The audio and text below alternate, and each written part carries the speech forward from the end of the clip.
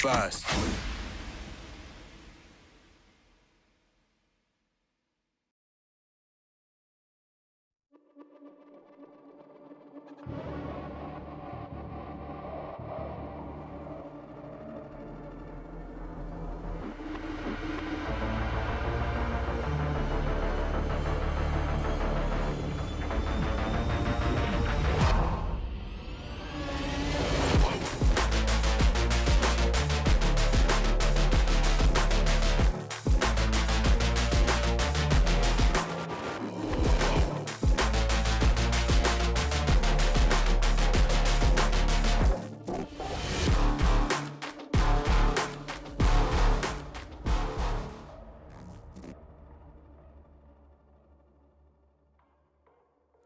Hello, everyone, and welcome back to VCT EMEA. It is week 8, and we're coming to you live from Messe Berlin. I am your host, Yingsu. I'm joined by Kakuka and Lothar. Now, Lothar, you weren't here with us yesterday. Welcome back.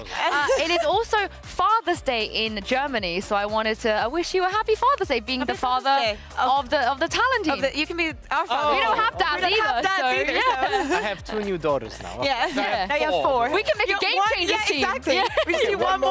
One more for game changers, and I'll be the coach. I have 2 Nice. sisters. We're definitely going to win if Lothar is our coach. That's all I'm going to say. Yeah. You might have to sub in though. Now, yesterday we saw Fnatic versus Na'Vi. There's a lot to talk about, but there's one thing in particular, Kakuka, I want to focus on after seeing Doombross's tweet. Is that we weren't quite sure why they called a timeout before, right before halftime, and it turns out that it was a misclick. What is it with Na'Vi and misclicks? Apparently, it's the second time. You can tell that the nerves were there. I think it was a 6-6 half as well. So he just pushed it, you know, not acknowledging that the halftime was coming after. We need to find a solution for this so it doesn't happen again, maybe to confirm. Do you actually want the timeout now? You know that you have 2 to 3 minutes now to talk about things. A double click instead of a single exactly. click. Or that you can cancel it. Yeah. A green button and a red button. Maybe he wasn't using his fingers for that, you know? Maybe he wasn't using something else. Maybe his forehead was just rolling it, you know? You know when they're nervous and they're like tapping the desk? Maybe he tapped it by mistake. I don't know. To be fair, it was a 6-6 half, so I was like, you should have been happy with that result at the time, but hey, what do I know? Lothar, it seems like when you're not with us, we have all the fun without you. We saw a breach on Lotus, and we also saw a Yoru on Split, so I'm going to give you some time, since you weren't here yesterday, once again, to talk us through the Yoru. I think we did this last time when you weren't here, because you missed 3 Yorus the last time, so only 1 this time around. Yeah, only 1, but it was an important one. Was it a good one? Yes. many Valorant players ask the question, was Angel's Yoru any good? No, it wasn't. Is that it? Yeah. Are you serious? Yes. For real? Are you actually serious? Is that it? Yeah. You know the worst part? I asked him, hey, what do you have for the segment? Like, what are you going to talk about? And he's like, I have a couple of executes, and there's this, and then just a couple of things that Angel does. And I'm like, oh, I'm really looking forward to doing it. Can I just say, in our story me, I was like, Lothar, can you keep this relatively fast because we have something else happening? And you were like, don't worry, it's going to be quick. I was like, no, like I need it to be around a minute to 2. And you were like, yeah, easily a minute to 2. And that's it. Yeah, it wasn't really I'm good. so happy that we were in the dark about that, because Yes. that music was incredible. That was the best thing I've ever seen. Thank you so much for that, Lothar. One other thing that you missed out yesterday was the VCT EMEA Week 8 bingo card.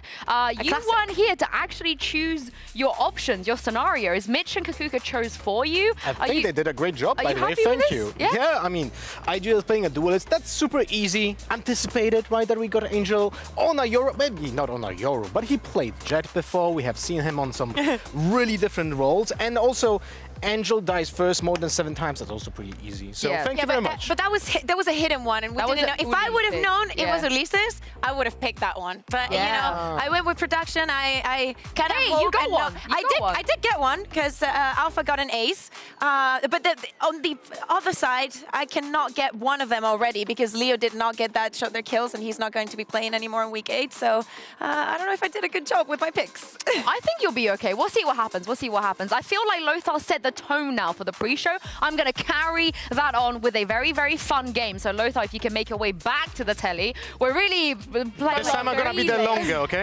Okay, relay over here, that's and what they you're all say. joined, as you can see, by Mitch and Good to see you. Tom. We are going to play a fun game. I'm going to give you guys 3 scenarios, and I want some creative answers out of you guys. It's going to be very apparent as we start. Are you guys ready? Sure. All right, we are ready. Scenario number 1. Things you wouldn't say. Here we go. We're going to come up. Unhelpful things to say to Baba during a koi timeout. Tell us how you really feel.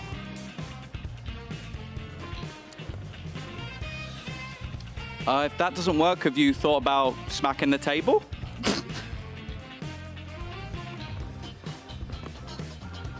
That comes off your salary. Well, he had to do it for his chakra. It took me a second for that one. It took me a second. Any more? Yeah, I have 2 more. So Okay. what if we do this strat where we label all of the koi players between the letters A and E, and then we send 4 of them to one site, and the last one will be the decoy. Wow. Wow. Wow. That wasn't very helpful. Yeah, wow. I brought some plastic crayons instead of the pencil. I think that's kinda I get helpful. that. I get that. I get that. Is that helpful? Yeah, okay. yeah. Any more? Any more? Any more before? Yeah, I have one more. Okay. Oh my God. One more. Is it easier to replace a table or a player? Oh my God, Lothar. Lothar. Okay, I think we move on. Let's move on to the next scenario for you guys. Things that casters would never say when casting Carmichael. Oh, look at that incredible spacing from KC. Honestly, I'm so glad they brought in Enzo. This has fixed all of their problems. Mitch Man was right. That was a good one.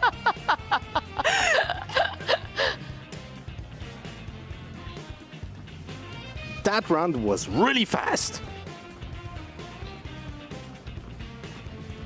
There's some great mid-round calling from Scream. Wait, Scream and Navira are brothers? Oh, that's great. That's great. All right. Okay, we're going to move on to the last one here.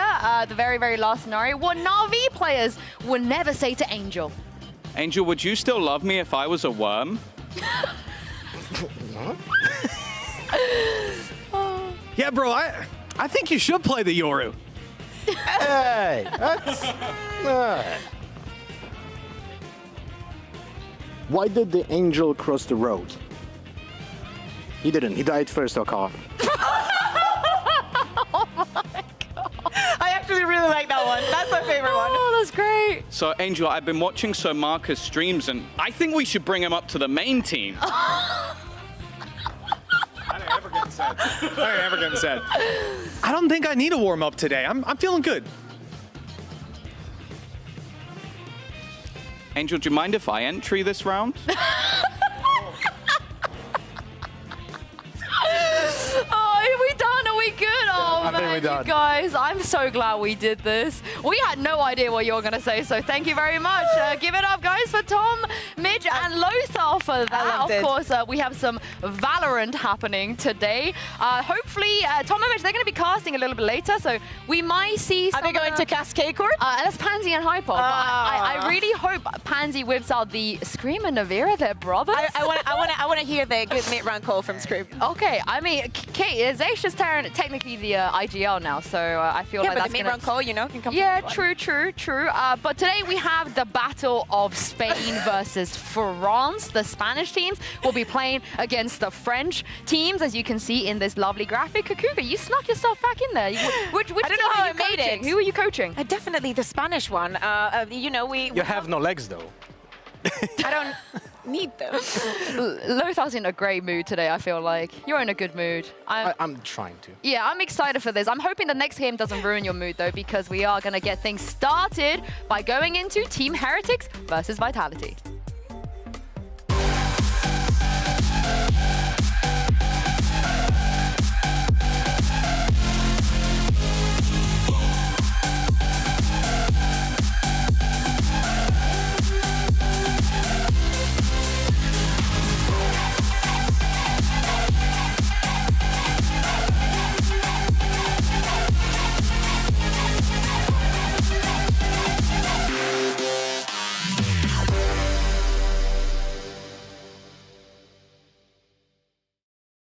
Can you guys get a bit closer? Yeah, especially Sarah. Nice. Okay. No, not that close, not that close, not that close. Hey, give me my space.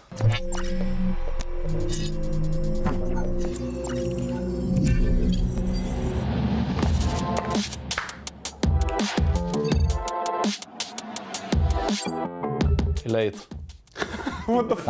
I would say cuddly. Cuddly, yeah? Cuddly. Yeah. Yeah? You're cuddly, you're nice. Every single person, all of my friends who have met you have said, oh, he's really cuddly. You are.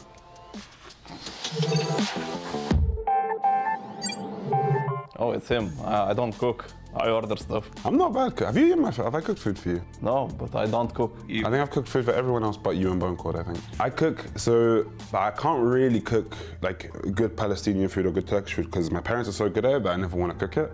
So I'm really good at cooking like Korean food and Japanese food because that's like it's the more interesting one. So it's what I spend. When I cook, I don't like cooking like a simple dish. I always like cooking like really hard dishes. So and those ones like Korean dishes and Japanese dishes are the ones that are like you have to have 17 different ingredients and it's this spice and that spice.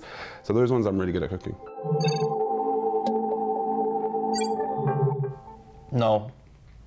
You don't have a fun fact about No. Wow, you're an elf friend. He lives in his own time zone. Always late. Always late. I'm just gaslighting him right now. No way, I don't want the whole video to be about me being late. What the fuck? Always late. Am I just not a good coach? Why is the only thing you guys No, say you're a about me? good coach, but it's late coach. Late game coach. I can't be good at everything. Okay, I've got a fun fact. I think not a lot of people would know this. Sender used to be the best breach main in Europe. That's a lie. No. That's a big No, you fact got lie. your invitality because of your breach. Late. Say something serious now. Actually, with Sender, because I've been in a lot of teams with Lithuanians, Sender was the golden child. For these people, like, you would never hear anything bad about Sender. The only thing you would hear is that he's lazy. That's the only thing. So when I went in, I saw, okay, this guy's fucking insane. Everything about him was true, but he was a bit lazy. He's better now though. But he was a bit lazy at the start. About Salah, I would say when I first time met with him, I thought he's gonna be like a tough guy and be like very hard to talk with it, but actually it's other way around. He's easily to talk with and you can just easily chat for hours and never stop and he can gaslight you into any conversation. You were saying a nice thing and then you find it.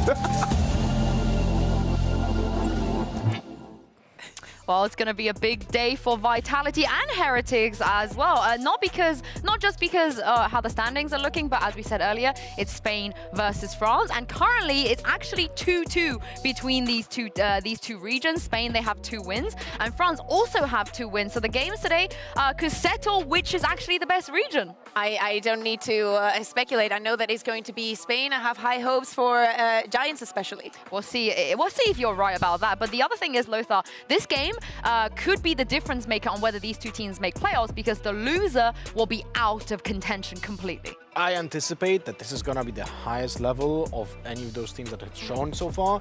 At least I anticipate so, right? I would love to see some really refined strategies and executes coming in from both Vitality and Heretics. We know that Heretics has an uphill battle when it comes to like the lineup and so on, but I just would love to expect a high-level play. They say that they're comfortable, that they're feeling happy for Vitality after coming off from a bunch of losses. This is the game that matters the most, and they have to prove that they deserve that spot. Yeah, they do indeed. But despite the loss, Team Heretics, they had some trash talk to do last time we saw them against Koi. Check this out.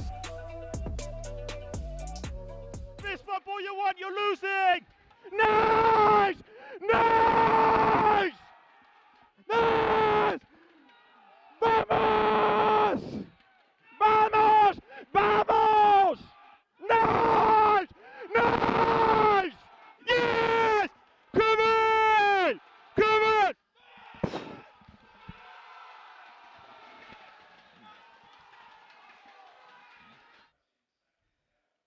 One switch. One switch. Unfortunately, they ended up losing that game. But Kukuka, if they bring the same energy today to the stage, I mean, it's better than being sad and wallowing in your own pity. I have to ask you guys, when I scream, does the mic do the same? Yeah, it's worse than that when you scream. You have exactly the same sound like they have. But it is worse, I would say. Because yours is, you scream for longer. They kind of just do nice. And have a higher pitch. But you're like, Spanish. I can't speak Spanish, so I'm just going to pretend. Yeah, anyway, you get the gist, But we saw Weber there in particular really giving it. You know, this guy definitely been to a few Epic Lands and Insomnias. And Kakuka, the debut he had was great. Last week, slightly less good compared to the first week. Yeah, exactly. But I think it has to do with the agents that he was playing. Last week, they played the 3 maps, and in each and one of them, he was playing a different agent. First week, we saw him in the Sky and the KO. Then he decides to add on the Killjoy and the Breach. So he's actually flexing for the rest of the team. He's actually adding on to all the plans, despite of, you know, he's an assistant coach, yada, yada. He's actually integrating as one of the players. It's insanely tough to be effective as a player when you're not only just pitched into the, into the match as a replacement, but also you have to play so many different roles. It's almost impossible to be as effective as on your most comfortable agent. That's why we see so many players struggle whenever they change roles. So it's even more impressive that Weber was able to perform to the level that he did. I mean, can he rise up to the occasion though? Because Kakuka, if they lose, they're out completely. Hey, the dream is still alive. I think that they can make it just based off of the form that we've seen Vitality. I think this is more on Vitality than it is on Heretics. It's true, they lost last week, but their game finished at 2 a.m. So how tired are you? How disconnected are you from the game when it's that late? Just imagine how we are when we're here. Imagine them. That's why we start this match as the first one today. Also, she missed that day, so I don't know why she's acting, Lothar, as if it was a difficult day to get through. Yeah. But I was here the other time that Kate from BBL and finished at 2 a.m. True, we were kind of losing our minds that day, we were. But hopefully today, we're not going to get that once again. And of course, like we said, it's a very, very big game for both teams. And Lothar actually had the opportunity to get some more insight from Heretics' head coach, not the assistant coach, head coach Neozinho. So take a look at this. I'm joined by Neozinho from Team Heretics, our coach, who is going to give us insights on what was happening in the match against Koi, because that was one round. Before that round, actually, you called a timeout, and I would love to hear what did you say to your team to prep them for the upcoming round 20? Yeah, so again, I can't really say as much because we play this map today, but basically what happened was we done a lot of prep on Koi, myself and my assistant. So we noticed when they breach stunned, if they weren't pairing it with Sky Flash or Raze utility, it was mostly fake pressure. So what I basically told the guys to do here was, let Mixwell stay towards A with his deep Viper wall. And we basically find out if they are fake pressure or not. So you can see here, we're putting a little bit of pressure towards C, towards B. We're not being too transparent in what we're doing. And the whole idea is for Mixwell to basically find out if they're doing fake pressure. He can go back A, and if it's free, we execute. And Mixwell was able to walk up on them. You'll see it later on in the clip. But he basically contacted all the way up. That there's like a small piece of the wall that allows him to hide from flashes? Yeah, so like if you, at the very start of the wall there, you can hide behind it at the start just to kind of avoid any utility, any reveals, sky flashes. So even if they sky flash, he can still pop the wall and hide behind it. So it's kind of useful. But yeah, here it is. That's basically what the call was to see how they're playing on C. We found out the Sky was on C with the early dog. Mixwell took all the space on A, and that was basically the call. If we can finish on A, we can. And with our ultimates as well, what I did tell them was, like, if Mixwell, if you need to use your Viper ult, use it, secure it, and Avova can also TP straight to A and help you instantly. So if he was to get any kind of contact in the tree room or from B, Avova would just TP straight into A, but he didn't have to do it that round, so all good. We got to save that ult. But yeah, that's basically what happened. Mixwell took the space by himself, got the kill, and as soon as we got the kill, we just finished. Okay, cool. And actually, you won both times when there was a timeout being called even by Koi on this map, which was essentially very impressive, right? But when it comes to this map, this is your most played map with also the biggest success. Yep. What would you attribute it to your team? What was the biggest success factor for this map for you? I think for us, it was mostly as soon as the new map came out. As a coach, I love to be innovative as much as I can. I don't really like to run the standard comps. And it was basically just a lot of trial and error, finding out what we like, what we don't like. Obviously, we have Kellogg's, who is really good on Jet. But for me, I wanted to try and play him on different agents. So we tried a bunch of things. We tried Raze, especially when Zeke was with us. And it was really good. I still think Raze is insane on this map. Jet, I'm not a huge fan of. And then it came to Neon. You're not?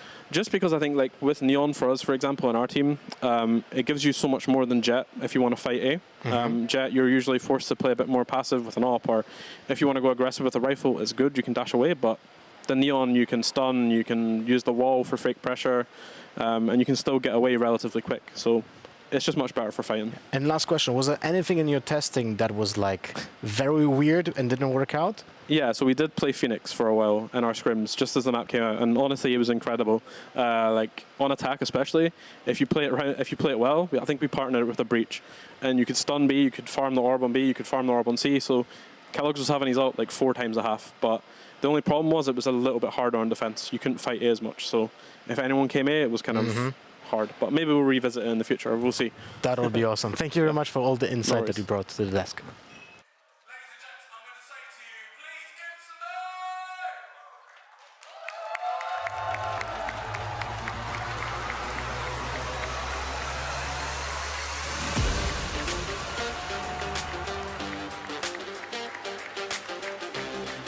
Team Heretics.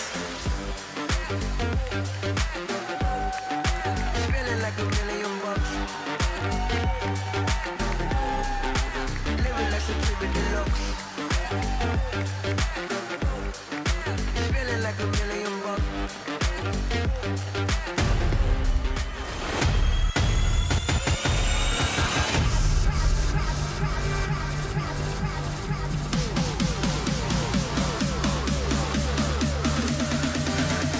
Team Vitality.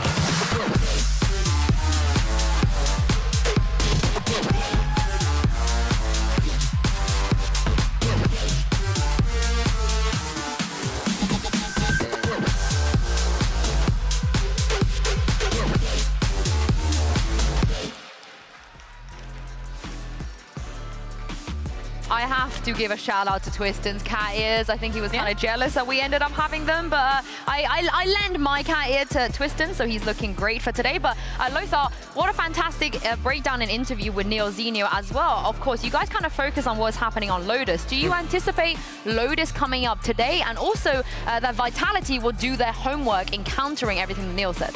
I think Lotus might be the, let's say, focal point of the map veto. I think it's gonna be 100% picked by, or allowed to be picked, right, by the other team, because it's a decent map for both of them. But with the amount of knowledge that you have on both of those teams at the same time, you're able to actually build a decent strategy or anti-strategy against them. Yeah, no surprises here. Of course, Vitality is going to keep permabanning that Pearl. The only time that they didn't permaban it is because they're playing against Fnatic and they banned it. So yeah, the split taken away though from Heretics. Yeah, I'm a little bit surprised. I was surprised because for them it was a little bit of pick your poison. It was either Split or Haven is the two maps that Vitality has picked the most, and they banned the Split. They go on to Haven. It is true that Heretics has played it once, but Vitality has picked it a lot of times without all the success they would like. There it is. And there it is. We have the Lotus. Of course, Vitality could expect this 100%. If they were watching the pre-show, maybe they know a little bit about the thought process.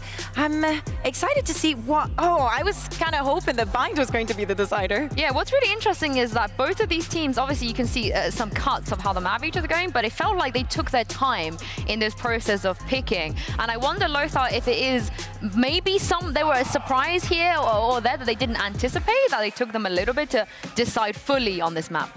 I think the factor that was the surprise factor for both of those teams was the second wave of the bans. The Bind was, I was so certain that was going to be the decider. I'm actually a little bit surprised that Vitality banned it. I'm not surprised that the Haven and Lotus are being picked first, but do think, what Kakuka mentioned actually, Vitality hadn't the best scores on the Haven so far. They have played it 4 times, lost 3 times, and their defense looks better than attack, which is unfortunate. Let's talk about that Haven. We are going to see it first, and Kakuka, we've seen it a lot from Vitality, but what can we expect here? So here's the thing, as Lothar is saying, the defense is going well. Actually, the protocols that they have for retics are very, very well thought, and the fact that they work them up a lot also in attack, it can open some doors for them. But especially in what we saw against Fnatic, Twiston was shut down so many times. The clock was run down. I think that the battle that they had for A constantly and finishing up on Z, it was not clear. The information that they were getting was not good enough for them to make a decision. And I think that it was the pinnacle of Twiston not actually being that successful. Of course, Derka was on the other side. It's not an easy task, but I feel like this week that has to change. Twiston has to be the change here. You know what's funny is that Vitality might have a little bit of an awkward time preparing against Heretics on this map because Heretics only planted on the A side in that one game that they played on Haven so far, even though it was a 14-12 scoreline. So this is going to be a very interesting map to watch, like how they anti-strat, because this map has such a, let's say, very rigid way of playing because of the meta game established for the past 3 years. We have the Sova on long, we have the Breach playing connector, right? Then we have the Killjoy playing double doors and seaside, and essentially the other player is like somewhere on the map. But the roles are very defined here on defense. What I will say though, against Fnatic at least, Vitality's anti-strat was incredible. I felt like they should have won that Haven really if they went down to the couple of mistakes when they swapped sides. So I do wonder maybe they come a little bit more prepared this time around, Lothar, but certainly they have a lot of footage they can watch on being able to refine the mistakes that they made. We are going to head into Agent Select now and see if both teams are going to make any changes here. Yeah, I'm actually surprised. We also need to talk about the fact that that one time that Heretics played this map, Weber was not there. It was actually the last week the Zeke was playing, so probably we see some changes and some accommodation, or maybe we see a Weber that just takes on the Soba and he does just take on the Soba. Yeah.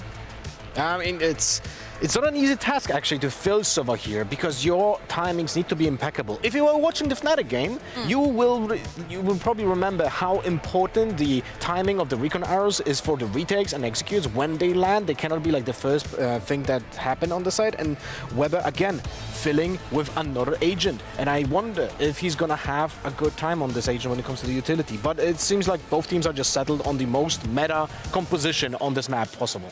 Yeah, they have indeed. But also, once again, we have to remind everybody that this is a win or lose here. If they lose this, they are completely out of playoffs. They can kiss their chances goodbye.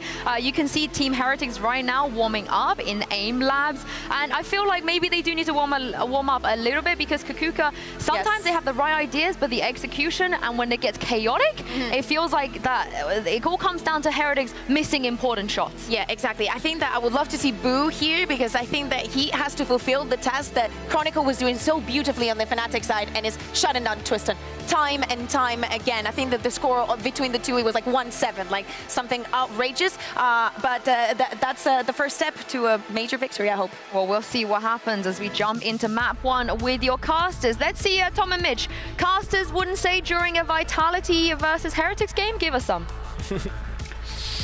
Listen, I think we've had enough of that today, Tom. I don't know if you've got any locked and Zeke loaded got the here. triple kill. Oh, no. Right, I'll see you later. Well, Goodbye. The bus isn't pulling up today, I'll tell you that. Look, we have a pretty interesting game here. Both teams who can really affect the standings, affect who's going through. And I know certainly for Vitality, they seem to have one of the easier paths to reach that spot for playoffs, but the pressure, everybody that's in it though, nobody knows. If I win this match, I would say simple. BBL have the easiest route. It's win. That's the main thing that they need to do is win. So yeah, I think that it definitely gets complicated for everybody else, but if Vitality can win, BBL lose, that's basically the game done. So. I mean, the bottom line is coming into this week, especially even if you're a team that can't qualify anymore, some of them just by winning, especially dominantly, could cause some problems for Looking other at you, teams. Carmine Corp. Absolutely. They could still have the impact on the season. So really, this week is all about winning games as dominantly as possible. I guess that's what every week's about, but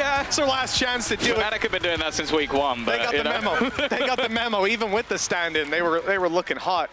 But here we go. The first map of this series, and it's Vitality's pick. They're going to be starting on the attack side. Heretics wanting their defensive start, and right away, Kellogg's off to a tear. That's one and a Vova on another. Sure, he dies, but the damage is done here. Yeah, a Kellogg's in form would be something to write home about. We've got 2 Jets currently in this series that have kind of had their issues, been inconsistent, but we know can be very strong players. And as you mentioned, Mixwell just locking them in. It means they can gamble the rest of the rotations across the map, round towards this A site. It means a 3v3 crossfire for Vitality to walk into. Twiston already tagged up on the way through. A very tough battle sitting ahead of him. Bone Cold, though, able to cover that one. With Twiston falling, this is leaving Bone Cold isolated. He's dropped, and then Destrian makes it around the corner. That is a lifeline for the team, but he does not expect Mixwell to already be here. That flank coming to fruition as Heretics take the first. Yeah, a big round for them. Something that we've spoke about a lot with Vitality is the fact that their pistol conversion is definitely not the greatest. And They're normally very good in these second rounds, though, where they come up with the Sheriff. So that's going to be my main focus, is can they still do that same level of damage? Can we get the players like Sender, Bone Cold, real highlights with this pistol? But a good start for Kellogg's. And as said already, I think that's going to be one of my main focuses on the series, because a lot of the time, I feel like you need to talk about the players that are not necessarily just a focal point, like your Jets. In other teams, I'm not worried about that. I'm not worried about Durka, for example. But you come in this series, and I am worried about the Jets, because I genuinely think whoever turns up today probably wins. And I didn't think I'd be saying that at the beginning of the season if I had Heretics playing with their analyst. We saw much more passive smoke there to allow Bone Cold and Sender to sneak past. They left the smoke shallow so the recon didn't spot them, but that hasn't helped them. They were expected to be on short, held by Kellogg's, and that quick double. Remember, the guy basically has an op here with a higher fire rate and better non-scoped accuracy. Up against no shields, it is deadly to face off against the Marshal. The rest of the weapons, though, will tear through you just as easily. I think at this point, you know, damage is often the narrative of these rounds. There's still a good chance. Look at the weapons that the Vitality players have. 2 Sheriffs and a Ghost. 1 mistake, and they could certainly punish you for it with these kind of guns in their hand. But yeah, it's finding those mistakes is next to none. I'll be honest, I've heard the word curse a lot recently, and I highlighted Sender and Bone Cold as the 2 players that are really going to do the damage with the pistol. Yeah. Both instantly dead, so I am starting to believe in that power at this point, but we'll see what can Twist and do. But a bit closer than I thought it would be, but Boo gets the kill in the end. 30 seconds left. Yeah, they had a good flash pop through to get the opportunity there for Malzy, but doesn't land. Good shot for Destry. That's a plan. Has the spike, yeah. Look, especially with the recon, he knows he's safe to get that plant in. And now these players come running back through the angles. The reason it's hard in these rounds is because you often have to push into them, but now they have to come back through those choke points. As you can see, though, the weaponry advantage, it sits strong with Heretics. Kellogg's even upgrading his Marshal for a Bulldog just a couple moments ago for that first fight, and they will close it out nicely. Very clean from Heretics in this round. They lose 1 player, but with the upgrade onto the Bulldog, it's only a Marshal left behind. Yeah, absolutely fine. Like, obviously a plant is nice, especially when you spend the extra like 800 credits per pistol that's coming through just to get that little bit extra. But of course, we're seeing pretty much every team now just going with a light shield, so it's not like it's going to make much of a difference for Vitality. I do think getting off to a strong start here, though, is going to be fairly important, because although I do think Haven has been a good map for them, I believe they've now lost it 3 times in a row. 1 to Fnatic, close, okay, that's fair, but losses to BBL and Foot as well. So this is not like it's been the strong staple like Split has been, so there's still opportunities here for Heretics. Has to be said as well, Kellogg's 1 away from getting the Blade Storm, and look at him go! Caught putting down a Cloudburst. Look at him gone. Yeah, look at him gone, exactly. He has at least got that Blade Storm now to work with, but that's a Bulldog lost. One of the heavier pieces of weaponry that they've got to work with now left on the floor. Maybe recoverable. Not often you'll hold that second mid, I suppose, unless you're going for a B hit. And right now, Vitality don't have a ton of map control. They've been watching for the A push, but even then, quite passive. A player could have snuck up short and be just about to crest that corner. So they've got to dedicate a lot of manpower to watching the wings at this point. I think that alarm bot even, yeah, it was deactivated because you're just so far away. So then you have to send Bone Cold towards C Long. So just containing this Heretic side right now is a priority. They are going to have to start looking to make a move pretty soon. I mean, 50 seconds on the clock, and they're starting to poke up on A long and see that is clear. But if they decide to roll the dice on B, they're in a lot of trouble. Oh, Vova under quite a bit of pressure. He's still somehow surviving in this corner, and time is being bought. Oh, 35 seconds left, slowing them down even further. Now the smoke is available as well, and he's just sat behind it. The thing is, Vitality have used an awful lot of the clock just trying to get this player out of position. The only thing I would say now is that there is no one on A. So although this is a little bit sketchy, they should still have time, but they're taking a long time, Mitch. Yeah, they've got their smoke up at least, so that's going to help them out. No second smoke to go up to heaven, so that's a wide open angle for them to worry about. Here comes a recon. Deleted instantly and nothing to follow up on it. Shock dart's a little late on coming through, not going to find the planter.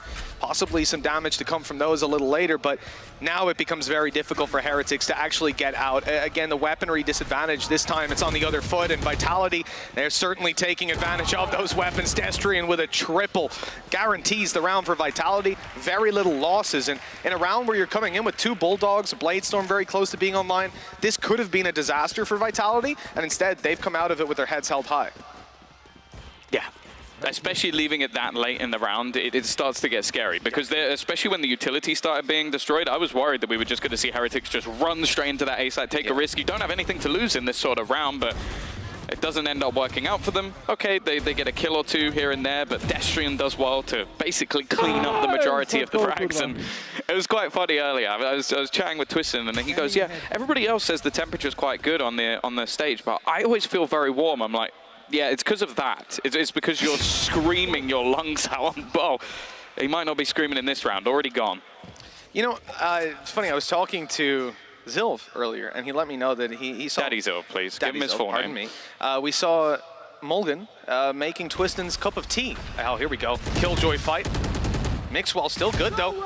Still very good in that fight, but Sander's still coming ahead. Okay. Hunter's Fury going to be committed. I mean, that was basically to help out with taking Mixwell down. Hasn't found too much on the back of it. Interesting, and the control Vitality get with all this chaos and the drag towards Garage, they just walk into the B side. Great push and pull to start this off. Kellogg's going to pop his Blade Storm. That's Blade Storm and an AWP in this round. Heretics do not want to lose this one. Yeah, that is a lot to lose. But they have a decent amount of ground. Bonecold, though, is just caught Boo off guard. Yeah, that's basically the majority of utility to get back in. Bear in mind, they don't have Paranoia or anything anymore. Oh. And it's an awkward fight, but somehow Bonecold is just causing them so many issues. Finally is dead. Bear in mind, the rest of the team are just playing post-plant. He was alone. And they've got their utility as well. We just saw Nanos activated. I mean, at this point, the clock's a little too low, and they don't know how much else is in the back pocket for this squad. Indeed, an Aftershock coming through. We just saw it. There's still a Nano online for Sender to be thrown from spawn and instantly activated upon its landing. That was a lost round, and they realized it's saving these weapons instead. And as we said, you invested Blade Storm here, as well as the Operator. Whether that was intentional on that A play, or whether it was a misclick on the way back, it doesn't quite matter. I think, no, and I'm going to take an educated guess. Knowing Kellogg's, it was on purpose. I believe so. I can see a world where, like, logically, with the way the round breeds, that was a mistake, but they took B side, and he popped it almost immediately. It looks like he's using that for close range. I don't think that was the main mistake for me. The main mistake was the fact that Boo was like way ahead of everyone else. Like that he basically tried to take a bit of a risk to catch players out, and it's like you lose that breach util. That makes it so much harder to clear the rest of the site. Good stun to start. That's going to follow up with a push coming out of Ova right up behind them, and that's a double. He tries to make a sneaky play, and it doesn't quite matter that he goes down. In the chaos, Kellogg sets up with the op. Two buddies backing him up. This is a low-buy round out of Heretics. Plenty of pistols, and they have got it under control. They want this map control as well. The weapons will be amazing to seize back. The spike just on the other side. Sender caught off guard as well.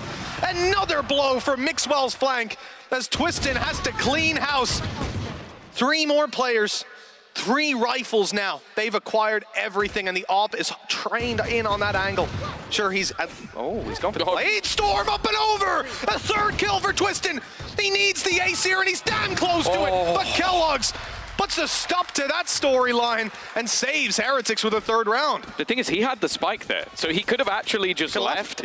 But it was just the confidence. And honestly, I don't really mind it. Like, wanting to try and fake out the steps, bait them in, and then he makes it a 1v1. But this was just gorgeous. Like, not only having the dart up alongside that stun, catching every single player, giving over the information, but you don't really expect, after that utility comes through, that there's now a 3rd player just running it down. But because of the weaponry, they could afford to take that risk. Yeah, I mean, the paranoia coming through just completely ruined their chances. You've got a Sova trying to put a drone up while the team is covering him, but now they're blind. They can't see a thing, and the pace catches them off guard. Just a gorgeous idea. And it's in those kind of rounds where you have something to work with, but a lot of pieces missing. That's gorgeous, man.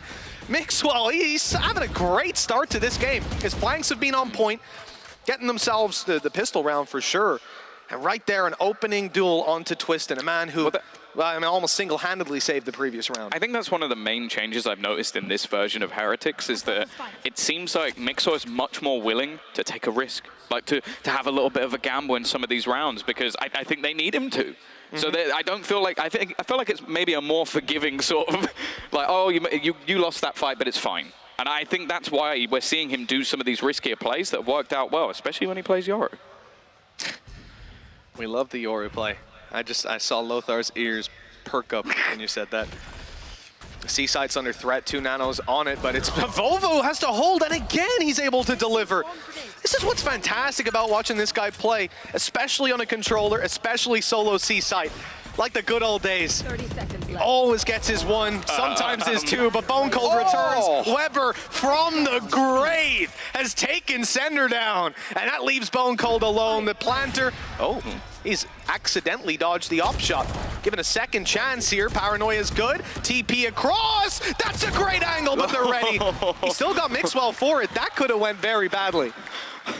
I like the way that Bone Cold's brain works. It's so aggressive, but he had to try and find an angle that he couldn't be killed from with the op. Like, that was the main threat. He either had to just swing the turret, which is going to slow him down, chance of getting 2 and the guy behind him very thin. So instead, he does that. Now again, it didn't really work out.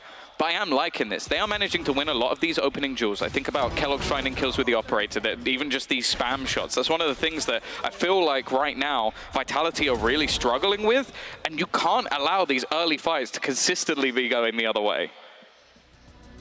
Well, I think that's something they'll be quite trained in on moving into this round. You know, Twistin getting shut down in the previous, an attempt at garage control, playing off utility, and even their own recon just counting in his head. Mixwell was able to shut that down. You're being caught off guard by some A-long pushes, and this is just a game where Heretics have come out swinging, and it's definitely caught Vitality off guard. Whether they were expecting to see this face of Heretics, they certainly weren't expecting it to look exactly like this, the cohesion. Something that we really haven't seen from them, not on this level so far. Yeah, and I want to see what happens when we actually get into maybe some of the heavier executes. I think a lot of what we're seeing from Vitality in these early rounds is, okay, we saw some aggressive A main control being fought for. They weren't winning that fight. It was an aggressive position, or it was Kellogg's holding an op, both difficult to find in the early rounds. And then other than that, they've sort of playing these slower defaults, which a lot of the early picks have been going the other way. I'd like to see them go for either a fast B, get into the afterplant like they did prior, or do the same thing on the C site. Send Twistin in as that lone aggressor with the smoke, see what he can do, and have the players backing him up. Now, a few seconds till we get to find out exactly how they want to move on this one. But the key thing is that they're investing. They're putting all their credits on the line. There's some ultimates to work with. Lockdown for Sender, but a ton for Team Heretics. And it's the Rolling Thunder. Well, the main thing's a Hunter's Fury, right? Hunter's Fury to counter, and a lockdown, essentially, right? Mixwell's 1 away from grabbing his own one. So there's a lot of problems on the horizon for Team Vitality. It's the same early default, but note that any of the utility that was initially in towards Garage is gone. It's been moved completely by Mixwell because he knows they're looking to destroy it. So he's now got that over on C long, playing into B, and then he is just waiting in towards Garage instead. He's not going back out. Oh, he is. He is going back out, and that's Twistin dropped again. The opening duels really not going his way to start. That's an attempt at a wall bang. He's still here. I mean, he's in a lot of trouble now in a lane lane, but somehow dodges all of those bullets on 45 HP and makes it out. And, you know, a guy on 45 HP, well, sure, maybe we can take him down later on, but he's got the op. One shot, and you're dropped. Bone Cold. That's the spike on mid. They're not going to be able to hold on to control, unfortunately. Especially not with their own smoke put down there, but what they'll do instead is go for control elsewhere. Well, they go back to get the spike on mid. Mixwell pushes C. His flank good for 1. Still on the side is Avova, and nobody's surprised about that. He could be in a little bit of trouble. Paranoia going through. He's stunned in the smoke, though. Got himself a good position. He's actually going to try and TP across the side of Vova. How does he get away with this? Look, there's 10 seconds left, and at this point, Malsey's the only planter. It seems impossible for him to even get the spike down, but they're waiting. Off trained in, and there it was. You would have loved if he got the Rolling Thunder out first. That could have been terrible. But even still, a 5th round for Team Heretics, and they didn't have to fall back on their safety nets here. This was just solid individual play. It's the same problem. Like, they're fighting versus Kellogg's in the early round. He's winning those fights. You know, like, that's the thing. When he is in form, when he's playing this aggressively, he's currently 9-2. You're losing all of those battles, and then you've got weird lurks, like your controller holding the spike, peeking mid alone, and then you're just playing at such a disadvantage that at that point you can start to see how much map control you've actually lost elsewhere, because Mixwell's basically in your spawn. Like, this is not what I want to see from Vitality. It's great work from Heretics to continuously find all of those gaps while Kellogg's just fighting like tooth and nail with somebody, but I almost feel like it's getting to a level of disrespect where you've got a two-man advantage and you're still pushing all the way through C-Long. The fact that you can have, Kellogg's on A site, fragging like that, Avova, your consistent site holder. Here's a recon, an attempted wallbang perhaps to come through. Yeah, it absolutely is. Not gonna land this time around. Reposition from Kellogg's. Audi comes on short. They heard the op on long. Maybe they'll feel a little bit more comfortable about going for those picks. But with the smoke down, you know he's fallen back to the site. At least you think he has. This is Kellogg's we're talking about. He still has his dash. Out he comes! And down goes Bone Coat. Wait, a Blade Storm pop here? It doesn't seem like the round for it, but they've got 5 ultis, so why not, right? Give himself the extra security. If they end up getting close, he would have been able to deal with them. But again, he's posted up 2 teammates with him. That drone not going to last long, and look straight to the Blade Storm.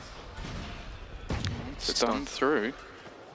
Twiston trying his best to take at least a little bit of early control, but they're still just waiting towards the back at sight. Jumps across, and Boo's just waiting. Another hitting the deck, and there comes that Blade Storm to finish everybody off. I said at the beginning, which jet are we going to get informed? There's only one on the server right now. Absolutely, and look, a couple seconds into each round, there's only one. 14 a 7 KD in the first 8 rounds. It doesn't get much better than that. Your jet already fired off 2 Blade Storms and 1 to great success. That is a big problem for Vitality. I mean, Team Heretics have done well with Kellogg's playing mediocre. I'd say poor for his performances. This is more what we're used to seeing, and then some. But this is why you have him on the team. He'll have games like this every once in a while that he's just unplayable. But I do think that a lot of the time, Vitality are giving him the fights he wants. Like, they're giving him the battles that Kellogg's loves to take. Not really overwhelming him, and now they're going to go more direct. A pacey hit in towards this C site. Good stun, Hunter's Fury. That is a great combination, and even follows it up with damage on the site player. They know exactly how deep into the site they've gotten, and a lockdown pulled into effect. Sender, good to at least grab one. He needs to just shoot. There we go. Thank you. God, I was wondering what we were waiting for there. He could have went down, and that lockdown would have been a massive headache. Instead, he returns his own. This is going to buy them a ton of time. They're trying to destroy it. Okay, they might. Looks like they've gotten the kill. That's going to buy a little bit of extra time, but those players sat down on long. A big problem for this squad. The Rolling Thunder coming through now. It's going to be halved, but that player not dead. He uses it to evade and get back to the back of the site. Twiston has come in from an off angle, though. Has to be covered. They're defusing. Where's the spam? He got away with it. Just sitting inside the smoke. They started spraying too late, and they can't even deal with Kellogg's insult to injury closing that round. Second flick was filthy, Look at he's 16 and 2.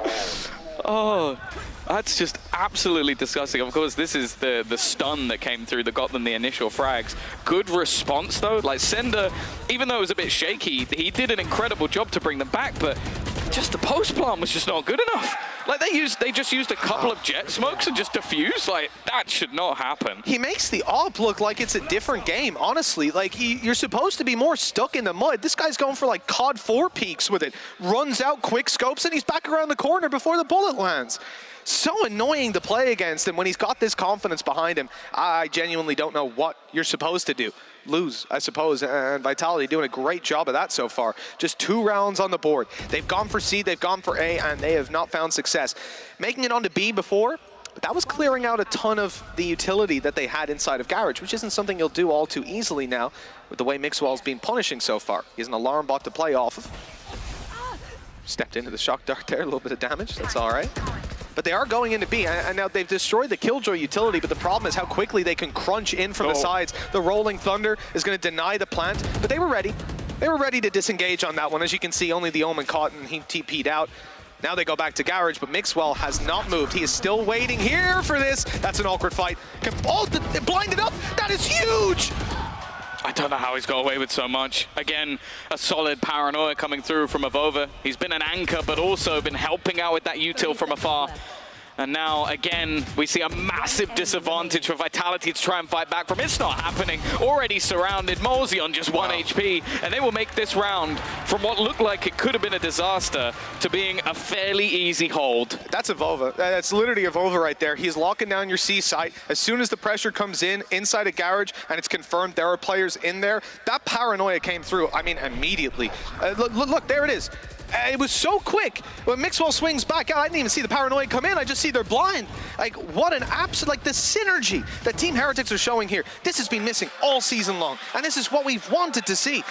Look, the synergy is great and everything. You also have Kellogg's going 16-2, which is just you kind of count for helps. That helps. Yeah. Your A site's been quite strong. Yeah, they're not going A this time. What a strange decision. I wonder why. Kellogg's has decided he's on the attack side. The funny thing now. is as well is, okay, we are seeing Mixwell personally like swap up his util, but in terms of their overall setups, haven't changed it that much. Because they haven't really needed to. Like, if they go A, they die to Kellogg's, he falls back and plays from afar, they retake. If they go C, they're running into the blockade that has been Evolva and Mixwell, and they've not even really come close, and they get caught on the flank.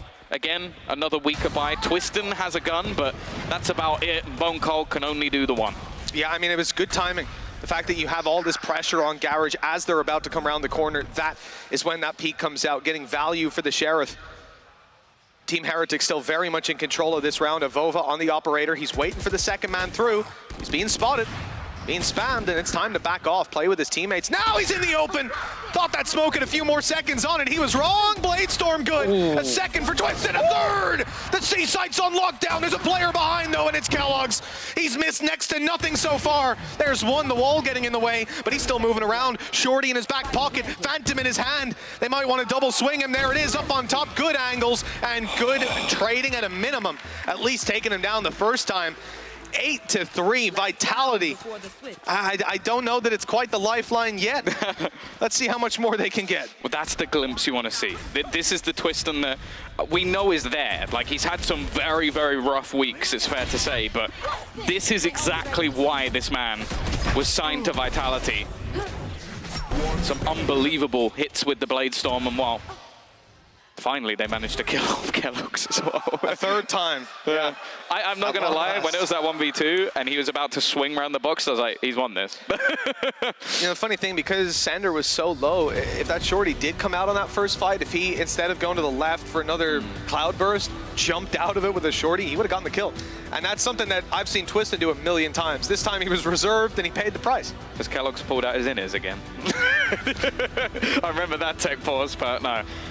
Don't know what this one is about. Hopefully it won't be. Pansy and Ipoc are in the building, aren't they? This could get dangerous. What topics have we got for the next 45 minutes? That's the real question. Should we just go through all the permutations? We can probably get through about half of them, I reckon. I'd say a quarter, maybe. Quarter. Okay. If we speed through. Okay, monitor issue. That's not too bad. Monitor issue. Just a little monitor issue. There's those normally don't take too long. No. Wow. Wait, why would you even say that? That's such a risky game to play. But yeah, I think good to see a little bit of a glimpse of life out of the side of Vitality. It's not something that's necessarily recreatable, like him just popping off and hitting headshots with the blades. Although it has been for Kellogg's throughout the majority of this game so far. The thing is, I am very worried here, because you look at this series again. Come in the beginning of the season, you tell me I've got Vitality versus Heretics. You've got Heretics, who are currently sat with their 6th player, who also happens to be their analyst, who is someone who I don't think had played for a couple of years up until the point where he ended up back in this team. And they are now currently dominating. And I mean, Kellogg's has had an incredible start to this match. The issue I have as well is going into that second map, I'm going to be honest, I favor Heretics. I think it's been a great map for them, even with him as a stand-in. They've beaten some top teams on it. So I think Vitality need to win this map. And right now, not even close. I mean, when we were talking earlier, Tom, you showed me that the history just on Lotus between these two teams. And I mean, yeah, Vitality this season have not looked good. Heretics, even with Weber, have looked good. Yeah. So the reality is, this is about as bad of a start as you can get to it. Evolva, he's on the TP to get that faster rotation over towards the C site. He's here to help out as they look again to make this push happen. 3 players through Garage, 2 late on long, dropout caught. covering all their bases on this one. He's seen Alpha do that one and get 4 kills. He was like, you know what, I can do that. I can steal that one. I think they might have tried a shrouded step to bait the swing into Mixwell, but even though the swing came through, there was no kill for it. There's the wall bangs, though, catching him on his way back out, allowing the lockdown to come into play, and they almost get more for their trouble. Mixwell, though, falling on that swing. They've got the Rolling Thunder available to get them back into the site when they need it. It's last round, so already going to be someone on the tap straight away through with that Rolling Thunder. It's going to force them off, but again, it's got to half. And Mitch, we've seen this before. And here it is. Here it is. Twistin running through those cloudbursts, this time with the shorty caught by Avova. Malsey doing the same, and he's caught too. Another one making its way into the site, and it's going to find the kill. Shorty round coming out of Vitality. And of course, that one is probably their most successful round thus far. You'll love to see it. That's the thing. I remember Twistin coming to me originally and talking about the shorty and talking about how good it is, and I was like, And now I've been watch buying for the last couple, I'm scared of that gun. Oh, man. You know what, Tom? That's been an incredible half to start this out. Vitality, they need a warm-up, though, coming into the next. It's not been their game to start with, but Kellogg's popping off like that, you can ride off those maps. Now it's time for Twistin to do it on the defense. I heard that we have a very special guest. We have a legend. A legend in the Coliseum. A man who, I'm sorry I called you all before, but he's been around a long time, let's say that. Yinsu is down on the stage with Gobby. I think a legend will be an understatement, Mitch and Tom, but that is right. I'm joined by Gobby. Gob, welcome to Messe Berlin. Are you having a nice time here? It's your first time here watching VCT EMEA live? Yeah, it's the first time here, and I'm really enjoying the show. Haven't had the time before. Now, like, the season is ending for us. I definitely wanted to come, and yeah, you guys helped me out to come here. Oh yeah, well, we invite you back for playoffs as well. Now, I know you're here for one reason and one reason only. Your boy over there, Twistin, your former teammate here, fighting for a for a chance in playoffs. How proud are you on what he's been able to achieve so far this year? I mean, a lot of coaches and also like IGLs asked me about him, like, should we pick him up and all the stuff, and I was always talking highly about him. And yeah, he makes me very proud seeing him here and cheering for him. Hopefully he will play a little bit better on the city side now, but I'm pretty sure he will. Yeah, you think he's going to be able to come back into the game? What do you think he needs to do as a Jet player as well on defense here? I mean, he needs to do the same as Kellogg's did. I think he controlled A very well. He was not afraid. He made a lot of good decisions. He was holding off his dash a long time, so he played a lot of pressure on the other side of the opponents, and I think Twistin can do that as well. He just needed one round to ignite him a little bit, like the knives round that he had. So he's ignited now, and I'm pretty sure he will do it as well. I mean, he's got the God B buff, so I think he can definitely come back. I hope so far not that big of a buff, but let's hope it comes. We'll see, we'll see. Thank you so much, God B, for your time, and I'm going to throw this back to Tom and Mitch and see if Vitality can indeed make that comeback. Honestly, I feel like that was like my dad at Sports Day, where he's just seen me run and he's gone, but you see that kid over there, the kid that's like running really fast? You should be more like him. Like, I feel like just do what he's doing, man. Just do what the kid that's like killing everyone does. Wow.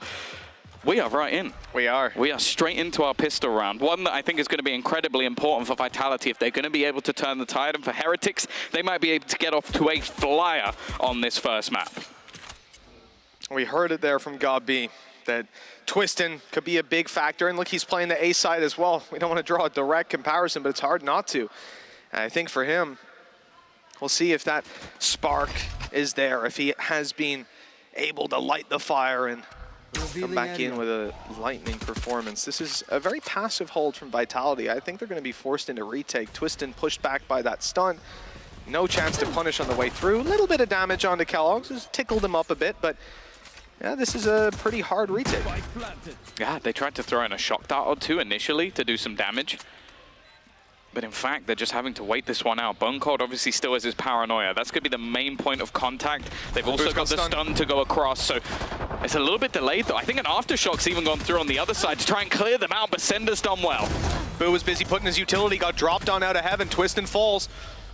But look, that just about making it out. The weapon in hand of Volva's lit him up to that turret. It's not going to do too much, and Mixwell will close it out. He was looking to the right at the start. They're sticking it. Oh, that's a headshot, though. Canceling it off, making sure the defuse wasn't going through. They've got the bodies to throw at this, and even with 15 HP, Avova wins that fight. He didn't plan to. He planned to run in and die and make sure that defuse didn't come through and let his teammate play his life. Gorgeous again from Heretics, and that could be a nail in the coffin. Losing this pistol now puts Heretics very close to double digits. Yeah, you have to feel if Avova goes down there, it's probably a very different round. Like you don't have the same sort of control over short. You don't have the same almost fear in the back of the minds of your opponent. And again, another pistol loss for Vitality, and they are in trouble here. I almost feel like they might need to try and get something done with the pistols in this round. In fact, they've gone for 2 marshals instead.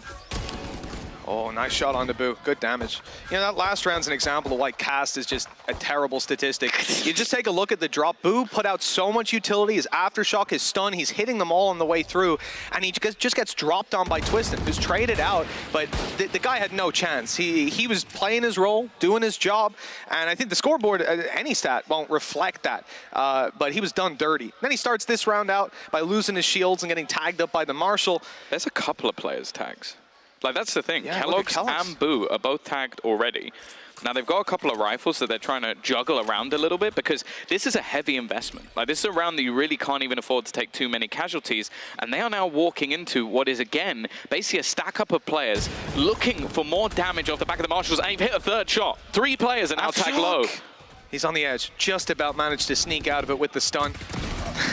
Mixwell's just catching him off guard non-stop, and look at this. Heretics are going to reposition entirely, moving around to the B site, but they're a little late.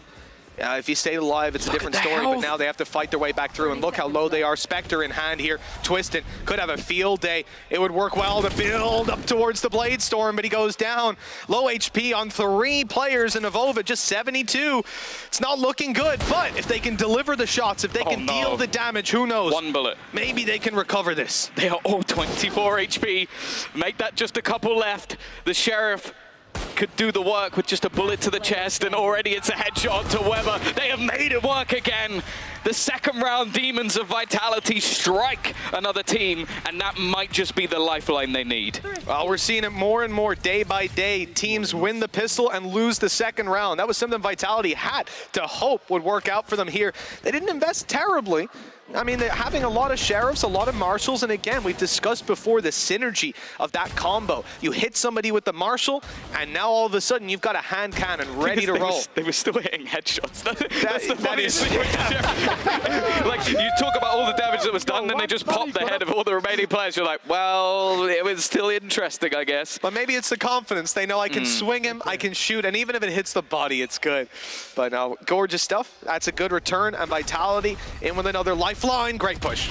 Great punish. I mean, look, it's one of those things, you try to take the space early and they're just ready for you to do that. Although they have returned a bit onto Sender. He's down to 45. Yeah, this buy, of course, a couple of rifles and the financials that were saved from the prior round means rifles across the board. Didn't manage to save the Vandal, but it almost says how much was actually invested. And for Twistin, this might just be a confidence round. 3 kills for him, very close to that Blade Storm going into what will be the buy for Heretics. And Mixwell, really, it's about, can he do any damage? Because the economy of Vitality is going to be off the charts after this one. I mean, just look at that 20, 70, 45. That's the HP they're left with after a lot of those fights. And I think that's why you see so often in rounds like that where you just have pistols that, especially on the attack side, teams coagulate and just rush together. Because you can at least take those fights as a unit and then trade out the guy that's 20 HP or whatever. I mean, look at that, 20 health left on the back B. Problem is, even if you go for Twistin there, he will have support. He'll tuck in, players will cover from the side, you're still going down. It's really caught between a rock and a hard place. This time they got squashed, but plenty more opportunities. Well, this is the round. The Logitech G power-up round coming in here. This is where we could see Vitality actually turn this into a competitive game, or Heretics break straight back. Of course, on the side of the defense, they have a lot of finances to back up on, and Twistin, he might get caught, but the flash, he's actually managed to get a kill on Avova as he tried to TP across, I believe. Not just that, 8 HP left on Boo as well, 88 and 24 shields on Kellogg's. I mean, he did a lot of damage there in that initial push. They've got paranoia They're ready for short contact. I mean, they can't use the paranoia if they step any further forward. There's a drone. It's not going to reach. It's not worth it. Rolling Thunder through, only catches one, but that player's stuck on site. They've killed Weber as well. Yeah, you were gone. You were done. Okay, that's the spike, though.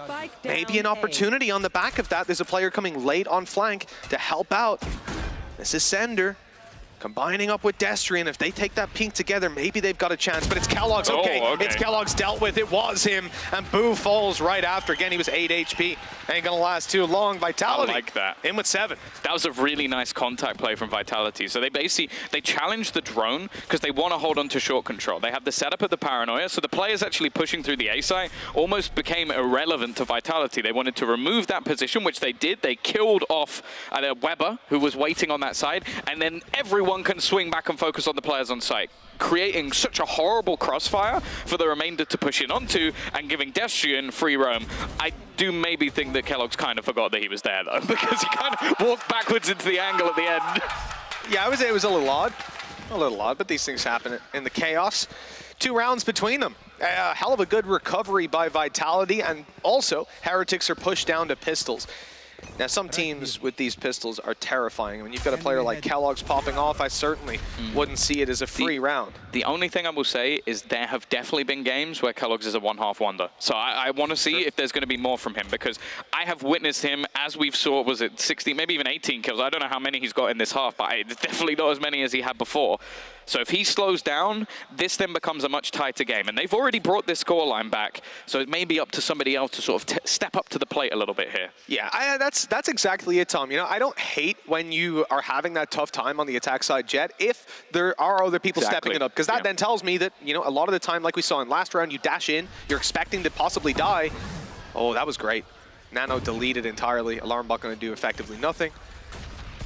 That push is ambitious, but you've got to take risks in rounds like this. A few too many taken this time. Yeah, they've got into the after plant. They do have themselves a lockdown. If this time ticks enough, they might just use it to try and catch them off guard. And who's going to be ready to destroy a lockdown from this position? There's not really anything that can be done about it. Maybe they can try and get the spike to half before anything really happens, which they're already going to be doing. The spam coming through, and well, now it comes down to just Mixwell at the end, and they've just managed to defuse it in the mix of everything. The lockdown will catch the players, but it doesn't matter in the end. Wow, I mean, look, altogether, I love the idea. It's just about the players. Look, if they have rifles, it probably does work out. The thing is, you're at a disadvantage in those fights, and they just cannot hold on long enough. But if they bought 5 more seconds, just 5, he's in spawn, lobbing nanos in, and it becomes an incredibly difficult round to win. Unfortunately, it was already half, so even at that point, you're swimming the wrong way. Yeah, you could at least have caused some like panic and players like running back out of there, but I think at that point they already knew, like, okay, if we just stick this, there's nothing that Mixwell can do because he's too far away, so it relies on the other players to isolate Jules when they have Guardians and pistols. So such an advantage from them. Still, as I said, really neat idea. I like it. Like, play the lockdown in a spot that's much more difficult to destroy for anybody else, and we've seen a lot of cool ideas come from that position exactly in the past. 9-8 though. This was a dominant-looking position. Bear in mind, it's been 4 rounds in a row now for the side of Vitality on this defensive side, and we're yet to really see too much when it comes to this attack side purchase. So a buy coming through in this round for Heretics. This is where they need to come up with some sort of idea. This is where Neil Zinio earns his money. And still moving into this round, though, you might have a relatively even economy, but the ult economy is sitting pretty favorably towards Vitality. They still have that lockdown, and there's no Hunter's Fury for Weber. So very, very difficult to deal with that for this squad. And I think that gives Vitality a lifeline. Even if they feel too much pressure on one side to play the retake, to pull back, they don't have to overcommit in this round. Easier said than done with a man like Kellogg's leading the charge, and he's going to be quickly making his way down short, ready for any aggression on their side. It doesn't come through. They have a flash even for that angle as he made his way around, and he's good for 2. Okay. Of course he is. And not the one-half wonder, it seems. Already managing to have a huge opener here. I thought Bone Cold has done some pretty crazy things in this game so far, but that might have taken the biscuit if he actually decided to go out the window.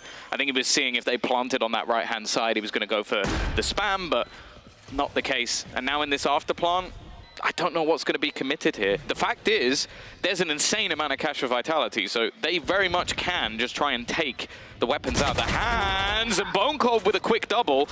maybe there's a chance here. Super proactive, keeps the smokes online as well. This is huge. Paranoia down below, players rushing in, and that's a free kill. Great utility. This is Bone Cold's round. Twisted, Blade Storm holding the long corner. Weber doesn't stand a chance, and Mixwell's missed the nano. He's hit it on the roof. He's got to run in. He's got to take the fights. There's one, but Twiston's defusing it. He has to swing, and there's the Blade Storm to close it.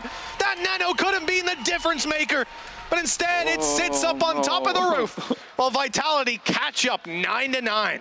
You understand how it happens. It's just a slight misplay in the moment. He was running into while throwing it. So, like, that is so easy to do. It's a pixel of a difference. Yeah. And the thing is as well, it mainly came down to just, I don't know how Bone Cold gets 2 from above. Like, the players don't really need to be peeking. No, it's this. This is what I mean. Agreed. Like, they don't really need to be fighting this. They've got a post plan. You already have the flank from Mixwell. You know it's there. You don't need to be this aggressively playing. And that's sort of the difference in this round is they gave him a way back in, and he ran with it. Well, you love to see Vitality getting fired back up, 9-9. Team Heretics had such a convincing lead. Please don't do the same. No, they've realized. They have realized. Mosey showed me. I'm like, I've seen this round, and it doesn't say replay. And like we're saying, you know, this is somewhere that they have a lockdown. You have the ability to play retake. That's not the time that you want to go, oh, let's just force a fight on Kellogg's down on short. Yeah. No, that's especially Mosey's also 1 away from a Rolling Thunder, so you're basically in a spot where you could have 2 high-impact retake ults on in this round. Yeah, yeah, and you don't want to throw that away just to see if you can beat Kellogg's in an aim duel. That's I think you got better chances so far winning the big teddy bear at the arcade. I thought you were going to say the lottery in this map, but you know. I don't know, it's quite, I see people win fights against him. It's not that rare. I think he's got 20 kills already. Double kill entry in the last round. He was on 18 before that. 45 seconds, already the time ticking down. This is a bit of a dirty spot from Bone Cold. Well, they know he's there now, but he's managed to dodge it. And with all the spam, more time is just being wasted. The dart being spotted, he knows they're going back. Now the turret's on the other side, but he's going to try and peek around it. I think that's the spike on the ground. Another few seconds wasted, and he swings out with another. Bone Cold is having a worldie of a game so far. And well, they have to try and TP into the site. Yeah. They've got the control. They knew it. Kellogg's at least took the space. He's up close. Timing. He's ready to go. This could work, but they're ready. They're suspicious of this exact play. Twisted even pulls out the shorty. He's just ran it down against Kellogg's.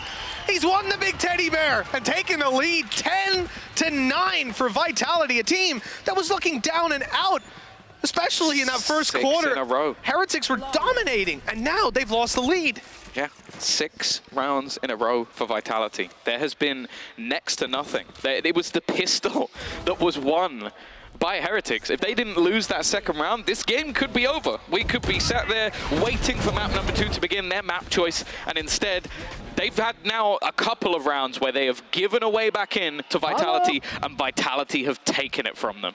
These are mistakes that they're going to look back on and be frustrated with unless there is a response. Now they come in here, they've got a Blade Storm. Yeah. They have themselves something to set up Kellogg's, but as said, he's not going as hard as in the first half, so there needs to be someone else. Well, this is where the difference can be made, though, with the Blade Storm, with the dash in, and an attempt. Bone Cold, though, up top, hasn't been spotted. He saw the edge, and Sender still hasn't been spotted. Through the box to take him down. That's just devastating. And like you said, yeah, they had no idea. Oh. I like the attempt. The spray through. Ooh. He's getting returned on. So low here, but he'll just about make it away. Twiston with a whiff. He was moving away, wanted to run on the angle. Fired a little bit too late. But even despite that, you know, they've got... Oh, they're leaving A. Okay, he's going to play up in A heaven. And it's a super passive play again. Still having that lockdown. Rolling Thunder to work with. Vitality don't need to make a move. They've got this under control. And Spike, at least for a decent amount of times, alone in mid. Again, Avova so desperately low. They still haven't managed to get past his alarm bot, and there's been a realization that they could make their way into this site. Bear in mind, we've mentioned it already. Rolling Thunder, lockdown. There it is, the first. Now these players are quite far back again because of this, and with the Rolling Thunder giving you that little boost, you can get out. See you later. But they don't move. You know, having this control across the map, and they're locked down for A site, they don't need to leave. Avova, 2 HP now, holding on by a thread, and that thread's about to snap. Bone Cold, popping the paranoia, dodging the shock dart, and buying time for Destrian to close that out. 11 rounds for Vitality. They are dominating. And at this point, What can Heretics do? I mean, even just look at their economy. They're going to struggle to get a comfortable buy here. Light shields all around will just about allow them, but they'll be missing some pieces of utility potentially as well. This is a really tough position to play from. I also really want to give a shout out to Bone Cold, not only for some of the huge individual plays he's been making, but this might be one of the first times where I see like an Omen with an absolute buttload of assists, and I'm like, he earned those damn assists. Like, it's not just someone walking through a smoke or something ridiculous. His paranoias have been phenomenal, but also the amount of damage he's been doing where I don't feel like he gets the kill. Like at the end there where you see a 3 HP kill come through for Destiny. It's like, yeah, I got a kill. It's like, bro, you did no damage. Bone Cold did everything. I think Nano Swarm even tickled him up as well. The problem now is, like, what do you do? The confidence is clearly back. Like, Twiston is now only 3 kills away from leveling up with Kellogg's. As I said, like, that first half, he ran away with it. He's had one round where he stepped it up, and he's gone missing. And I don't think that's his fault. I want to say that. It's a hard half, but you're now seeing Twiston back in form, and that's scary in itself. I mean, I'm decently confident that he had 18 kills in the first half. I don't know if production wants to check that, but I'm almost certain he did, which means he had that one round with a 2K and nothing else. And at most, it was, I remember he was on 17 at one point in half one, so either way, it's just been a quieter second half for them. And when you win the pistol, get nothing else afterwards, and now you're faced, I mean, just look at their economy. 2 Bulldogs, a Guardian. I mean, there's weaknesses here. Obviously the Sheriff as well, you know, massive weakness. But they can still win a lot of these fights. No ability to scope in there. The stun for both of them. But it was Twiston that was affected. I'm surprised he didn't no-scope. Like, I thought knowing Twiston, he'd at least have a pot shot. Like, I'm actually... Knowing Twiston, it would hit. Yeah, probably. But again, the second they lose one piece of map, it's the same contact. Oh, no. It's the same contact play, but there's so many players going this way. They are just waiting for the timing of this peak. They're actually going to shy away. The drone is ready. The second the drone spots anyone, there goes the paranoia, and there goes the swing, but Weber actually gets the warband kill. The spray's wild from Mosey, but he comes out with a double. A missed shot! Oh, 1 HP surviving is Kellogg's, but he's eventually traded out, and they still haven't made any real headway of getting onto this site. Yeah, Bone Cold does well getting back into that corner. So tough to root him out of it, and you're just swinging straight in with a Sheriff. You're not going to win that duel. Got to look elsewhere. And Boo ain't going to be alive all too much longer. This is devastating. One shot from the hop, and it doesn't get the kill. Or it does get the kill, excuse me. Bone Cold and Sander, the last 2, going through the smoke, though. Still retrieving the spike. Low HP himself. I don't know what the idea is here. The trade should be easy once they've got the angle for it. Maybe they're worried about short, but no, look at this crossfire. Even if Sander goes down, you have to imagine that swing is coming in seconds later from Bone Cold. I still can't believe we're here. 8 rounds in a row. We've had retakes, we've had clean rounds, we've had close rounds, we've had clutches. But no matter what has happened, it's always gone the way of Vitality. We've spoken many times to Salah about like the structure of the team and how he's wanted things to be cleaner. They're not happy with how a lot of the stuff this season has gone, and they could be pretty much home and dry at this point. I don't think he'll be happy with that first half, but the way that the second half has gone, I don't know, it almost seems like a dream. I mean, Heretics' defensive aggression was fantastic, and it caught Vitality off guard so many times. They were able to get so much done. But it looks like they need a few more ideas when it comes to the normal aggression. Look at this guy. I mean, I'm talking about defensive aggression. He's just rushed second mid with an operator. His dash is now gone. He ain't going to leave, though. He's still sticking around, containing these players. And they are very much contained, looking to lock down the A site, though. And with that ability in play, they have most certainly got control. A plan to come through. Shock darts. Yeah, I almost feel like there's going to be a counter lockdown in just a moment's time. Destrian. Oh, a counter can also be a bullet in the head. The thing is, I'm looking at these aggressive positions. There's so many spots to have an isolated duel. That's nice work, though. The stun's perfect. And Kellogg's, whoa, back on the server. An aggressive peek out, and while leaving just Sender remaining. Of course, finances again are so high up, he might as well go for this. There you go. 12 to 10. 1 round for Heretics at long last. They need 2 in a row to push to overtime. A map they were 9-4 in the lead for. It's tough. It's tough to have to remember how close you were to closing it out and see it slip out of your grasp, but that kind of round might just light the fire under them. The only worry I have is that the main way they got into the site was the lockdown, and you're not going to have that anymore. Like, they haven't been able, especially on the A site, to have any semblance of control. They've either been able to take long and then they get decimated on short, or they try and pressure short and they lose. Like, that's been the only real case in this round. Yes! Malsey! I love it, man! The early on twisting, running up and taking Kellogg's down. Mixwell's got the operator, looking to lock down short, but they've got a smoke in play. Hunter's Fury popped through for a kill. That's Weber gone. And Team Heretics now in hot water. Was he in a drone? Like, it seemed like they did that almost directly off contact. I don't know if he was using his drone and it got spotted in mid, but they're almost too easy. They know, they're in his head. Love to see that. The spam maybe giving them a lifeline with 10 HP left on Twisted. Malsey's damage, I believe, onto Avova early was good. He's down to 70 and 91 on Boo with 6 shields left. Definitely chipped up a little bit, and that's going to be a big problem. Honestly, Malsey, you're getting a handshake after this game. You're getting a hug. I don't like that he's doing it on a breach. Like, I'll be honest with you. I know you don't care, Tom. I know you don't care, but it doesn't seem like the best weapon to have with supportive utility. If I'm being honest with you, show so much you know about the game, Tom. Should have 5 Odins in here for playing realistically, but, you know, economy and all that. Vitality. Yeah, because they didn't have enough credits. Yeah, exactly. Vitality are just pumping the brakes, and remember, they've got lockdown. 30 seconds left. Smoke goes out left side B. Smoke for right side B. Surely any second now. No, it's going to be left wide open. They're waiting for the push to come through, baiting out. Oh, getting a rolling thunder on right. Oh, no, maybe he should have kept the Odin out. Twisted trying to catch the timing, maybe a little lower than he expected. Lockdown's been thrown in as well. They almost have to push this. He's waiting with the Odin on the other side. Pre-fire. Just about manages to dodge it. While Boo is so desperately low, but still just about surviving. They stuck this to half. Somebody needs to push. Somebody needs to go in there. They're just going to defuse. Vitality from 9-4 down, lose just 1 round to take their map choice. A comeback that, well, maybe 9 times out of 10 you wouldn't have witnessed, but this team again has shown that they're fighting to get themselves into a playoffs position. And well, Heretics, especially on that first half, they put up an incredible fight, but it's not done yet. There's still another map, their map choice to play, and they're going to want to try and level this one up. Well, looking at Lotus, certainly an opportunity for Team Heretics to bounce back, but the reality is the way that this went down, I mean, Vitality, they said they needed to heat up in that second half. They but definitely needed to. My God, they did. Wow, unbelievable. Well, you know what? I think God B, he said that he needs to play like Kellogg's in that second half. I think he played just as well, you know? Pretty good. So maybe it was the inspiration of God B that brought it over the line. Maybe we need a few speeches from him. The best part is that they wouldn't be able to hear what God B's saying. So they just they just see him talking. I hope he's saying nice things. You see him and you can feel it. He has presence. Feel the pride. I like that. But look, Tom, that's the end of map number 1. We're going to have Lotus coming up in a little bit. Heretics look good to possibly push a little further there, but we'll see if they're able to do it. It's time now to toss it off to a break. We'll be back in a little bit from map 2.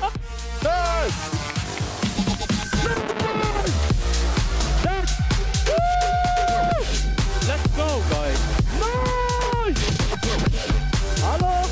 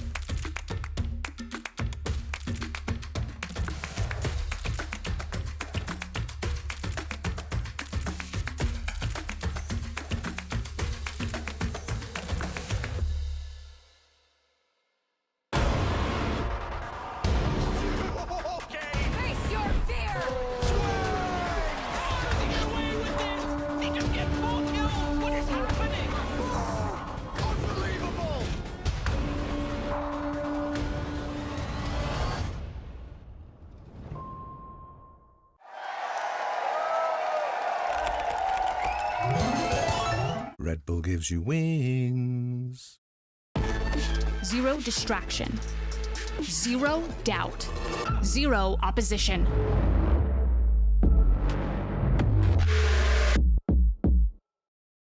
Usually when I see a target, I won't miss. I try to find weaknesses wherever they are and just game by game try to pick up on anything I can. So this training course is a way for me to really showcase and demonstrate all the questions you guys have been asking, how to get better aim, and it really enables me to answer a lot more and kind of expand on the first video I made like so long ago about Valorant fundamentals.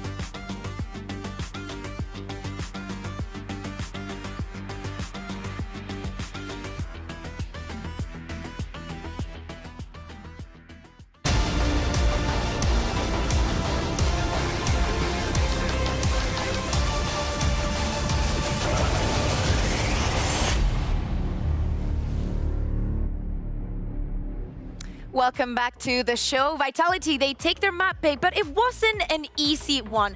I wanted to take a look at a round when they move on to their defense, because we had mentioned on the desk that the retakes were really, really good. And Tom actually mentioned on the cast that Salah expected them to play cleaner, and I think that this defense was a prime example of it. I want to take a look at round 20. It's a very important round because Team Heretics start with a very clear plan. They want to initiate this attack onto C, and they're going to invest a lot doing it. But if you take a look at the positions that already Vitality have over the map, Tristan is just going to be picking onto A. We see Molsey taking care of Garage, and they put a little bit of more support onto C. And the moment that the execute and all the util starts to happen, plus they hear Calox using his ultimate, they know the positions that they have to take. This shot is very important because, as you see, this fault line is going to stun both Sender and Bonecode, or at least he's going to try to do so. But look at where Sender is looking. He knows that he needs to be looking at the recon that is going to fall at the other side, at the backside of C. It's important because Mosi is already in, charging his own fault line to prevent what keloqz wants to do here. This is the fault line that we see coming in from Mosi and eats a clean shot from Bonko to have it. He actually for Sender because he just turns around. Now moving forward, Heretics is like, okay, so what do we do now? This didn't work. Let's try and go back. Let's try and at least take this control. Avova gets forced out just by the use of that drone and almost, takes a little bit of damage. Almost Destron has the kill and needs to use both of the TPs to get out of that situation. Now it's a little bit of a pause here for Heretics to identify what to do. Twiston still put in that pressure, but he identifies that also it's the moment to move past and move through. If we speed on, we see that Heretics is still waiting, because if you look at the utility that is going to come back, we have the smokes from Avova, we have Weber, we have Boo, but also on the side of Vitality, Mosi still has most of his pack, Destron as well. The only one that has cleared it out would be Destron. They still have the Paranoia, and most importantly, Mosi still has his ultimate. So clean from there. Heretics takes the decision to just go on to, if the clip doesn't fail me, sorry, to go on to Planet to see. Mosi instantly activates his ult. Sender does not stop looking at the position that he has to be covering, which is C. They're already thinking about all of these things. These are the little things that make Vitality a team that deserves a spot in playoffs. Clearing out that round, Nano is activated. Fault line is going to come from Mosi. Easy kills from Bonko here. Still has the Paranoia, even though there's still 20 seconds left, and it's going to be a clean round from Vitality. Very beautiful stuff. Yeah, it's a beautiful stuff from Vitality, but I feel like not so much on the side of Heretics in the second half, despite keloqz, Lothar absolutely putting the team on his backpack and carrying the entire team. I cannot believe that the stats that he put up, and he ended up being on the losing team. You're going to love this, Lothar. He had the highest ADR, highest kills, highest ACS, and highest first kill of the entire lobby. What about Cast?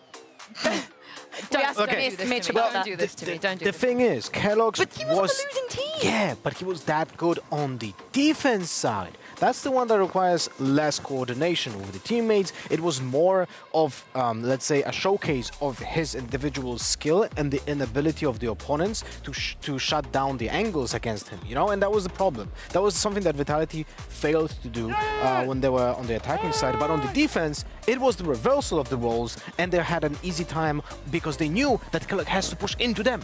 I mean, this is when I feel like the majority of this reaction might have been from the first half when they were winning. But as you heard from Gobby there, he firmly believed that Vitality had a chance, and that came on the shoulders of Twiston. And I mean, he went 3-7 against keloqz. keloqz had his number. I felt like this guy was doing everything that he was supposed to do, but they just couldn't win. I think it also has to do with what Lothar was saying about that first half. I think most of those numbers came from that instance, but I think that the effect that Twiston wanted to have showed up on the second half. Yeah, he definitely did. I think in the first half we saw him get shot down quite a lot. Yes. But in the second half, maybe it was the gold buff, but he came alive. The knives. Well, still, we talk a lot about the Jets and their role and how important it is to have a very dedicated Jet player that knows what to do. But the thing is, that would still not mean a lot when you don't have the support. And I feel like the unsung heroes of this map were the Breach players and the Omen players. We have seen so many beautiful pieces of utility being used and cycled through with knowing when to stop, using the utility on the cooldown to make sure that you can support the players that are doing the execute or just counter-spelling the executes. I'm really sorry, Lothar. I know you had that really nice speech about the support players, but we're going back to Jet. I'm immediately going to show you the Jet players, because as everybody knows, they're the only ones that matter. But yeah, as you guys can see, keloqz, the exact same angle, by the way, he shut down Twiston twice within 3 rounds. But as they switched side, Kakuka, I feel like Twiston knew exactly what he had to do. It was a completely different story. I think that they put the SEM control onto A. I think that they were both most successful there. But I think that especially on the second half, Vitality knew exactly what they had to do each round. And in so many occasions, Heretics were the biggest enemies on the server. They were making crucial mistakes. Those mistakes were mostly based upon the fact that they were stopped in their tracks by the stun, which puts like a problem because they wanted to do an execute, but they got stopped in the first tempo, so they ran out of utility, so they had to pause. Like in your segment, that was literally visible in your segment at the telestrator that they were failing to understand what is the next step. If someone says, oh, we have an answer to your first step, you know? Yeah. Luckily, though, for Heretics, that was not their map pick. I think we could have anticipated that Vitality will come out strong on Haven, but Heretics have chosen Lotus. Are they in a bad position now in regards to playoffs? Because for Vitality, if they win 2-0, this is the best thing they could possibly do. Yeah, exactly. For them, the map differential, we were explaining it yesterday and how the tiebreakers are going to work, is the best scenario for them. And it would actually, I think, mean a lot for them as well, because they have some very hard losses. 4 out of 5 of them were 0-2s. So I think that they also need this kind of buff. And if we take a look at the compositions that they were running, talking about that last loss was against Giants, and they decided to just scrub everything out and have everybody play a new agent on Lotus, and it just didn't work. Yeah, I feel like they lost the most important focus of this map, which is something that we spoke about with Nilzinho when we were doing the segment on Lotus, is your composition on this map requires to have utility that is able to control the A space in the beginning of the round. With that composition that they tried, there was nothing to supplement that. For example, here we have seen Heretics play with Neon. Neon has those stuns to control the A space beginning of the round. The other composition from Vitality, the old one, had a breach. That exactly does that, right? He stuns the A main space to control it early game. And I feel like that composition that they used with the, as you said, the 5 new agents will not come back. That's another question, another talking point that I wanted to bring onto the desk. Like, are we going to see that composition? Are we going to maybe see them merge together and actually take the best of both worlds? I think that Gecko was definitely not enough, and the fact that you move to a composition, and we've said it a lot of times, without Breach, without Killjoy, that effect is not really going to be there. I just love that when Twiston is like looking into the camera, smiling, to Salah, and Salah is just giving them a speech. I don't know what he's telling them to do, but absolutely love that contrast here. Your coach just stressing, but your star player is having a good time. We are heading into Agent Select now for Lotus, as both of you have said. Vitality, they have a lot of options, but what are they going to go for here? Well, let's see. Oh, they go for the Viper. Killjoy is being... Okay, so I assume that it's not going to be the Harbor. That's right, they change. There's a change here. We have the Fade and the Raze already. So what's the last pick here? And on Omen. So no Breach. But still they have the Killjoy. But they have the Killjoy too, but still for the H space they have Raze and Fade combo to control that space early. So that's like a substitute for that. And when it comes to Heretics, no surprises over here, but we do have a Sky for the active info gathering instead of a hard stun, because that is being present on the Neon.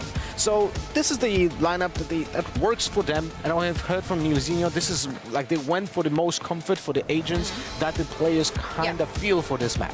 Yeah, completely. Mixwell has to do a very hard task ahead, playing the Viper. I just hope that Vitality have enough practice time to actually make this work. I think that there are a lot of examples out there of how to make this composition work. Well, Heretics, they have to win here if they want to keep their playoffs hopes and dreams alive.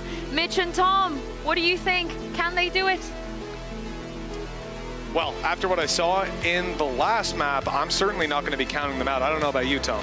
No, they've proven they can fight, and they've definitely proven they can fight on this map in particular. I think it's one where they feel very comfortable. I think it's one where even Weber seemed to slot in very, very well.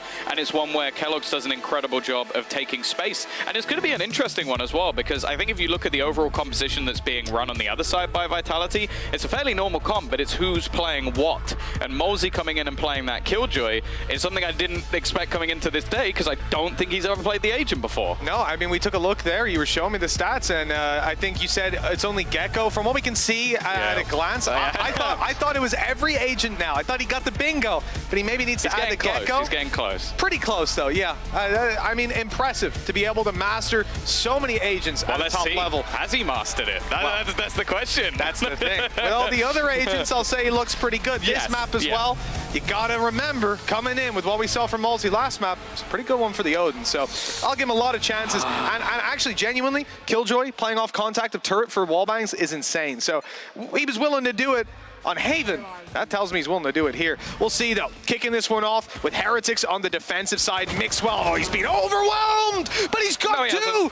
There's a stun coming through, a snakebite landing. This is unreal. They're all vulnerable. They're dying on the cross back. No choice but to sit in the corner and die. Sender falling to the snakebite with Molsey. He was occupying the only free space. He had to let Sender on his head or he was dead. The spike's down in the open, and they know he's here. How good your Killjoy, Molsey? Well, he's got 2 nanos. Let's see what he can do with those. Mixwell should have been dead to right starting that out. 5 players swinging him, and instead he has turned this into a 1v5. The thing is, even if he picks up the spike, he's instantly dead because they'll know he's still in that corner. And while Mixwell's going to close it out with a 4K, a huge start for the Spaniard on this map. And another pistol under their belt. But as we know, Mitch, they're very good at winning pistol rounds. It's the second one that we need to keep an eye on. Well, that's exactly it, Tom. We saw it in the last half that was played out on Haven. Heretics won the pistol and then lost a ridiculous number of rounds in a row, letting their opponents catch right back up on them. Thief to kill Kellogg's. He did, actually. That snakebite left him vulnerable. He was already losing HP. Wow, what a bad teammate. But here we go. Look, the second defensive round for Heretics, possibly the most difficult. Pistols all across the board for Vitality. They're going to look for B to start with, but they're controlling the wings as well. I'm curious to see what this setup is from Heretics. You know, they've got some Killjoy utility covering off A, but literally nobody is there other than that. Now they're starting to move back in, fill the space. But look, Sander's kind of feeling it out. That alarm bot might put the brakes on. No, yeah, he's able to use his own wall to basically cross. That's mostly what we see from the Viper. You can see a slightly more passive wall that gives you more ground overall. This one's purely to try and sneak through, and Mixwell's not falling for it whatsoever. Just playing passively with the rifles. When you invest 5 rifles into a round like this, you don't want to be playing too aggressively. He has gone down, though. You also don't want to get isolated, and that's exactly what happened. The Nanoswarm being thrown down, they knew there would be an attempt to take that control, but it was a little quicker than they expected. Now the plant, a weapon retrieved, a Nanoswarm down on the spike. This is an uphill battle for Team Heretics. They still have the weaponry advantage in most fights. That damage was pretty significant, but Bone Cold has fallen. One more player down. Now a nade and a nano. As we said, plenty to keep them off of that. I think they just threw their nade out. Nano at the same time. Try to double up the damage and take a kill. Good frag onto Boo. Look, Heretics need to start this defuse. They haven't even got it half, but there is a solution to the problem, but Twiston's got him! The off angle around from Tree to give the triple and give Vitality the second round. This is ridiculous. The second time it's happened to Heretics in this series. 2 out of 3. 2 out of 3. It's not normally. Like you're not able to do that most of the time when it comes to these second rounds. But all it came down to was, I think that's literally it. That single kill coming out from Twiston grants the rifle, chips up a lot of these players, and then somehow he manages to get in it. I think it was just the movement of Avova. Avova was waiting for so long on that smoke, watching for Twiston to make that exact play. Spraying it as well. But because one player went down while he was defusing, Avova has to move, and that gives Twiston the space. He couldn't have picked a better time. Well, now you can see Vitality. They have a little bit of an advantage. Now they're up against the pistols. It's the attack side. Avoid running into the stacks, and there's 3 players on A. Vitality are looking elsewhere. Mixwell on the C side, on his own. Now this is dangerous, especially in this position. You tend to just get bombarded by utility. We'll see if that's going to be the case. They've certainly seen the snake bite. They've seen him start to fall back. Good idea of where he is. Paranoia, absolutely on point. Nade, Nano on him. Now he's stuck down below where Seize comes in. Seized up 1 HP, sitting inside of this Viper Orb. They're going to suspect it. Snake bite goes out. He rounds the corner, avoids the spam. He's staying alive quite a long time, allowing his teammates to catch up and get in towards the site to look for trades. They'll look, but they will not find them. 15 health left on Malsey. Evolva's almost down to the turret. He's almost gone. Oh, Timmy. Sender. Oh, why have you stole Timmy's kill? How do you do that to Timmy? Come on, man. That's just mean. Well, they lost the pistol, and now they sit at a 2-1 lead. He should have snake-bited him so that Timmy could get the kill easier. I'm just saying, like, yeah, like we're saying, you know, just bad teammates all around. Yeah. Selfish play in the last. Especially if this is Malsey's first killjoy. Like, you should be helping him out, not hindering him. Well, look, he's doing all right. 3 kills, 3 assists so far in the first 3 rounds. That's consistency right there. Like we said, though, 2-1 for Vitality. We're making our way into the Logitech G power-up round, and Team Heretics, they have powered up their economy. Rifles all around. Decent bit of utility to play with. No snake bites for Mixwell. No fast lane for Kellogg's. Vitality, I mean, they're poking and prodding at the start, but it doesn't look like they're going to be able to isolate any of these fights unless they wallbang Kellogg's down, but that's, oh yeah, he's even peeking. He's looking for a fight. They have a paranoia ready, just in case. Yeah, I want to premise as well this half by saying that Heretics, realistically, don't actually need that many rounds. Like, I think even with 4 or 5 rounds, they'd still be pretty happy with this defensive half. They've proven themselves time and time again on the attacking side of this map. So I have a lot of faith that they'll be able to do that again. Still, though, I do think the way they've lost these first couple of rounds, they're going to want to respond soon, because we've already witnessed what happens when you lose a second round to Vitality. They win a lot of rounds in a row. They do. They can streak them together, that's for sure. Tiger not quite hitting, but getting the info. The players are committing. They're making their way through. Kellogg's found that info the hard way, though. He's gone down as Avova looks to make a hold. He's got some players to help him out. Boo has just made it round the corner. Right behind him is Weber. Flash ready to pop.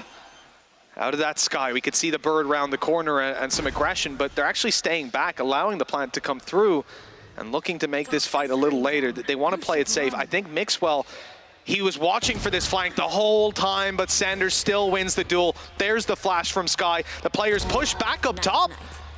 They're not pushing at the same time. They're worried about the flank, and that is how you win a round. Just a wrench thrown in. Yeah, just catching out that one player, and then just, I think, was it Boo running in alone? Like, the rest of the team had decided to leave, he decided to go forward. But they flashed, right? Like, so the flash goes out, he's initiating, those other guys are thinking, okay, if you get one, we kill the flanker, maybe, but I mean, that's a dream. It ain't gonna happen.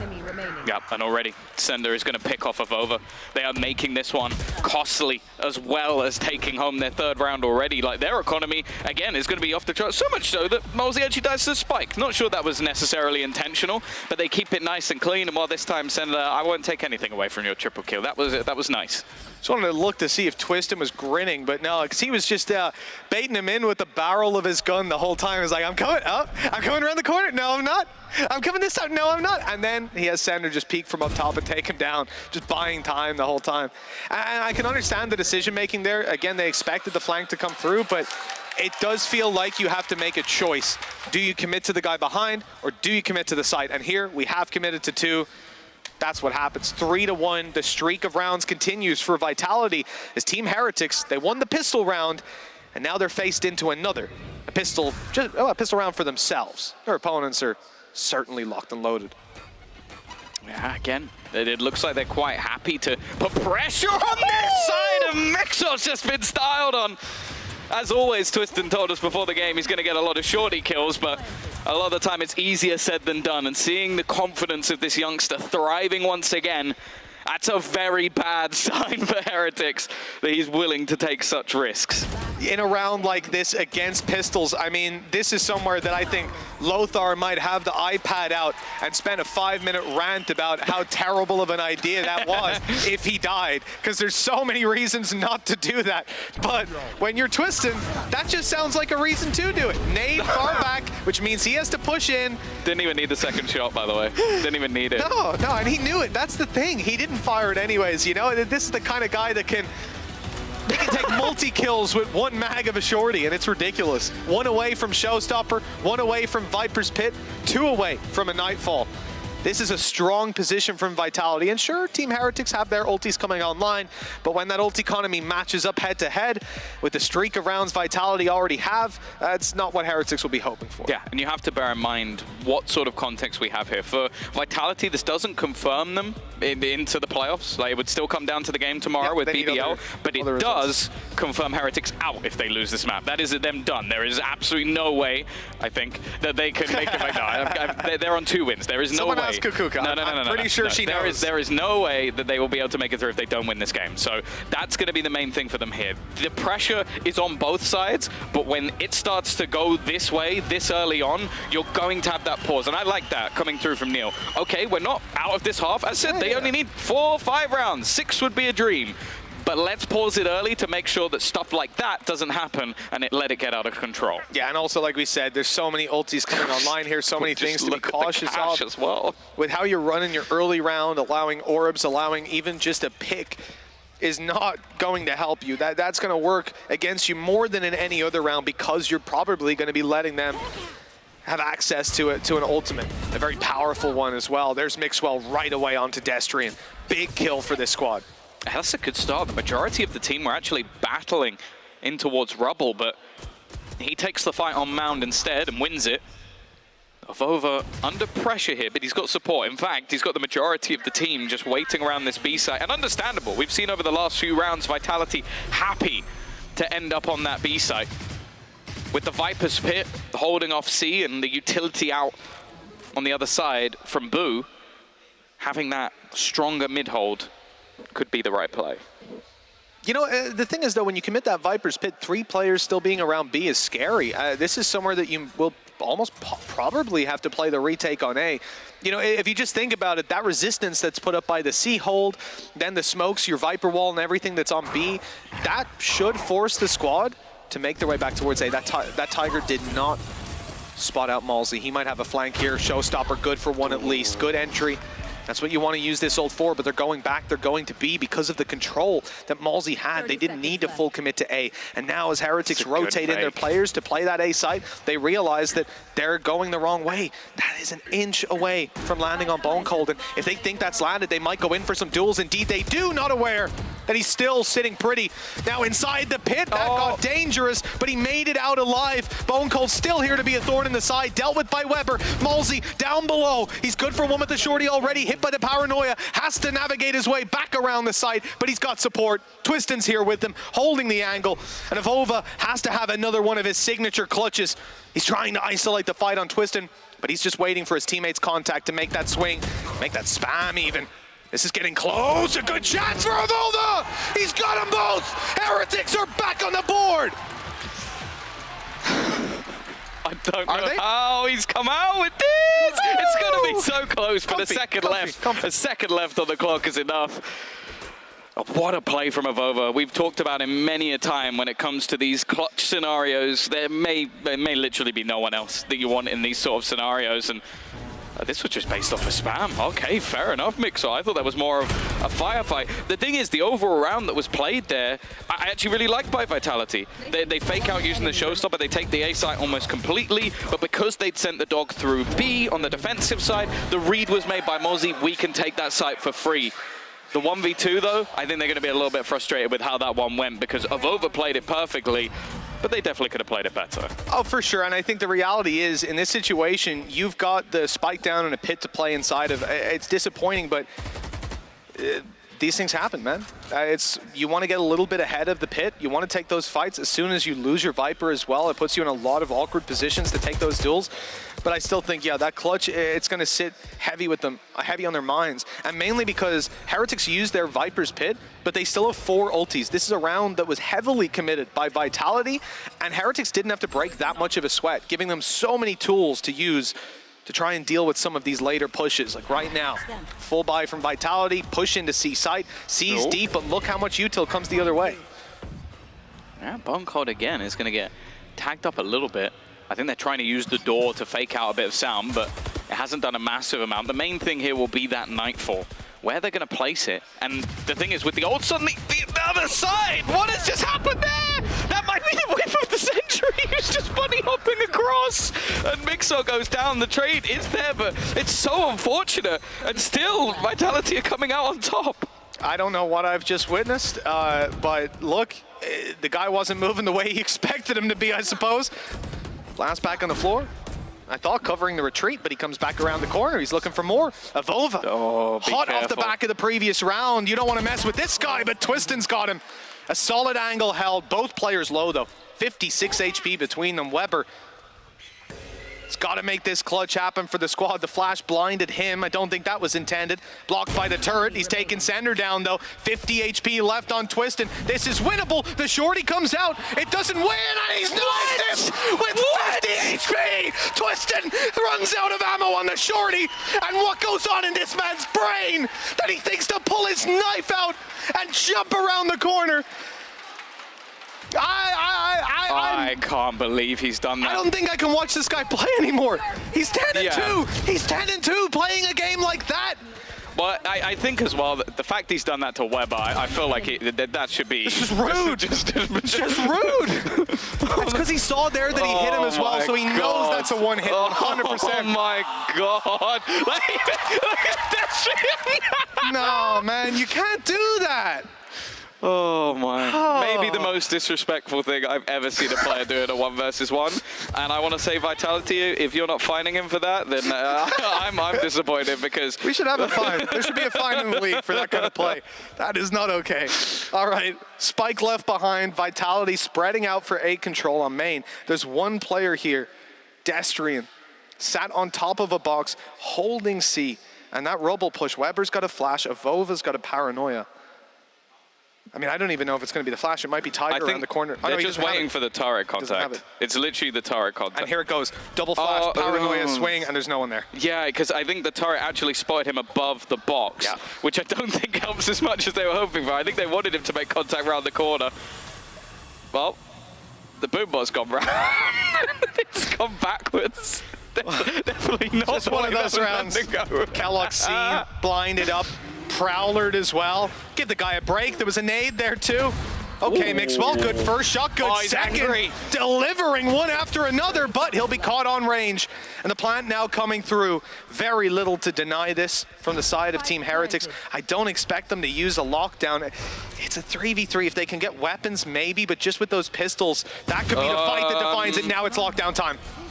Yeah, that definitely a little bit too aggressive. Not expecting maybe someone to be there, but that's been the sort of trend when it comes to Vitality post-plots. They always seem very dangerous, completely blind. And now it's left all onto Twistin. He won a clutch in the last. This one's definitely a bit more awkward. And now Timmy's got his revenge. Boo is going to be somewhat taking home the round. And well, the flex of the last one maybe becomes the fool in this one, as they're now going to lose what was basically just pistols.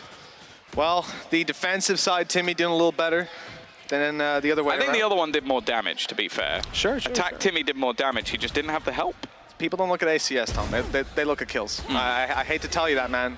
Right now, I look at ADR. Do you? Yeah. I like ADR. Good stat. It is a good stat. Many good stats. One bad one. But anyway, 5-3. Vitality in a pretty good position, but headshot percentage. All right now. Nuzera is actually the top in the league for headshot percentage. 40% headshot. I guess he didn't play too many games, but impressive nonetheless. Sender's down to 6 HP. Some decay there, I think. No? He's just down to 6 HP. He got sprayed down. So that's quite unlucky for him. He still managed to get the plant in. Now, no ults to play with and a lockdown on the other side. You have to feel like there is a huge advantage here for Heretics going into this retake. Lockdown in play here. This is a big deal. Excuse me? Wait, did he think he'd run away? Gone around the corner? He destroyed the lockdown, so they don't actually know if they've managed to clear out all of these positions. That's the only thing that he's actually managed to do, is sort of make this a bit more dangerous. The thing is, though, they're just going to stick it. They're on the defuse. Someone needs to get around that corner. They need to do it quick, and, well, it's just been stuck on the other side. I don't mind the idea. Something a little bit audacious in a round where they didn't really have that much of a chance in the 3v5, but it doesn't work out this time. And there's a timeout from Vitality. You know, just a couple of hiccups. They've lost 3 of the last 4 rounds now.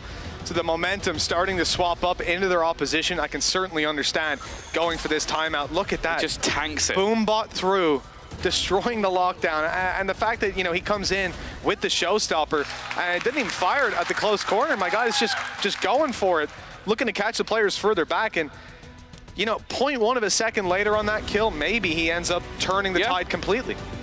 Yeah, I understand why that risk was made, and that's the thing. It's like, sometimes you're going to make those risky plays and look like a genius. Sometimes you waste the showstopper, but it's definitely worth it in some of those cases. Even still, though, 5-4, starting to drag this back. And I said it already, 4-5 rounds over on that defensive side, and Heretics will actually be quite happy going into that second half. They have been unbelievable when it comes to their attacking side. So I definitely think that you have to consider now that Vitality are actually under a relative amount of pressure. Just to put in like some of the stats, they lost 7. They had 5 rounds on the defense last time versus Koi, won the second half 8-2. Yeah. So they are very, very good at that attack. Yeah, some solid stuff ahead for Team Heretics. Again, Vitality, they're swapping things up. I'm not fully sure what to expect from this side, but it certainly seems they needed to sit down with Salah and get things ironed out as they move back into this I think they've been so heavily focused on that B site that Heretics have started to be quite happy to not only take control elsewhere on the map, but also just play for the retake. Like, just try and use their ults where they can to get themselves back into position. On the last quarter kicking off here of their attack side, Vitality with some good opportunities to extend this a little further. As we said, we want to see them picking up a lot of rounds at this point. 4 already for Heretics is solid. With promise of more. 2 ultis to work with on the defensive side, nothing for the attackers. And all this pressure on C, I haven't got an idea of exactly how many. They just used their paranoia there, right? Destrian popped his paranoia. They couldn't push. It seems like it was maybe a little bit early. But either way, it has forced Heretics back as they flood the site. Yeah, I think this time out, they actually did expect it to be a fake back to B, because it's happened so many times that they started rotating players over a little bit early. Even still, though, they've got this firing squad. And that's one of the problems with a lot of the walls here, is they are paper thin. And I'm not talking about the Pacific caster. He's left to bring up the Baldies. Twistin, already good for one, and he's swinging out for more, but that trade, okay, Bone Cold recovers it. Destrian does a little better, and they've spotted Weber. 1 versus 3, he's already got the first. The spike isn't planted either time on his side. 30 seconds, and another kill. Spike down in the open, that swing from Malzy. It was close to being another Weber clutch, but instead, Vitality extend their lead. Yeah, nice try. An incredibly close round, and honestly, Vitality did well there. They walked into what is basically a stacked up site. 3 players sat towards the short side. I think there were 2 in the smoke at the back of the site as well. And Twistin is just fragging out. Like, he is having one hell of a game so far. You can see the sheer confidence at the moment. They won their map choice. This is the map that I think many, including myself, expected them to lose. So the fact that they're currently 6-4 up, and as I said, they can get the last couple of rounds, I don't think either side will be too unhappy with how this has gone. 2 to play for Heretics, starting some early aggression with Avova on top of the rocks. It looks like C-side is going to get some reinforcements with Kellogg's coming around, and I wonder if he's going to try to spot it out. Actually, they've just put a smoke and a Prowler down, so at this point I think you get that information for free. There's no point in swinging.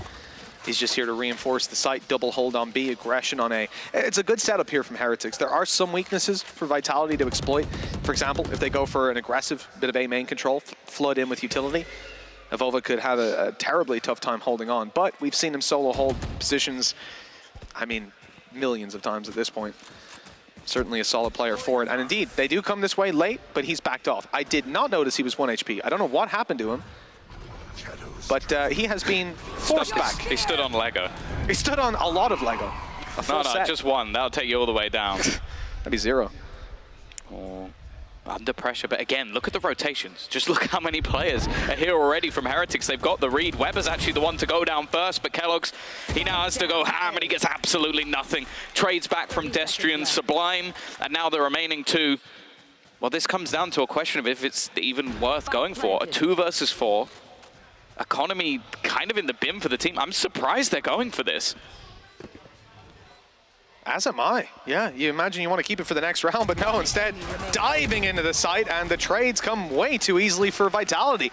I mean, they had 3 players left even at the end of that round. 2v4, dive through smokes on different angles, see what can happen. Like, if they hold and see if someone on the other side makes a mistake, I'm not that mad. Like, if you wait up top, wait for the smoke to fade, someone gives them a kill, but jumping through a smoke is like, okay. They also, if I'm not mistaken, I mean, look, there's 1, there's 2. I mean, the timing is terrible. Yeah. As well, you'd imagine you want to jump together on that one and not give the guy the chance to reset the angle. Not jump at all? Or not jump at all. I mean, listen, Tom, I'm just trying to work with their ideas, right? I'm trying to. But don't worry, they've got such a rebuild it. good buy coming back in with the Stinger, the Sheriff. Okay, they've got Overdrive, which I'm pretty sure Kellogg's has had Overdrive for the entirety of like the half, basically. He's had it for a long time. Would you rather 2 rifles in a 2v4, where all 4 players are standing waiting for you to come from that angle, or 2 rifles in a round like this? It's fine. Bulldog King. Absolutely. Lewis managed to start this off. Viper's pick goes down, which maybe helps them. They've got a Stinger and Overdrive. They could look to get in close. What we have right here is a fatal error. Sender is playing on a Vandal, and he just returned a spam with that Vandal. They lit him up. He is down to 77 HP, but lockdown might be the bigger problem for the squad. They haven't got much to deal with it, and they're going to have to just leave. On the fallback, Weber absolutely locking it down. Destrian, though, able to find the kill, get out of there as well. Now they can fight their way back in. Pit might stay up if they can get in on time, and they've got the kill instead. Great work. Diffuser dead, and this is left to Kellogg's. This is flipped on its head almost immediately. Impressive stuff for Vitality as they reach 8 in this half. Yeah, good work in that 3 versus, what, 5, I think it was. Just managing to hold on, and again, I do think that the weaponry definitely played a part in that. I think that you could easily have managed to turn that around. They did so well in the initial fights, but it just got a little bit awkward towards the end, and Vitality have done what is necessary for them. 8-4, decent half on that attacking side. I still have faith that this second half is going to be close, but I do think that it comes down to, can they get the pistol? And can they win the second round? Exactly. Can they win the second round? That's more important because, well, they've won all the pistols. Well, this is the problem, right? If Team Heretics win that pistol, there is still that second round. You know, 2 out of 3 times we've seen them so far win the pistol. They'll lose that second. That's just in this series. And when you look at Vitality, they're not quite in that same boat, in that same bracket. And if they take the pistol here, I'm imagining double digits. I'm imagining a solid second round bye with Team Heretics, having to then face off against back-to-back bye rounds from 3 and 4. This could be an incredibly tough position, even just losing out on those first 2 rounds. Pressure's definitely on. And I think they have a lot that they can go in with these sort of combo plays. Like one of the things I've been noting throughout this series so far is that Bone Cold and Twiston have consistently been trying to use their C's and nades to sort of just create really awkward positions. On the defensive side of this map, it becomes a lot easier. There's going to be a lot of positions that you can look to try and dominate in the early round that I really love with this compositionally. And with how Twiston has been playing, I do expect almost a level of disrespect to just kick this one off. So I'd like to see them try and take the fight to their opponents because, let's be real, a lot of the time they're not winning the pistol round anyway, so want to take a bit of a risk. Yeah, it makes sense. And I think for this squad, you know, they've got some time to talk and think about how they want to approach it, but you're moving on to the attack side. They have a ton of ideas here. We've seen it in the past, and we've seen the success. I think, you know, the pressure's on in the one sense that, you know, you mess up here, Vitality are hot on your heels, they're already leading, they've got a map behind them, and your playoff chances are gone. But the reality is... But the cat is back on. It was funny because... He's trying to get me to meow again? Well, that was the thing. It was like, Suba said to him, like, these look like they're going to be fairly uncomfortable, so you can wear them maybe when you go out, but don't wear them during the match, because they'll probably just hurt your head, and you just see him putting them back on, like, just... He doesn't give a damn, you know? Goddamn right. 16-7 right now, coming out of that first half. He's doing all right. On the attack side, right? And if we know Twiston, we know his defensive side. It's normally where he's putting up those numbers, where he's scariest. I will say, this is the one map, at least for Kellogg's, where it is actually the opposite. Yeah. Like, a lot of the time, defensive side, Neon, absolute cheeks. Like, it's very difficult to use. You're basically just rotating quickly. On this attack, that's where he becomes a demon a lot of the time. I think the other thing about your, like, the Neon pick that's strange is that Evolva's still taking a lot of the A main control, when typically that's what your Neon's going to be doing. And a lot of the other teams... He was playing fast rotator for the majority of that half. Which, I mean, I'm not against. I love seeing teams take agents where we kind of know, oh, this is how you play them, and then they change it up. I love to see that. 8 rounds on the board for Vitality. This pistol, so important for Heretics to hold on to control. What is their idea? Fast play. Flash in towards tree, but there's players everywhere. They're surrounded. They're running through Snakebite. Sender got the off angle. They were trying to pressure Destrian, trying to isolate him instead. He's called in the cavalry full support here. Even got a second player on site with him. This is looking very dangerous for Heretics. A flurry of frags brings them back into the round, but look at Mixwell. 22 HP, nade on its way. That's for Evova. It's doing a lot of damage. Half his health stripped off now. This becomes so easy. If they can get a head-to-head fight, especially a 2vx, they should be winning those duels. Bob's not going to give them the most information. The main thing here is Mixwell. They can sort of take an educated guess as to where Avova's going to be, but that second player is completely elusive, and even with that info, it becomes a little bit tougher. Avova in these clutch situations has been a menace throughout this game so far, and he will continue the trend not only of him winning clutches, but also them winning the pistol. Keeping the team alive with that one as well. Gorgeous stuff from Avova, and I think the fact that he doesn't end up falling back further in a tree serves him so well. Confident that he's going to land those headshots, and you see, you throw the reveal and then you swing because you think he's towards the actual tree. Like, why wouldn't he be backing off? But there's also an element of Mixwell having made that flank around. He wanted to be able to swing if Mixwell got the contact and trade him out. So much the going same the on other there. way around. If they try and swing like they did onto Avova, if Avova doesn't get that kill, Mixwell's there to trade. So yeah, very tough. Just playing a good crossfire rather than the more selfish play, I guess. Yeah, but also the panic play, right? When you take that first kill, you're low and you're like, oh, we'll just run the clock, whatever. No, he doesn't make that choice. And honestly, I think you lose if you make that choice. So another very smart round. I just love watching Avova play this game, man. Since beta, he's just been so much fun to watch on a controller. I think the only other guy I can think of is Ulysses.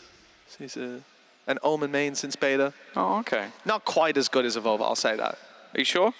Yeah, not quite as good. He's close, though. Well, you know what they say. If you can't play, cast. I never heard that, Tom. I thought it was the other way around. My bad. Oh, I'm still nervous in these rounds. Bear in mind, 2 of the 3 have gone the other way, and it normally starts in this sort of fashion. Already a kill coming up, an isolated fight, but Mixwell's going to win it. This lurk working out, and now the pressure is on to Twiston. Might be able to do a little bit of damage with the nade, or more so, actually just delay.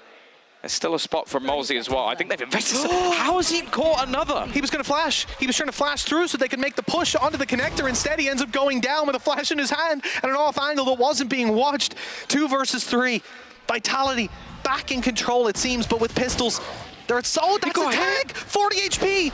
And Boo is, I mean, he's tagged a slight bit, not enough to really make a difference on this one. And the players emerging from the smoke, they're in so much trouble. This is going to be so dangerous. 13 health on as a teammate. It's only down to Boo at this point, effectively, I say, as Avova shows up for Bone Cold. Oh my God. There is a follow-up from Heretics. Bone Cold started spamming at the wall and almost killed Avova. He was on 40 HP, got hit down to 13. Like, it is minuscule details that get Heretics their second round conversion. It is ridiculous stuff, and I don't know. Like, Twiston just seems to be catching timings. It's just them forgetting about the smoke fading. Sender with the Marshall again. It's like, it's not normal weapon for a Viper to be playing, but he's just so good with it. And while a sigh of relief, I imagine, they've still got a long way to go in this map, but they did at least get the start they desired. To an extent. That's it. Now, 2 out of 4 of their follow-ups have been still not good. Lost. I mean, it's not a great stat, no, but you know, it's better than 3 out of 4, I suppose. That is true. And especially in this case. So here we go. Rifles in play for Vitality. It's going to be a slower start to the round. Some spams, some just straight fights, actually. That was a double swing with the stun. Destrian has pushed up Rubble to take a fight through the door. I don't think I've seen that happen ever in the first couple seconds. The guy is a lunatic. Just like, I'm flashed. Avova was even there to try and punish him late. I mean, he was smoked off. But even with a smoke up, to just go open the door like that, brazenly try to take him down? I mean, they might have opened the door, but even still, that's equally as ludicrous for him to find it, get out of there. We saw this in the previous round, and this time Sender with a rifle is going to win this one out. The lurk of Mixwell shut down, and okay, Molsey took some damage earlier, but walking in here is not going to be easy. He even tries to get in slightly before the Viper screen. That smoke's giving it away. I mean, Avova's taking space here, and he's doing it silently, but the smoke is getting Sander back into position over by the tree. It's got Malsey close by, ready for a walkthrough. Okay. That's a big kill. They managed to catch out Twiston on the cross. The TP, well, it should be heard. It has been heard. They know exactly where that's come from, and Webber's gone down in the meantime. If he walks backwards here, this should be the freest kill of all time. Like, Molsey basically just watching for that man, and while Boo 10 seconds versus 4 players with the spike, he's just hoping maybe he can get an extra kill, but he is now completely stuck in the mud. Yeah, you're dead. You are extremely dead. At least the plant out of it. I believe we just saw Sender walk right past Boo in the door. They just missed each other as it spun around. At least the attack attacker ended up in tree and the defender ended up on the attacker side. So I'm pretty sure that's what happened. Interesting stuff. Yeah, this was it. They just pushed this with the paranoia from Destrian. And yeah, they're probably not too happy about No, but you how wouldn't that's be. gone. Why is a guy there? Look, he got the kill, but the player had walked past them through the door. It's beautiful. But that's the thing, like your teammate opens the door, watches, you can only watch one side of it really if you're gonna push through, and it just so happens that he walked by the other way, killed his teammate, took down Weber. They actually still don't have a proper buy here. Like, the thing is, the last round was still somewhat of a middle buy for them. Boost now ended up with a pierced on. Twiston's just pushed into his own wall. It was thrown out, so Kellogg's could try and cross for some space. He peeks into the speed lane and just gets a double for it. 2 kills within the first 15 seconds of the round, and well, mention the confidence of this man after some of the plays he made in the first half and the risks that are being taken. Was that more or less disrespectful than what Destrian did in the last round? On the Mitch scale of disrespect, where does that? I guess it's less. Like, it's a C main push. You've got a teammate with you. You've got utility. The fact that he swings into the fast lane is insane. Like, you are so out of position there. There's no way back if anything goes wrong. But nothing went wrong, so I don't know that I can even critique it. Fair play. You're just giving him the benefit of the doubt because it's Twiston, and it's not even the craziest thing he's done today. not even in this map. So last 10 minutes. It's like he knifed a man while he was 50 HP in a 1v1. Like, just, the guy's crazy. Okay. Little blast packs going through. It's so annoying as you try to break into the site. And, well, I'm sorry, Avova, you know, you're a brave man, but don't you dare! Oh, God. What are you supposed to do against this guy? There's no, like, one of the most annoying things is when you face an enemy that's unpredictable. This guy, I would almost say he is predictable. Think of the dumbest thing he could do right now. He's going to do it next round. Look at this. Just goes up and straight off of it. Just swings straight through. They actually had the one-way of their own as well, just to give him a little bit more of a gap. A filthy round. I have to say, my dream is that we see both Vitality and PaperX get to Japan so I can have a Twiston versus something.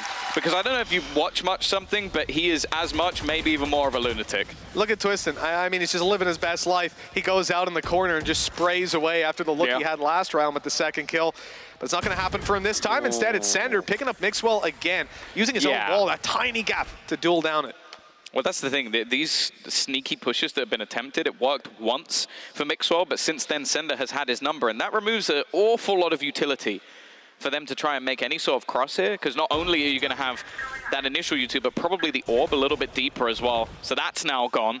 They are going to be crossing forward, actually off the defensive orb, but that's very much being watched for. Yeah, this is the thing. They leave these small gaps, but they have them filled in further back. So you think that you've got the space to walk through in that connector. You're dead. You think that, oh, there's so many players there and breaking the door, and there's no one on site. I can walk by with my knife out. No, there's a guy waiting. The funny thing as well, that I have seen another team use the exact same orb and then not do that. Because it's almost like they've stolen that idea and then gone, I like that idea, and then not had anybody watching it. And yeah. I think that's one of the reasons DFM did go 0-9.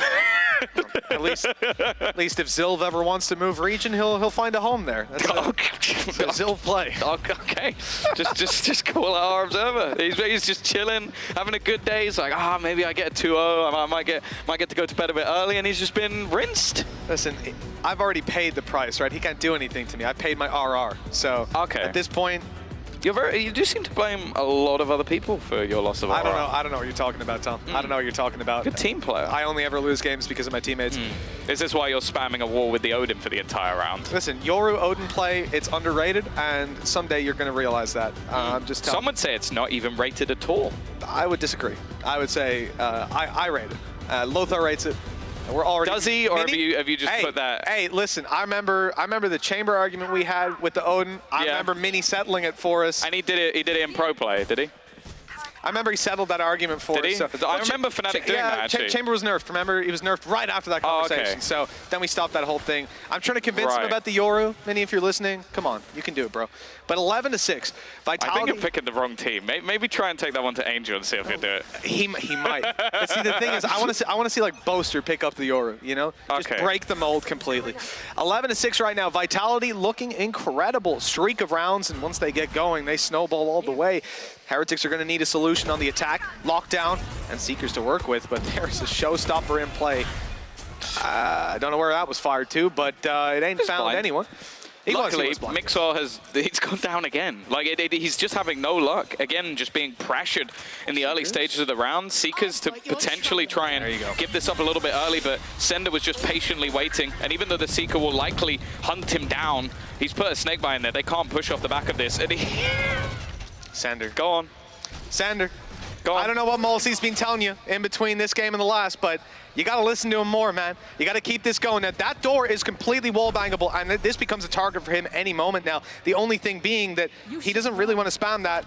You know, because he doesn't want to lose his 5% by being spammed back. Look, I'm with the Odin in almost every situation. I'm a die-hard Odin fan, but you're going against it here. If I look in the Viper's Pit, man, I already complained about the Vandal. A Vandal in a Viper's Pit is bad. So on the record, Odin, Mitchman doesn't like the Odin here. Just wanted that out there. No, I didn't say that. I'm processing it a little bit. Kellogg's already down. I mean, look, good damage done at this point. Viper's Pit can be left behind as they move in towards the B site. They've got a wall to block off main. Boo has to play in front of it. That's a tough position. Easily tradable, leaving Weber alone. 1v4.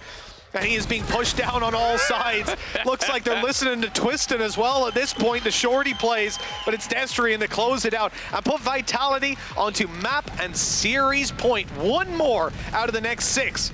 And they are closing this one out and crushing Heretics' hopes but that's the thing. Okay, maybe don't include the first half of the first map in this. Sure. Other than that, this is the sort of form we wanted to see from Vitality. If they are going to be the team that heads towards that playoff stage, Twistin having a great time. Destrian 18-9 as well, playing on that Omen. And we've seen a few role switches here and there, a few changes on agents. Molsey, first time playing the Killjoy, looks pretty good to me. It's all right. It's all right. 13 kills, 7 deaths, and 4 assists. Yeah, it's a pretty strong game from this man. We are still playing Sander on the Odin, but this time it's a little bit different. He's lost all of his health. That's certainly a difference maker. But now he has got some extra armor in the form of this wonderful slab of concrete. Good luck firing back on him through this, and he can annoy you as you try to take the same main We've control. seen multiple ways that people utilize this. Either it can be off the contact of the orb, it can be off the contact of the door, or it can even be off contact of a Tiger. Like we saw a kill come through not that long ago. Somebody knowing where you Tiger from to take that deep control and destroying people through the contract. So that's the thing. There's many different ideas that people have here, and I'm not overly surprised that, well, they're a little bit tentative. The only thing that might stop him is actually lack of ammo. Relax, Sander. You know, he is firing. Oh my God. He's going to run out. He's actually going to run out. Bro, you can't fire that much. I mean, he's low HP. He's trying to tag him up. He's done next to nothing so far. He's got 84 bullets. He has kept them back. No, seriously, like he has stopped this A push. He has kept them way back. And now they're starting to think they can make their way through. He might have a lineup for this going towards the door. They've seen them making their way in. Here we go. The spray, the attempt. And it's landed. Look, Evolva's 11 HP on the cross. Good damage, but they need so much more than that to be given a chance. Kellogg's in for more. Boo's good trades. Good trades back this time. Patience from Heretics have done the job. And while 53 bullets, 4 players to find. They're all low. 3? Okay.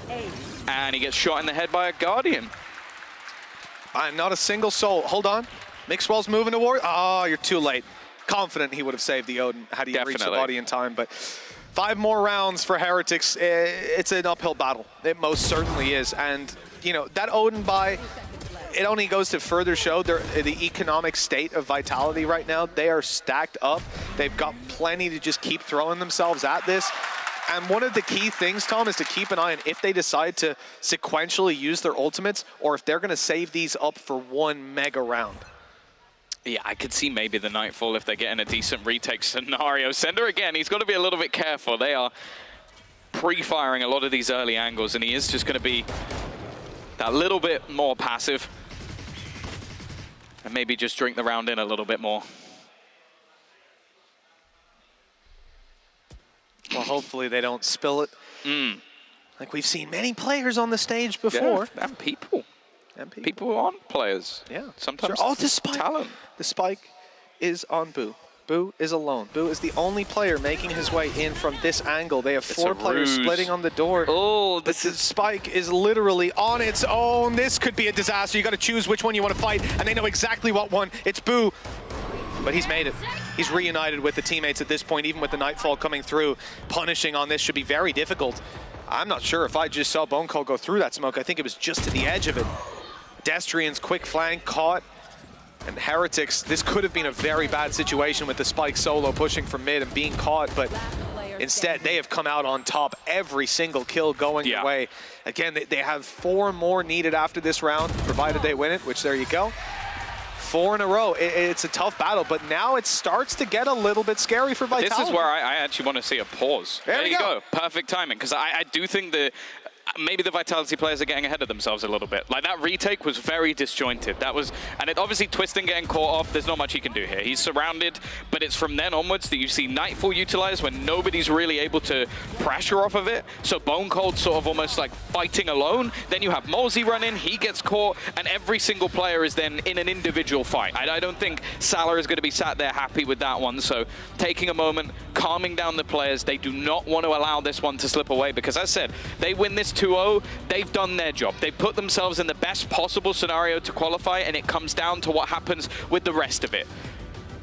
If they lose even a map, it can sometimes affect them in some of the scenarios. Definitely. So they have got to make sure they close this. So for people at home, like, it could come down depending on the other results, and this is something that's in the players' heads, that depending on the result of this game, they stand a better or worse chance. Then it has to be the other teams, and those other teams' results could force it to come down to head-to-heads.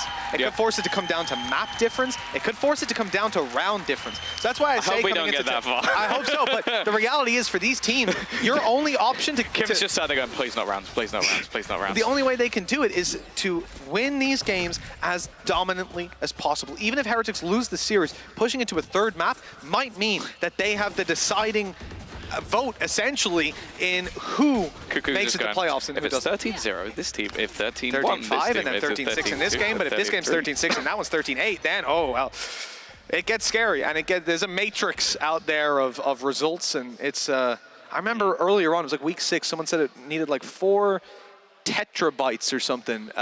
You need a computer, basically a NASA computer. Well, I think there was over 4 million different potential results, so that's why they didn't do it too early on. Cross over all the if, ands, or buts of each one of those. So there's a lot. So right here, this is an interesting setup. Killjoy on the B site with turret, and then Alarm Bot double nano to cover the fast push in towards C. Not only that, but then you've got Destrian alongside Twistin, ready to catch these players. I am unsettled by how often Boo is just roaming with that spike. Yeah, in this state, I think he's rotating around to try and get orbs. The potential of a lockdown, he's not far away. They'll have a lot of ults available to them as well. Maybe the space being taken by that ult and then getting that Viper's Pit online, which is already there for Mixwell.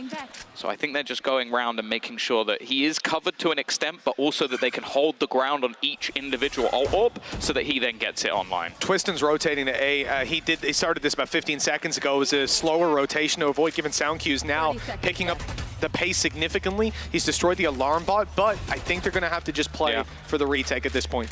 Yeah. Now they do have a lockdown of their own, so that's the one thing that they have to play with that can kind of work out for them. The problem is, again, Viper's Pit is probably going to become quite awkward. Look at where Mixwell's actually sitting. He's got his pit deep enough that he can actually go all the way back out if necessary.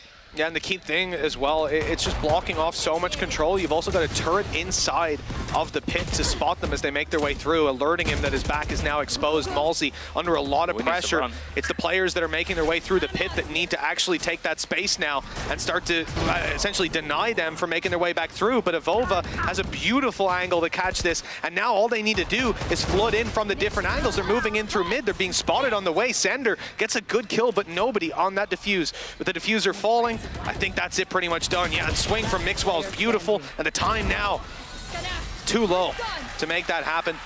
We're gonna end up 12-9. Some more chances for Heretics. I'm wondering where the Vitality economy's at. Oh, it's still good. It's still good. Yeah, it's starting to get a little bit ropey. That's the thing. They finally managed to break it after the 3-round streak, but I like this. Taking the time to go and collect all of the ultimate orbs, using that to take the space, which again at times has been one of the more awkward scenarios for them, and then getting into the post plant with the Viper's Pit, but also not committing so heavily to the Viper's Pit that someone can get isolated. They also leave a Vova behind as well to make sure they can't get closed in, and it's just a very well executed round from Heretics. Again, is it something they can recreate? No, they used all of the ults in that round.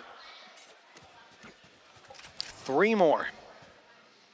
Push us up to an overtime on their map pick, potentially close it out and get a map 3. It's a long road, but that's a good start. I don't know what was going through their heads on that one, what the idea was of the play, but it has not worked out. The whole team, barring Boo, ready to make use of this space that they've now found. We should see a wall go up. Indeed, it's the fast lane. That's the door open, but it's all a fake. It's all a ruse. They're making their way instead back and over towards the C side. Yeah, Destrian's using the one way that's become quite common for players trying to run through the door. An aggressive position from Sender, and he's already spotted them out. Still has a couple of snake bites, so we'll be able to slow them down a little bit. Although it's possible that they do just go running through this eventually. keloqz has been very happy almost to try and take this space for the team. Ton of info for the Tiger. keloqz knows he's got a safe route to get in, turns his back to fight Sender, and it's working out in every duel for Heretics. They've got the control of the site. Twistin steps in to deny it, and he's out with the blast packs. This guy is unbelievable. A nade on its way. That's going to cause even more headaches for this squad.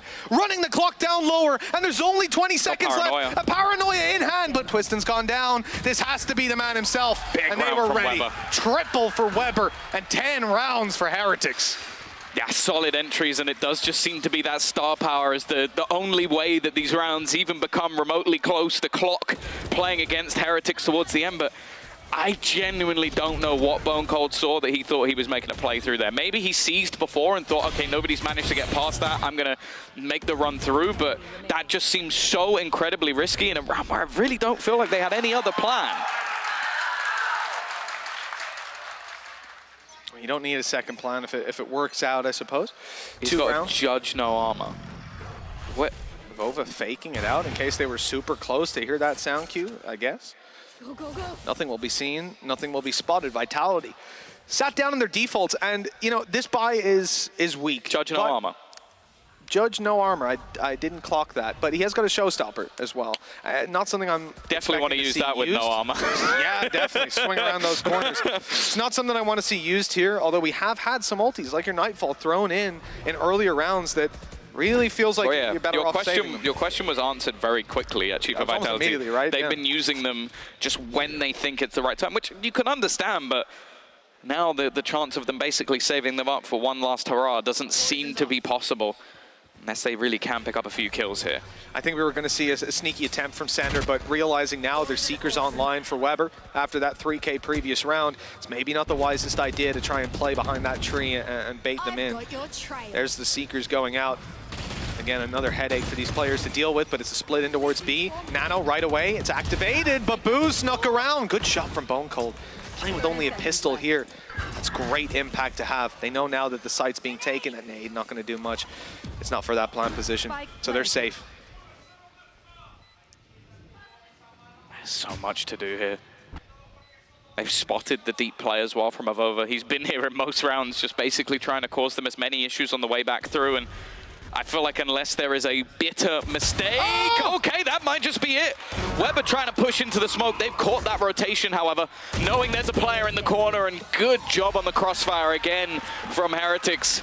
They got a little bit dicey, but the difference now down to just 1. They might just be keeping themselves in with a playoffs chance. They have caught right back up. I was sitting down thinking this wasn't even possible for them at this point. 6 rounds on the board. They needed 6 in a row. Wasn't looking all too likely, but now starting to believe the ultimate's in play for Vitality. And look, Twistin, 26 and 15. He's got a showstopper, he's got shields, and he's got a rifle. Boo with an operator, and he uses it up on the Prowler. Okay.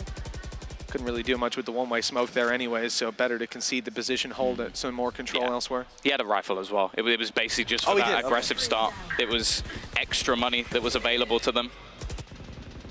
Again, we're going to see this early control taken. How has Mixwell managed to get this far forward? Now, we've noted this before. This is a gap that Vitality intentionally leaving a lot of rounds, but Mixwell doesn't normally get here that quick. They're checking it, though. They know just that with that wall being up, yeah, okay, they got the bounce.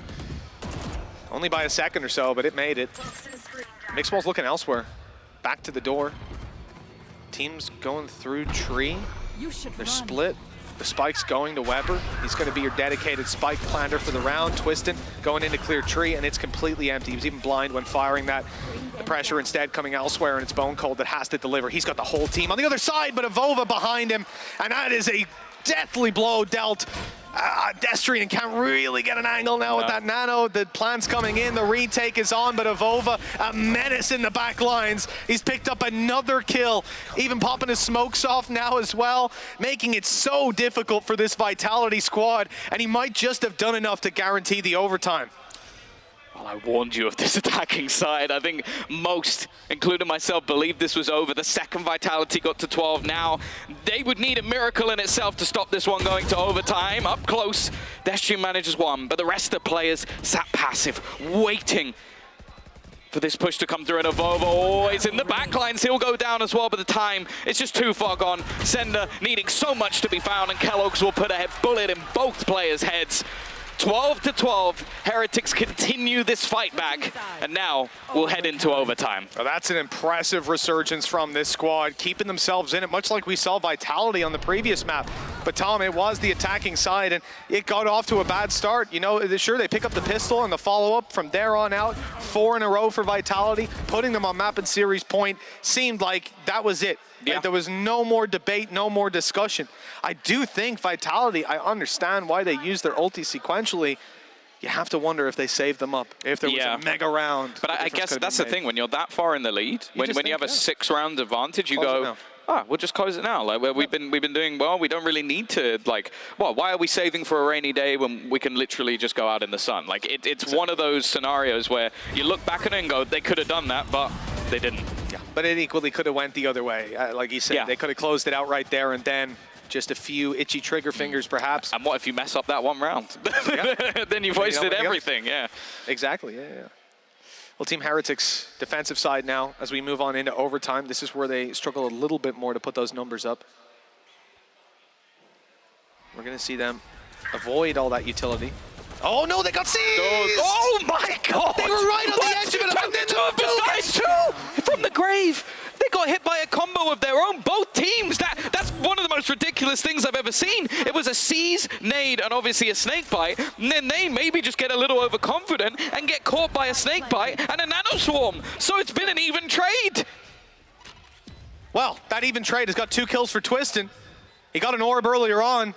Big rocket in his back pocket, and he's ready to roll. Fire in the hole as they start to make their way in. A little too quick, though. Kellogg slid past it. Also finished Sender off because of it, keeping the numbers even. That could have been a big mistake, as Weber again in a clutch. He's been so good in these scenarios. Your assistant coach. But he has no idea where this player is. Not a clue. Twistin counting in his head and winning the fight. Vitality 13-12. No clutch for Weber this time. It's unusual that I can sit there and select the exact round that the desk is going to break down, but I can tell you for free it's going to be that one. Honestly, we need a freeze frame of the C's because it legitimately looked like it was the edge of the C's that got him. Look at it, he looks like he's out of it. Yeah. And it barely caught him. Boo almost made it around the corner. I mean, we were 1 pixel, maybe 2 for each of those players into making it out of that. It's crazy as well. I think Destrian actually teleported into the snake bite as the nano swat started. So he basically just got owned. What a weird round, and what a way for Vitality to kick things off. Just about scraping through, Twistin saving them again. But as we know, Heretics devastating on this attack. Oh yeah, this is where, sure, they're going to be a little upset about the last round, especially avoiding, Twistin's showstopper there, the slide by Kellogg's. It was really feeling doable. At the same time, though, this is where they'll recover it. and look to give themselves another chance at maybe a less chaotic round. A sneak in from Avova as he's made his way into tree. This could be dangerous. Sender's going to have to check that. Going to have to find the info, and that he has. Cleaning it up, isolating the duel. I don't know how he ended up walking away with one there, but I'll take it. Yeah, and so will they. It's already an advantage. 45 seconds. Boo has definitely been noted and somewhat surrounded. This was one of the issues that they had on that Vitality defense, was how much space he was able to garner. I think they're switching between two spots. There is a very real world where Boo just manages to find this kill. He's going to get twisted. He may not necessarily expect Molzy to have turned back around this fast, and Weber, he has to win this fight. If he loses this fight on the A site, the round is all but done, and now left in a clutch situation. He doesn't even know the Sender is still in the back, but the fact is, Sender didn't know he was there either. It's winnable. As we said, Weber's been phenomenal in clutches. He lost out the last one. Here's a 1v1 for him, but he loses so much health, down to 42, and they've put him in a box. They know where he is, and they're keeping him from crossing back off the site. He's got one. The turret could take him down, though. He cannot peek that angle again. Seeker making its way towards this player, Molzy. He's got lots of HP, just needs one bullet to land, but Weber! 3 kills, a 1v3, and another chance for Heretics. That's your assistant coach! That's your assistant coach! That's so ridiculous that he's managed to pull that one off. All the way from back in the day in the UK scene, I couldn't be happier, but dear Lord, how has Weber managed to steal this round from the clutches of defeat? 2 HP! He plays that so calm and collected, and while the fact that he even had to wait for a fist bump is, I can't believe it. Wow. Vitality of all the ways to be pushed to another OT. For it to be Weber doing it, I mean, I feel like he gets most of his kills in 1v1 situations. Look at his face. That's the face of a smug man. Especially after being knifed earlier in the game, you're going to be sat there going like, you remember me when you knifed me and then I 1v3 versus you guys? It is kind of hilarious how we had Gabi earlier on down there interviewed, and I think Weber's almost taken a leaf from his book, you know? When everyone else is alive, he's a little slower. He's letting everybody do their thing and controlling the team. Everyone dies and he's like, I'm going to clutch this, dude. Don't worry. I don't have to worry about any of you now. I'm just hitting the heads. Real Gabi play coming out of Weber. I'm sure Twistin won't appreciate that. 13-13, and Heretics again find themselves on the defensive side. I don't know what's going to happen, but I'm sure it's going to be a treat. Wow, there are a few things that make me proud to be British, but Weber's definitely one of them right now. What a play from him. Oh, wow. Mitch, sooner or later, is going to start claiming he's Irish. He's probably already checking the passport as we speak. But I've put in the application for him. Don't worry. Weber, I need one of your hairs. Just don't ask why. Spit in this cup for me. I need a swab of your mouth. Okay, Twistin. He's got the orb again. We saw the double nade kill that got him a showstopper. Not much came from it. Actually, not much has come from a lot of the showstoppers thus far. I think they've been really good at avoiding them on Heretics. Whether it's by just moving out of the way or Kellogg sliding through. Oh, they knew! They knew he wanted the info! Oh, and the Prowler's given up where of overs as well. He needs to get out of here. The TP just about going to escape for now, and they're not over-pressuring this. But he's taking down to 8 HP. Look at actually, yeah, Mixo got, I don't even know where that damage has come from. He was on the other side of the map. C side, I guess it was poked by Destrian, I'd guess, but I'm not sure. Yeah, he's gone down pretty low at this point. Weber wants to be pumping those heals. Showstopper used before they even breach the doorway, and it's not going to find him out. Again, it gets nothing. Oh, well, I don't think they'll mind. No. It's the kill nonetheless. The defensive side, well, Weber's going to try and pull something off, and the defense is there from Sender. He's going to look after his buddy as he plants, and Vitality once again head their way onto match and series point. We've said it many a time. Some of you just tuning in might not understand it, but a win here, even in a 2-0 fashion, could make all the difference for Vitality going down the line. And on the other side of things, if Heretics lose, they are out of playoffs. There is no chance for them. So they need to try and swing this back. That's a lot of attack rounds. It is. This has been an attack-sided game the whole way through. I mean, Vitality now, though, going to have to try it on the defense. And we saw them lose that streak of buy rounds here. Molzy's under pressure, under a lot of pressure. They moved very quickly into this angle, denied any control that he wants to put down, and even put an alarm bot in play. He's going to destroy it, let them know he's close, let them know he knows what's going on. The door open, Paranoia even put through. I mean, that's gotten a big reaction out of Vitality. Destrian pushing up with this one-way. It's definitely a risky play. He's managed to make quite a lot of them successful, but from this point, it's going to be forced off the angle, and they are going in his direction once again. But very wary of all of these different points, and this is something we've seen from them already. Farming up the orbs onto Boo, and then having that lockdown when they need it. And most of the time, that's been in the form of an A-side take. Well, this time they seem to be moving towards C. Post-plant, lockdown could be incredibly powerful here as well. He doesn't even need the kill, just the plant to make it happen.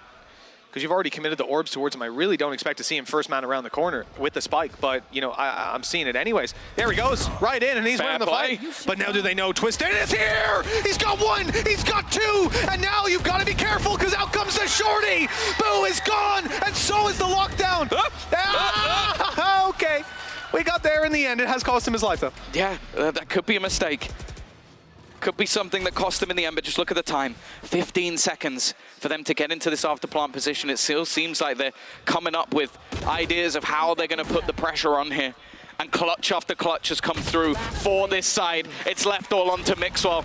Father of Valorant looking to make his way into the playoffs, but he's got to do it alone this time. Caught by the seas. Nanoswarm looking to come through, but he'll manage to dodge it. Still hiding in the corner. I think they might have just got the info that he sat here waiting. First kill goes out. He's run out of bullets, and they're going to swing onto it because of it. Vitality took their time, but they will get the victory they need. It was a hard-fought battle, but they've got it in 2-0 fashion. A chance at playoffs looking that little bit more likely. Again, it's not just their choice anymore. Because of how the season played out, Vitality needed this win, but they still need other things to happen in the future games. We'll let the desk delve into how deep it really gets. Kakuka's been spending, I think, tens of hours. I think she enjoys it, to be honest. I think she actually wants to talk about it. Yeah, League Ops are getting sick of her asking, but she just keeps coming back. Okay, what is it now? What are the conditions now? They'll probably have a new graphic when we swap over, but the key thing is this is the best possible reality for Vitality. 2-0. And it went to the OTs as well. I mean, you've got to give props to Heretics. They have been getting better week in, week out. They've had a lot of problems, but I think this is the best form we've seen them in. Yeah, and I think the fact that they didn't crumble under that pressure, that's the main thing for me. I think we've seen that many times throughout the season, that Vitality have come close and then let it slip away. And with how some of those rounds went, being clutch 1v3 versus Weber right towards the end, the fact that they managed to still rally themselves, have a very strong attacking side as well. And most importantly for me, Mitch, Twiston was informed today. Like, he has had his blips throughout the season, he's had his ups and downs, but I don't think there's a doubt, even with the start we saw from Kellogg's in these post-match Prime Gaming highlights, it was Twiston that came out on top in the end. No, it definitely was. I think every step of the way, you know, past that first half of this series, I don't mean the map, I mean the first half we played on map 1, Haven was unreal for Kellogg's. It certainly felt like he was winning out those duels. He was dominating Twiston. 2 or something at one point. And a lot of those early fights were Twiston falling down, but like Gabi said in the interview, that one round, that might have just lit the spark, it might ignite him, and now he'll be on fire, and he certainly was. I'll tell you what, Gabi knows what he's talking about. It's not even his game, and he knows. It's a wonder why Big have kept him around all these years. I don't know, man. I don't know. We'll figure it out one day. I think he's got a job for life, you know? I don't know if he said something to him in the halftime, gave him a little confidence booster, but wow. Unreal to see this sort of a turnaround. Twiston's 3 parents are here. That's what I've heard. He's got his mum, his dad, and Gabi. There you go. They're all here. And that's it as well. What a game for it. Vitality. I believe a lot of the guys have their family here to support them. Last game of the season, they're in the crowd. They're watching along. And, I mean, they couldn't have made it easier on them. No, like, bring them through this emotional roller coaster. But they got there in the end. And what a show they put on. Yeah, you should run. Well, we've got to check if everybody's heart's okay, but a man that wears a heart on his sleeve, we're going to throw it over to Yinsu, and of course, it's Twiston. Thank you very much, Mitch and Tom. I'm joined by Twiston with me. Congratulations, you finally ended your loss streak today.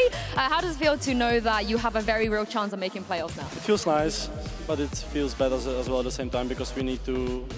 It depends on our team, We wanted to qualify like by ourselves, but now we need to pray on football is to win. Yeah, I mean, you never know. You never know. I feel like the small chances they could actually happen. I know that you were a little bit disappointed against Giants about your personal performance, but today I feel like you have one of the best games we've seen you on this stage, so that must feel really nice for you as well. Yeah, it feels nice. Are you happy? Yeah, I'm happy, of course. Yeah, finally I broke that. Like, I don't know, I had some block, mental block maybe in head, because on practice I was always playing good, and then on officials I couldn't deliver it. But today, it's good that I delivered today because it was an important game for us. We needed to win to have still chance to go to playoffs, so I'm happy. How did you get over that mental block? Breathe in, breathe out. Strong mental. How many times?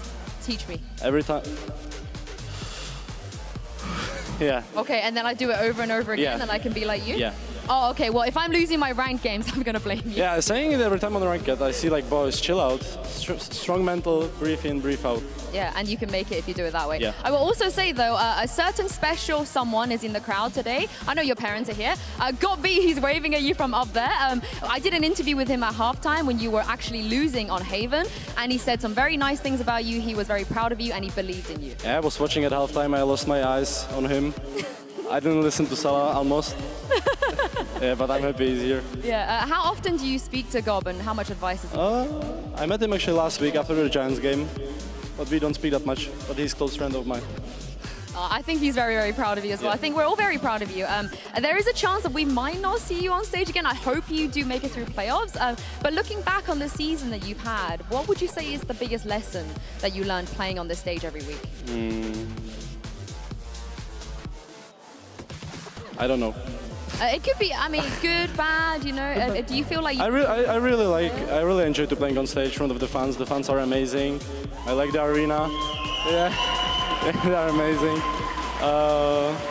How much confidence has it given you to know that you could put out performances like this on a LAN environment in front of fans? I mean, I prefer more playing on LAN than online than last VCT stage. It was online. So I prefer this much more. It feels better to play in front of the crowd because they are amazing. I mean, you speak about the fans a lot, I feel like. In the past, you've spoken about how much it means to you, that they support you. Why does it mean so much to you? Because they are amazing. They give you the best support after my teammates, but they are insane. And I think you even said that even when you're going through some rough times, right, that they're still supporting you as well. So is there anything that you want to say to them now your season is almost over? Thank you to all fans. I love you all. I hope to see you in playoffs. We hope to see you too. And last question, because I do have to ask about Lotus. I think 5th time we see you play 4 different comps now. You've played quite a lot of comps. What was the reason for the changes we saw today? Just because we feel better on this comp. How much work did you put in to get here? We put a lot of work. We work very hard every week. We have only 1 day off in a week, always. So we are pretty confident about every comp we play. I think it's just... It worked. It worked, yeah. Yeah, it worked. We'll see more of that at playoffs, hopefully. Thank Hopefully, you so much, yeah. Tristan, for Thank joining you. me. Congratulations. Once again, we are going to head to a break real quick, but do not go anywhere because we've got Mixwell joining us for the post-match.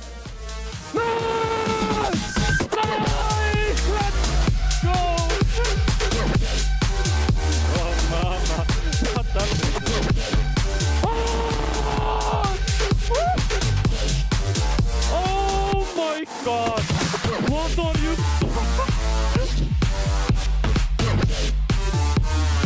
You have no bullet? Hello?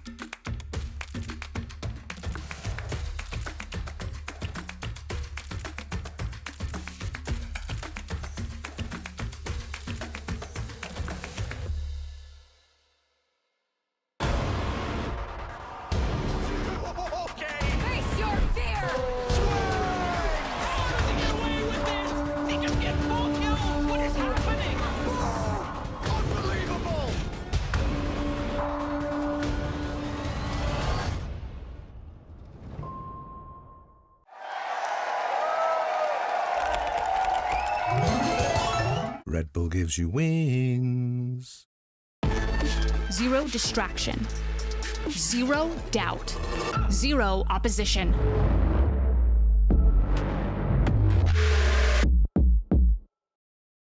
Usually when I see a target, I won't miss. I try to find weaknesses wherever they are and just game by game try to pick up on anything I can. So this training course is a way for me to really showcase and demonstrate all the questions you guys have been asking, how to get better aim, and it really enables me to answer a lot more and kind of expand on the first video I made like so long ago about Valorant fundamentals.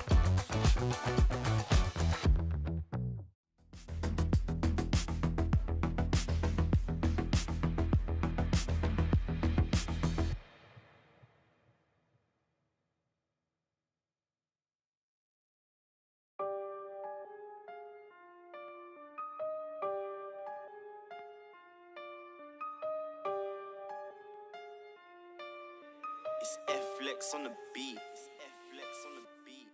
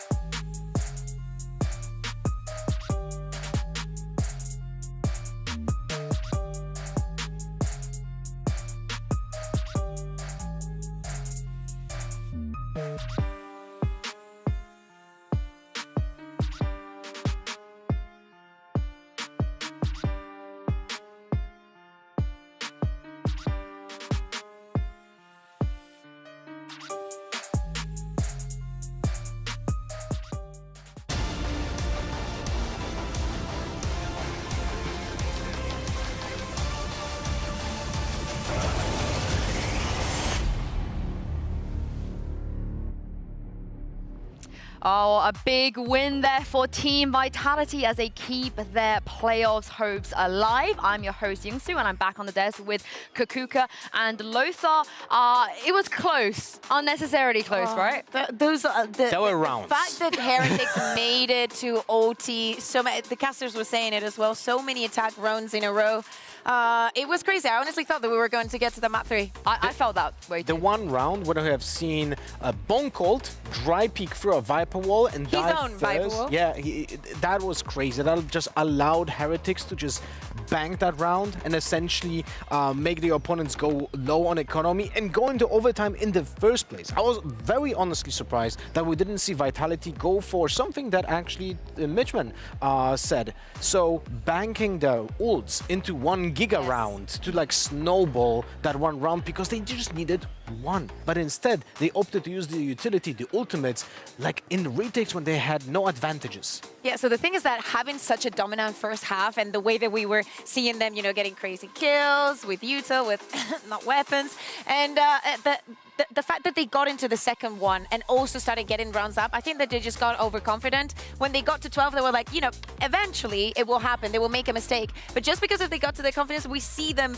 making those stupid mistakes that would not happen in any other situation. I mean, unfortunately for Heretics, again, I felt like maybe we would get a map 3, but what a recovery from them, not just in this game, but in the season as well. I think in the beginning of the season, if you told me that they would still have a chance in week 8, I don't think I would have believed you. After they dropped Zeke, like tell me that context as well, Yeah. right? Oh, you know what? We're gonna see Team Heretics not really do well, then they drop Zeke and they do better. That's crazy. Yeah, but unfortunately for Vitality and for Mitchman, because he predicted that Vitality would make playoffs, they still have a chance. Kakuka, you so expertly explained yesterday their pathway. They've gotten over the first hurdle. It's done. Yeah, exactly. So right now the Vitality have gotten that win, they either need Foot to win, or if BBL are to win, for them to do it in a 2-1 fashion, so the map differential benefits them, and for K-Cup to win. So right now, they're cheering for K-Cup in the next match. That is so simple to understand. And Was it? cheer Was it for right? Yes.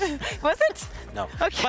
I mean, ultimately, if FUT win, it doesn't matter, right? If FUT Yes. win, Vitality are through no matter what. Yeah. How likely do you think that is going to be at this point? The way that Foot play, I mean, I think that we left the best for last, since we're going to have the Turkish Derby, the last match of the season. It's crazy to think that once again, we get to the last day and still we do not know. It still counts. We do not know who's the sixth team. Yeah, I'm actually very happy that we have so many, let's say, still valuable matches at the end of the season, because typically in long, like, drawn-out seasons, that's not the case, and I'm very happy to see that almost every single match counts. But do you think Vitality? Yes, I think... Well, FUT can do it for Vitality. I think FUT will make Vitality go through. I honestly also feel like I didn't think that the Vitality would qualify on the technicality of other people. I think, again, expectation-wise, maybe from the beginning of the season, I thought they were going to secure it by far. But we'll talk about that a little bit more tomorrow when FUT play BBL, because I am joined, guys, in the studio right now as I walk over here by Mixwell. Thank you so much for joining me. I want to make a really bad joke because it's actually Father's Day in Germany, and I know you're known as the father of Valorant in Spain. I'm really sorry. No, that's fine. I am so sorry. But I want to quickly talk to you about a couple of things. First of all, let's take a look at the round 26 when Weber, in overtime, won this incredible clutch. Talk me through what was going through your mind when you were watching this. So here we knew that Viper was around A. It's the only info we had, and after a teammate died, we kind of knew where all of them were because they did some noise. This guy peeked, and then Destion is running, so Weber takes the 1v1, and he's very low. He almost peeked left side again. Boo told him to not peek because the turret would kill him. And he just held the angle knowing that he was low HP and he needed a headshot, and he played it perfectly. Did you think that he was going to win that? I thought it was possible, yeah. I've seen him doing these things on practice, to be honest. Yeah? I also feel like, just looking back at your season, because unfortunately you guys don't have a chance for playoffs anymore, it felt like that you had a lot of rough patches. You were kind of going up and down, and of course Weber having to step in quite last minute. Talk me through what that was like for you to adapt as well, and the rest of the team. It was really hard. Of course, I think it was a really tough season for everyone, especially mentally. Like you said, it was up and down. Some games we joined the match and we were really low on confidence. And we didn't build that confidence throughout the season until we made a roster change and the mood was way better. After that, I feel like we could have won every game, not gonna lie. We could have won against BBL, we could have won the other day, and today, if we don't throw so hard on some rounds, especially on Craven, it would have been a really close match on both maps. So I'm proud because it was not easy and we never gave up and we tried our best. So. Yeah, I mean, we could even see that in that overtime. You guys were trying your best. One more round I wanted to show you was the pistol. You guys, I don't know what happened to you. Today you won every pistol, which in the past I feel like you struggled with, but talk me through the plan here because this was beautiful. This was really, really beautiful. Okay, so their comp has no breach. So once you one way, if you break the reveal, they either run through the one way or they go back and they retake space in another spot. They decided to go through, which I was not expecting it, to be fair. They ran through to the right side as two. They lined up, I killed both. Then Brandon flashed. Both blinded, went into this corner. I mollied. I killed one more. We didn't know that Multi was here, by the way. We thought he was on our left. So when he peeked, Kellogg's was like right side, and yeah, we killed all of them. It was not expected for them to run through the one way. I think it's one of the few mistakes that I've done, but they played really well. Yeah, I mean, again, I think you won every pistol today, which... That's really... we usually never... Yeah, I think we're the worst team with pistol runs. 37% pistol win rate. Not the best, but we'll take the all four. I do have to show you some of your stats of the season. And also, you've played so many agents. Do you want to guess how many you played this season? Oh, okay. He knows. it is 9. You want to list them all? I don't even... I could, but it's hard. Well, it's okay. It's okay. To be honest, that's not a good thing, though. Why? Because I had to adapt to our problems, and I can never thrive on one agent if I'm playing 9. Like, I will never be able to be one of the best agents if I have to play 9 agents. So I tried my best, and yeah, I mean, you can tell this is not my best season. So. Was it because of you wanting to play 9, No, or is it because the team couldn't, or? It's because we had role problems, internal issues, and I always said that I will play whatever they tell me to play. So. Well, going into the next tournament, you know, LCQ as such, will the plan be maybe to loosen up your role a little bit and let you stick with 1 or 2 or even 3 agents, you feel like? Yeah, it's one of the plans. We have already a plan for LCQ, actually. We didn't bring it to this game because we thought that it doesn't depend fully on this. So it's better to focus on LCQ, and you never know who's going to play in LCQ as well. So. I mean, traditionally, you've done relatively well in those high-pressure tournaments as well. So thank you so much, Mixwell, for your time. It's been great to see you guys play this season, and I look forward to seeing you at LCQ. Thank you, Yinsu. Ciao. Thank you very much, Mixwell. Well, I'm going to take this back to the desk and do a quick bingo update because Vitality and Heretics, I feel like they watched our pre-show and they saw our bingo because Kakuka, you got on the board again with a turret kill, and Lothar twisted knifed someone. Look, I twerked off camera because of that. So. I saw it. Fortunately, not so. You were not here. I'm sorry. I did see it. I actually missed it. But Lothar, you're just 1 away from a full bingo board, and Mitch managed Oh, 0. no. And also, he doesn't have the chance of getting the last one because it was all 3 Brits winning their games, and now Weber has lost. I mean, we'll see if the bingo is going to carry on because we have another best of 3 and plenty of time for Mitch to get on the board. It's time for K-Core versus Giants.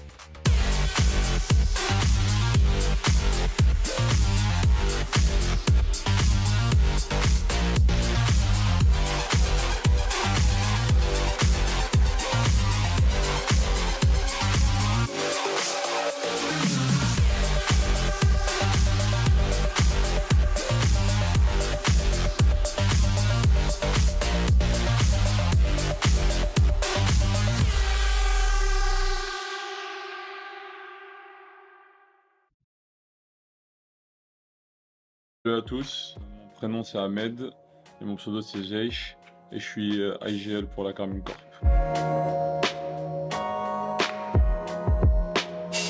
Un IGL c'est quelqu'un qui doit prendre les bonnes décisions au bon moment, qui doit avoir une bonne vision de jeu et s'adapter aussi à la manière de jouer de ses coéquipiers. C'est un rôle un peu complexe parce que tu es souvent focus sur ta minimap et t'es pas focus sur ton individualité et tes duels, donc tu es beaucoup en mode un peu sacrifice pour l'équipe. La relation entre coach et IGL, c'est une relation de symbiose. Il faut être aligné sur la façon dont on voit le jeu et on fait des propositions l'un à l'autre. C'est une construction collective d'un plan de jeu, mais aussi de comment on manage les gens dans l'équipe. Et le coach est en soutien de ce que veut déployer le capitaine, de ce qu'il veut déployer dans le jeu et comment il veut utiliser les joueurs. Et on prépare ça à 2 pour l'équipe.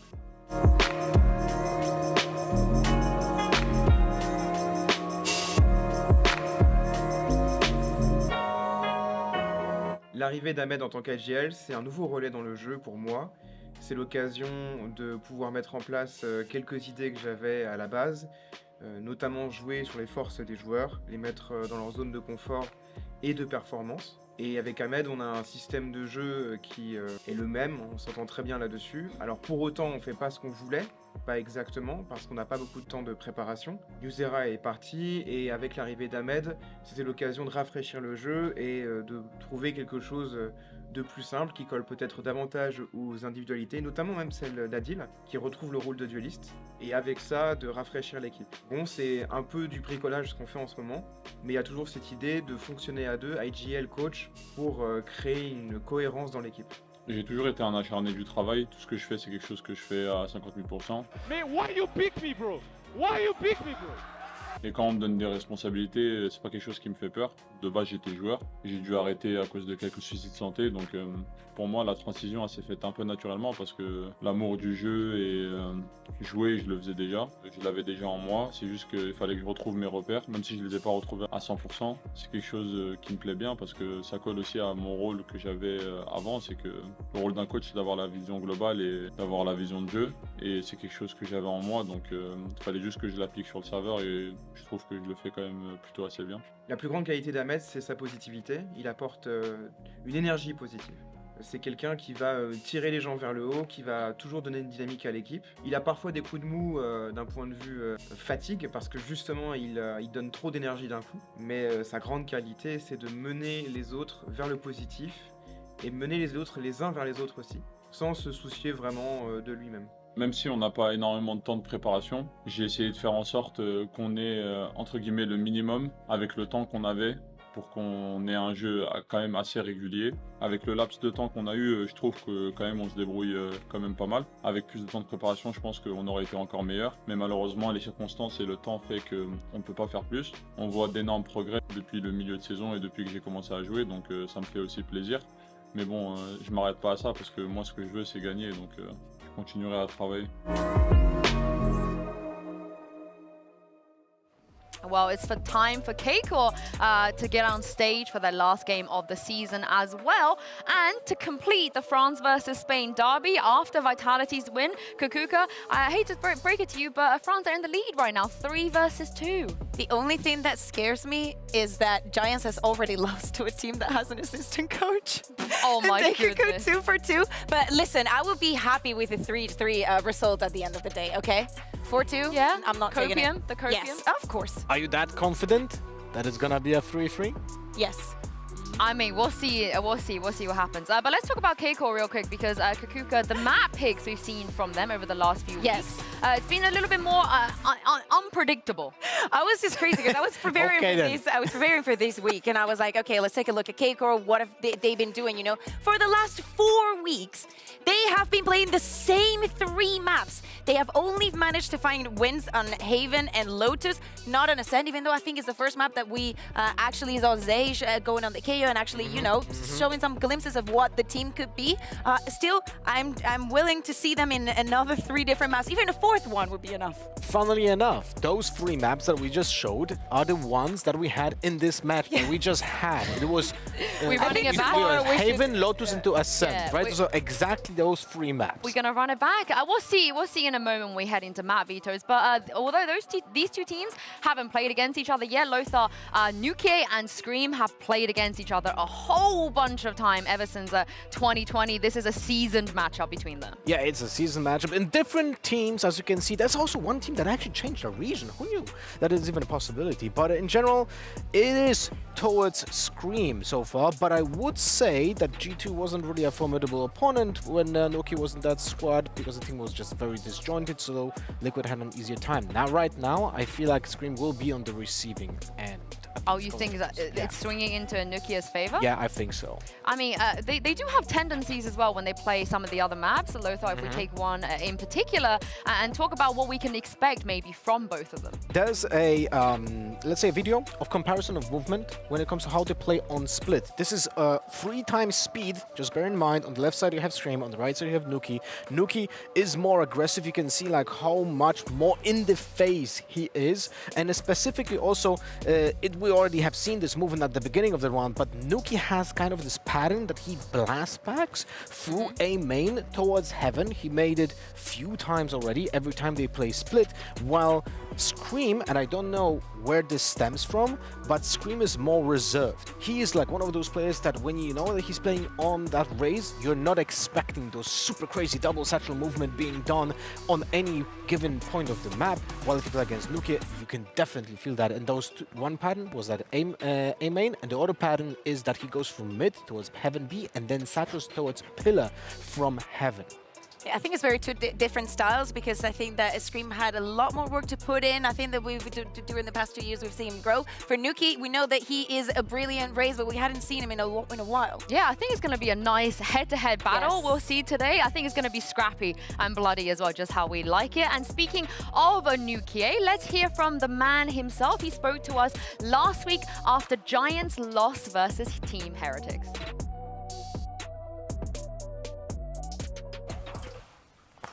How do you feel after the match against Heretics? Match against Heretics, how do I feel? I mean, it's a roller coaster of emotions, so it's a bit happy and sad in the same way, because sad because we lost, happy that we can learn.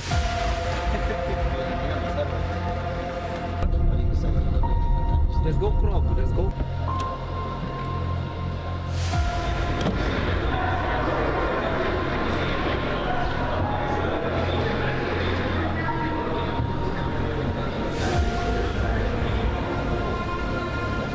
I think the game against Red was super winnable, and once more we lost to ourselves.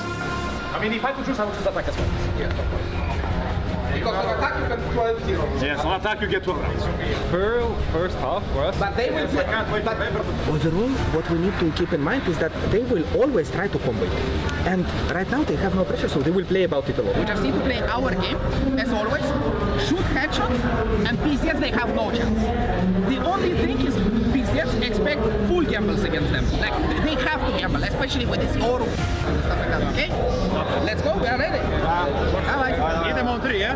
Put it down, put it down. 1, 2, 3. It's actually quite fun to meet the fans, because they're quite genuine fans. When you talk with these fans that came, for example, or the fans before, it's like it feels like a genuine interest in supporting the team.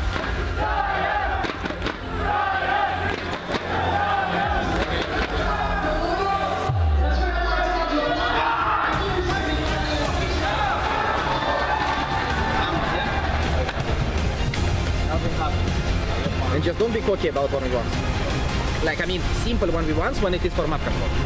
Like, just play our normal game. Like, don't pull out the hero on a tournament. Other than that, it's super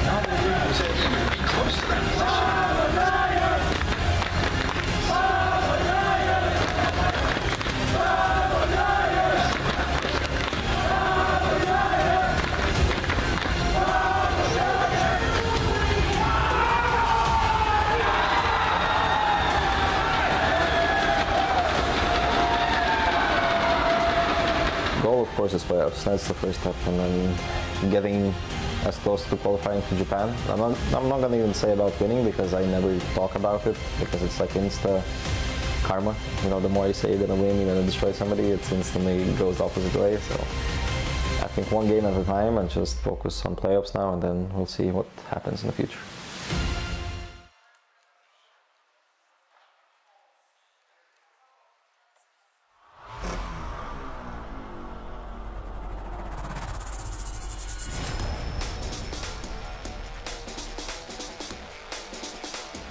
Carmine Core.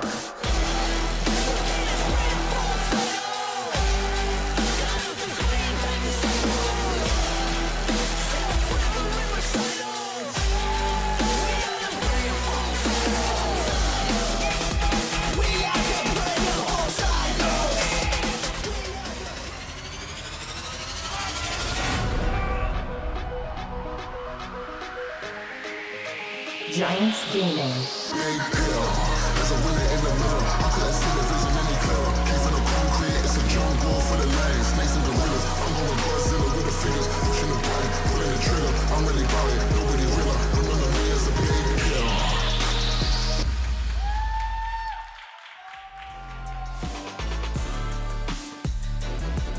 while this is not a massive game when it comes to their own fate, it is a really big game, Kakuga, when it comes to other teams' fates. Yes, exactly. Because for Giants, they have kind of guaranteed the 4th and 5th position, so they know that they will be playing against Fnatic if they're able to win their first encounter in playoffs. For K-Corp, we know that they're completely locked out, but as you said, this is important for the permutations for both BBL and Vitality. Yeah. I think also for honor, you know, as you would say. Well, for Spain and for France. Yeah. There we Look, go. if you're a Carmine Corp, I feel like you still want to give your all in this match because you have like this kind of lingering feeling that you had let down the fans, and there's an insanely huge fan base, right, in the team. Well, let's see if we're gonna get the holy trinity of K-Core maps today. What do you guys think? Lotus and Haven? We're gonna see that? Yeah, that would be crazy. It depends. I'm not seeing who's banning this Pearl because K-Core took away the Pearl and Giants took away the Fracture. The Fracture, yeah. They've been swapping on the bans that they've been having, but these are actually the two that repeat the most. Okay. I think you're literally talking it into existence, Lothar. Wait, if this is Haven, I'm leaving. Don't do Haven.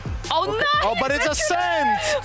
Okay, if the last map is one's Haven, honestly, it's... I feel... Do Giants know this? Oh my god, it's one away. Oh, no. It is going or Haven.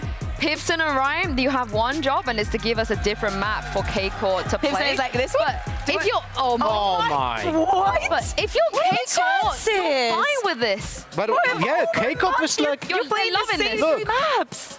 PM and Seisha are like, wait, those are the 3 maps we actually like to play, so... For 4 weeks in a row. It's a double-edged sword in a way, you know, because it's the ones that you have the most reps in.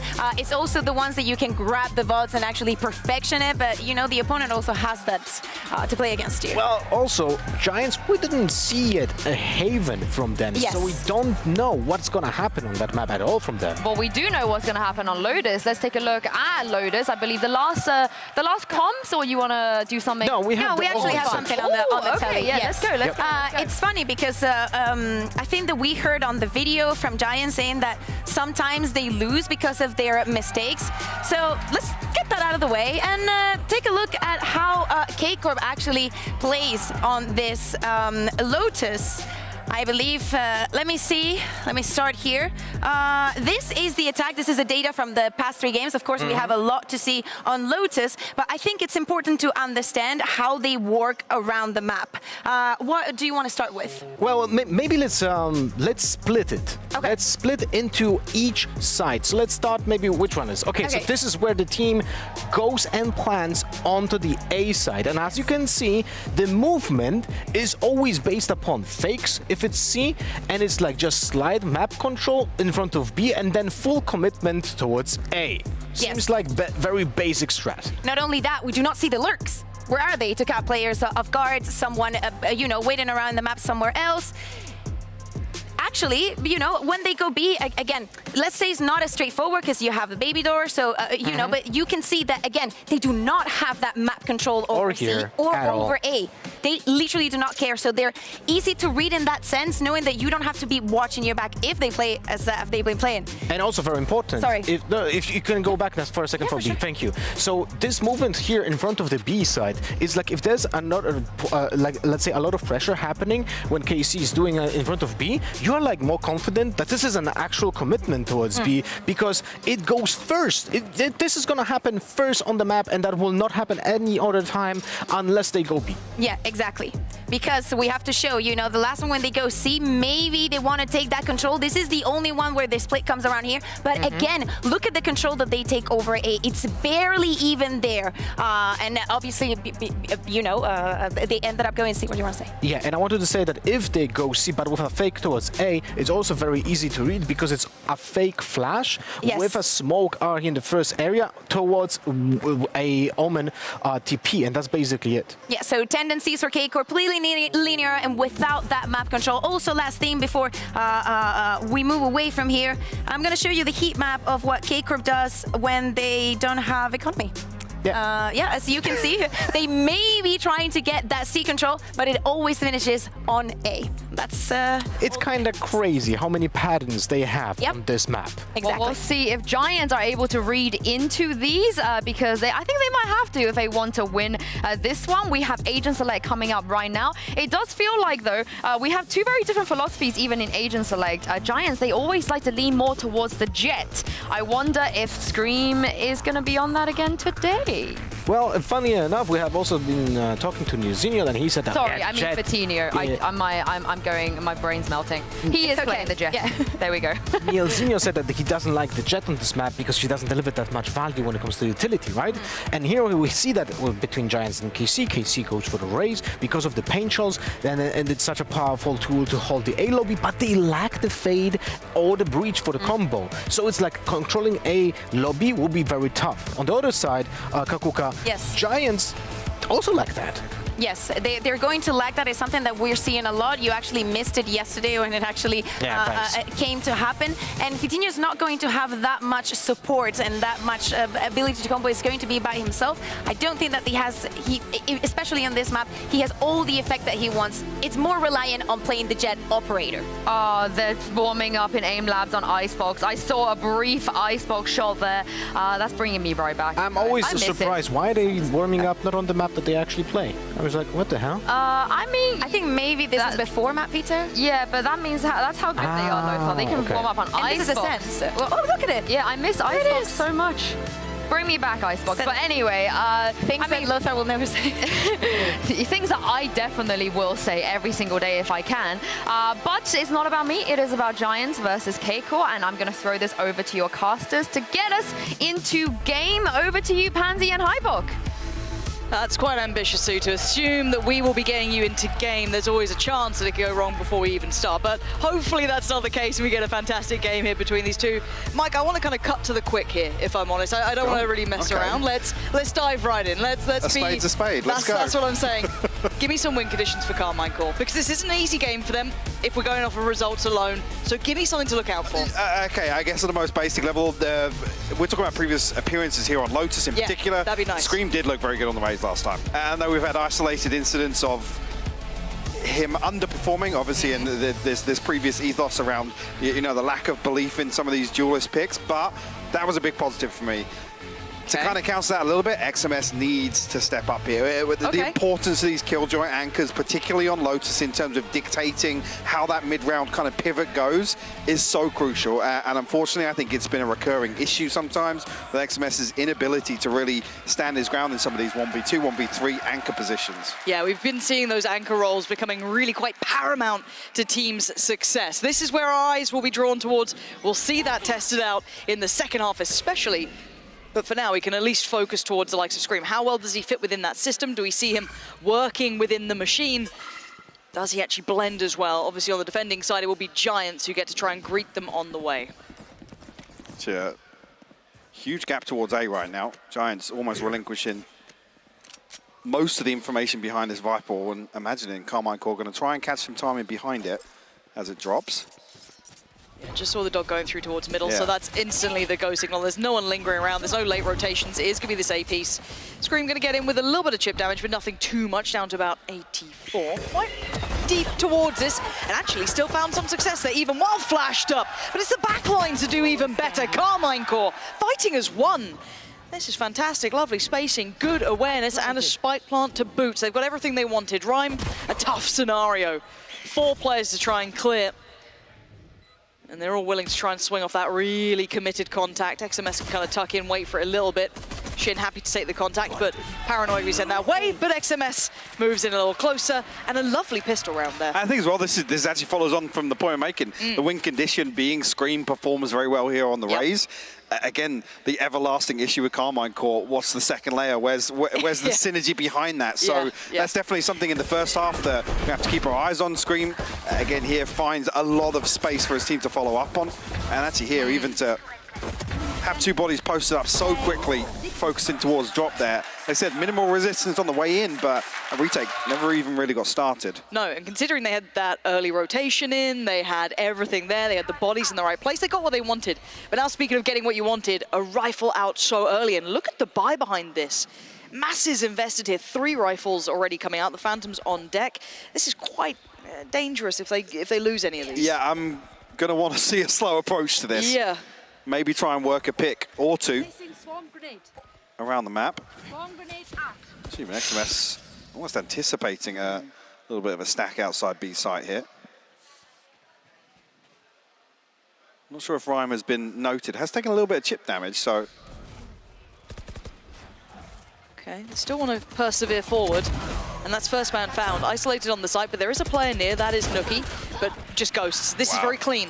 Now, that was one of the rifles, but it should be... Where is that, actually? Yeah, it's all the way. No, it's all the way towards C site. Okay, that's fine then.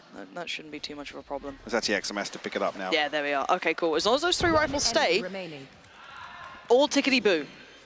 If any of those problems started to really mount together and maybe 1, 2 rifles got lost, then sure, that's when we get a little bit nervous. Looks like Cloud's got that clean fade as well. Just going back in, looking real sharp today. So the head count, the first issue, the second being the HP part. You can find another one again with the investment, but nice try. Shin here to stand his ground with the Spectre, so even in that situation, they do lose one of these weapons. Keep that fire, yeah? It's definitely the lighter side of the inventory. The 2 on the board for Carmine Core already. I'm sure even if it actually, yeah, Scream 1 away from the showstopper here, so an opportunity actually to throw a real curveball into this round here. Clean enough by my books. As said, as long as the rifles stayed in there, I'm happy. And keep in mind then, this bolsters how strong this bonus is going to be. These rifles are going to do huge amounts in comparison. Now looking obviously at Giants, they do have what they need themselves, so it shouldn't be too much of a problem. We get to see that first real attempt here. Can they stop the rot, or does Carmine Core manage to figure this out? Similar situation to the pistol, but Hoodie actually trying to catch that spam once again on the orb. Yeah, I mean, a couple of shots connect for sure. Scream will get the showstopper here, so again with Hoodie isolated, he hasn't really got any supportive utility here. Let's see if Carmine Core want to make use of it in the confined spaces of B site. And I quite like this if they do go for that B lean after the A contact. You kind of pull players out of position, you leave that kind of play back into a tougher situation on CT, but still dicey to play around this. And there is that KJ utility that hasn't really been actualized in this. So plants come in, Carmine Core score what they wanted, and now a time purchaser. The clock will tick. Navera even finding Hoodie. You can see that kind of stalwart position over towards A, punishing any rotation coming in, and Scream commits for... Oh. Patino actually dashes away. Yeah. Still 59 HP to work with, but Rhyme caught out. Yeah, okay, this is still game on. XMS, what can you do here? A 1v3. Fatinho low, but Nookie and Cloud sitting comfortably. This needs to be big from him. That's not bad, but it's nowhere near enough. Fatinho, great timing on the swing. And a bit of a fumble there. And a mistake made, and Fatinho staying alive on 7 is more than enough. I think Scream just cooks this a little too early. I think it's on the back of maybe the Trailblazer coming through, expecting the player to follow up on that utility and try and clear through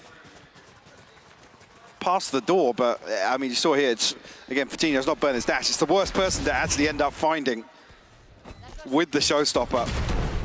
Oh, he was quick with that. But even in that situation, Fatinho almost has the advantage, right? He hears the satchel come through. You know that he's going to try and close the gap, especially with the timing there. Scream's hand is forced. He has to try and either invest it somewhere blind or close out a kill. So well managed by Giants, actually. Very well handled by them. Early control being fought for over towards Mound. We do see another ult here as well. We do have the Seekers for Shen, who's also been in towards the top end of the board. He's been having a lovely game so far. Scream getting far. Now, there is a little bit of Killjoy utility not too far away from this, so Scream could get caught. Surgical precision from Scream. Doesn't need the rocket, just the rifle, and Zeish, beautiful on the swing on Cloud, and the cross has happened. Spike is on the site now, and that pain shell just gonna keep Nookie further back. Scream, maybe a little ahead of where he expected Fatinho to be. I'm not even sure, actually, I didn't even catch the updraft here to get onto the box, so I imagine Scream's caught off guard by that as well. Giants eager to get back on site here, but lots of players to dig out of this tree position. Yeah, Smoke going to keep him safe for a second. No one can make anything of that flash, but still, XMS's position is quite nasty too. That's clean from Vitinho, but the bodies are in the right place, and Carmine Core clean in the post block. And this is a couple of times now I'm seeing the example, whether or not this trend continues or if Giants do adjust to really address this early on. Carmine Core are basically just shift walking instantly up towards A. And in terms of the timings, early rounds of Lotus usually have 2 towards Mound, maybe a couple of people exploring outside B. Hoodie's on this island. If he's playing this tree position, he can only really, you know, slow down a push from one side. He has the Poison Orb or the Snake Bite towards the door. It's one or the other. So whether or not this is something that Carmine Core are going to continue with on the buy rounds, maybe not expecting to hear it. Well, as I say that, so yeah, I thought they were going to run away after this wall has been invested. Oh, Vitinho, hold on. Down to 30 though. This is a tall task for him. Does get, I think, a little bit of a second of respite to fall away. Only one more knife to play in as well. Needs that to find success. Hoodie punishing Navera, striding through the wall there. Yeah, and that weapon's actually recoverable unless Carmine Core can stay here and police it effectively. You can see how far forward the death marker is. Especially as Carmine Core are going to want to drift away from this as quickly as possible. Rhyme. I don't know how close he was there. Zaysh trying to close out the kill, but no damage done. He's drawing the attention. Now keep in mind where the spike is though. They are still going to be a little late to this. Zaysh can get pretty close, but the issue is where the hell did Rhyme just go? He slipped away. Zaysh still wants to find some timing here if he can. He does outgun the vast majority of the other side. Keep that in mind. They still have 3 rifles against the 5 pistols.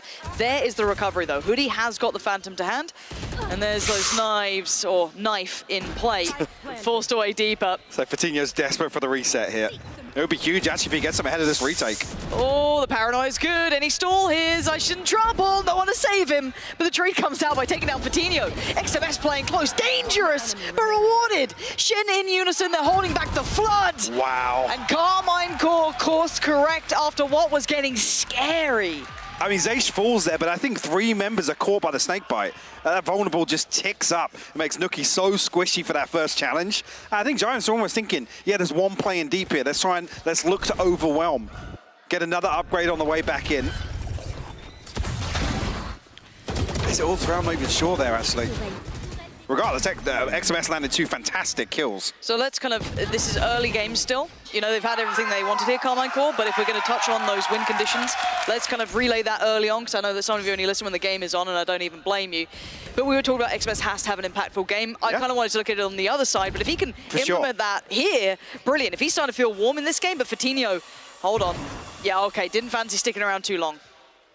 I think if, and this is what I was talking about, Carmine Core now looking to do this contact play up. 120 on the clock here. Already we've got very deep progress. This time around, Vitinho here to complement Hoodie's hold, and also the flashes coming from Cloud if they need it. This could be a nice evolution if they go back to that B piece, though. The setup has been adjusted from Nuki, but it's still something to test. I'd like to see them explore that B split, but I'm interested. Do they expect Vitinho to be posted up on this? Have they drawn the additional body? I mean, with where Shin and XMS are positioned, yeah, lockdown comes in now. I'd imagine this has been the plan all along. Okay, a little bit of a smoke though, and the paranoia sent, and well, Cloud eats it, so has to fall away from this. He's dead. He's dead. He's absolutely dead. Shin working in perfect timing. Doctor gonna go just a little deeper, gonna probably catch Rhyme on that as the plant's gonna come in. There's nothing they can do to really deny this now. Plant's down and they're in a perfect spot. HP. This is really well done by Carmine Core. I cannot stress this enough. 5 standing, Viper's Pit there, Scream all too aware of what Hoodie wants to do. Vitinho is their real last shot at this, as Ryan's been locked out for some time, and saving is all he can hope for. And this is similar really to what we saw with Heretics. It was an early sucker punch, Giants caught off guard, and there were a couple of rounds that then were just like, I guess that arrogance started to kick in, that ego a little bit, where they were just running it down. They were running it down and trying to just out-frag Heretics in some of these rounds. So I'm hoping that doesn't happen here, because Carmine Core look pretty well drilled. Again, there's so many different options as well. With no resistance towards rubble, there are so many different opportunities for Carmine Core to really exploit the mid-round. I mean, you have the push through arches into spawn. You have just a cut and dry A-site execute. The problem being, I was going to say, is probably what's going to be addressed here, is that actually Giants aren't even receiving any information elsewhere. No. The assumed understanding that, yes, Carmine Core are just shift walking straight up towards Hoodie. We did see Vitinho adjust here, but again, I'm not even sure if the awareness is there, but he gets nothing whilst his dash is popped. Exactly. And he has to actually just use it to retreat. So then you have no aggression to really meet Carmine Core at the front door. So this is actually really, really interesting as to what Giants are going to do coming out of this timeout. Yeah, I think there's the option of doubling down on aggression, actually committing to pushing a little bit deeper, trying to play behind it, but... I mean, another trend that kind of continued last time we saw Giants on Lotus was Rhyme being punished on some of these mound peaks early on. True. So I'm not sure if that's something the Giants are going to say, hey guys, yeah, let's Try start. it, exactly. But... Because that creates openers. Yeah, and the thing is that I really actually like that Carmine Core have that momentum swing on their side currently, and that they're still exploring that B split, right? By all accounts, if you're looking at the traditional response, you're going to put another body on the site that's been abused, right? They've been kind of contact walking up towards long, they've been winning out on the site. If you've got a solo anchor who's not getting information fed to him, nothing really received, and then they just adjust into that B piece was gorgeous. This is also something as well that the Des briefly touched on. Not having the breach, not having the fade, not having the raise, these things that are almost guarantees in the early round on Lotus. If you want to take rubble control, these are things that people can't challenge those pieces of utility. It's black and white. Yeah, it's there's no grey area to that. Okay, well, let's see if they do something in this round. I find it hard to take much away, but isn't the round you want to do it on, to be honest? No, I wouldn't mind them testing it here, but even with that, it just ticks the box in Carmine Core's mind. They go, right, well, this is what they're trying to do, maybe testing out. Now, it's all the mental game here. There's a lot of room being taken, but there is a man on the case. That is going to be Zeish, so he's going to be in a lot of trouble. A lot of players only going to get one. That rifle they brought in is on Rhyme still, and that is one potentially to be recovered. They're going to spam that smoke to hope to try and police it, but there's not much they can really do to stop that here. Here, I was going to say, whether or not Cloud's going to overstay his welcome a little bit. Burn up the boom bot just to make sure that nobody stayed behind that smoke. Not entirely sure about that one, but whether or not they're reliant on it here as the round does progress, but B-site seemingly on the cards here. Oh, that's not going to hit a very, very quick rotate through this door, but Hoodie's here, able to stall. Yeah, with the judge as well. A judge as well, yeah. This makes it... Oh, wow, this makes it near impossible. They're down to 35 seconds. They could pull the plug on this and still go for a B piece, even if they just hit that door to kind of feign that. But the Seeker's going to come out.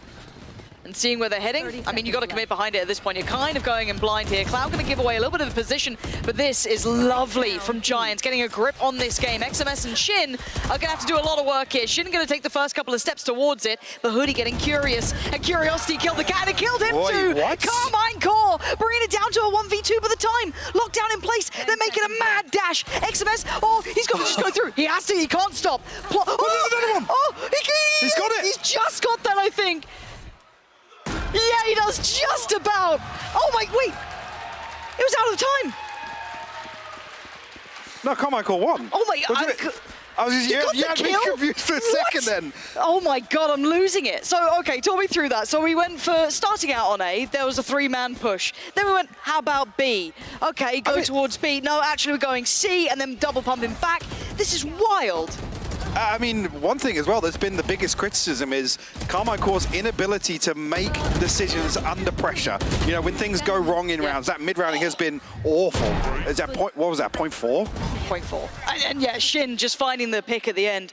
Oh my word. This is so well handled. Biggest problem being, Nookie's actually got a judge there. He puts the lockdown, both his teammates then fall. It's like, what am I going to do with the judge? I'm not barreling onto played site myself here. out, yeah. Oh my word. What a game.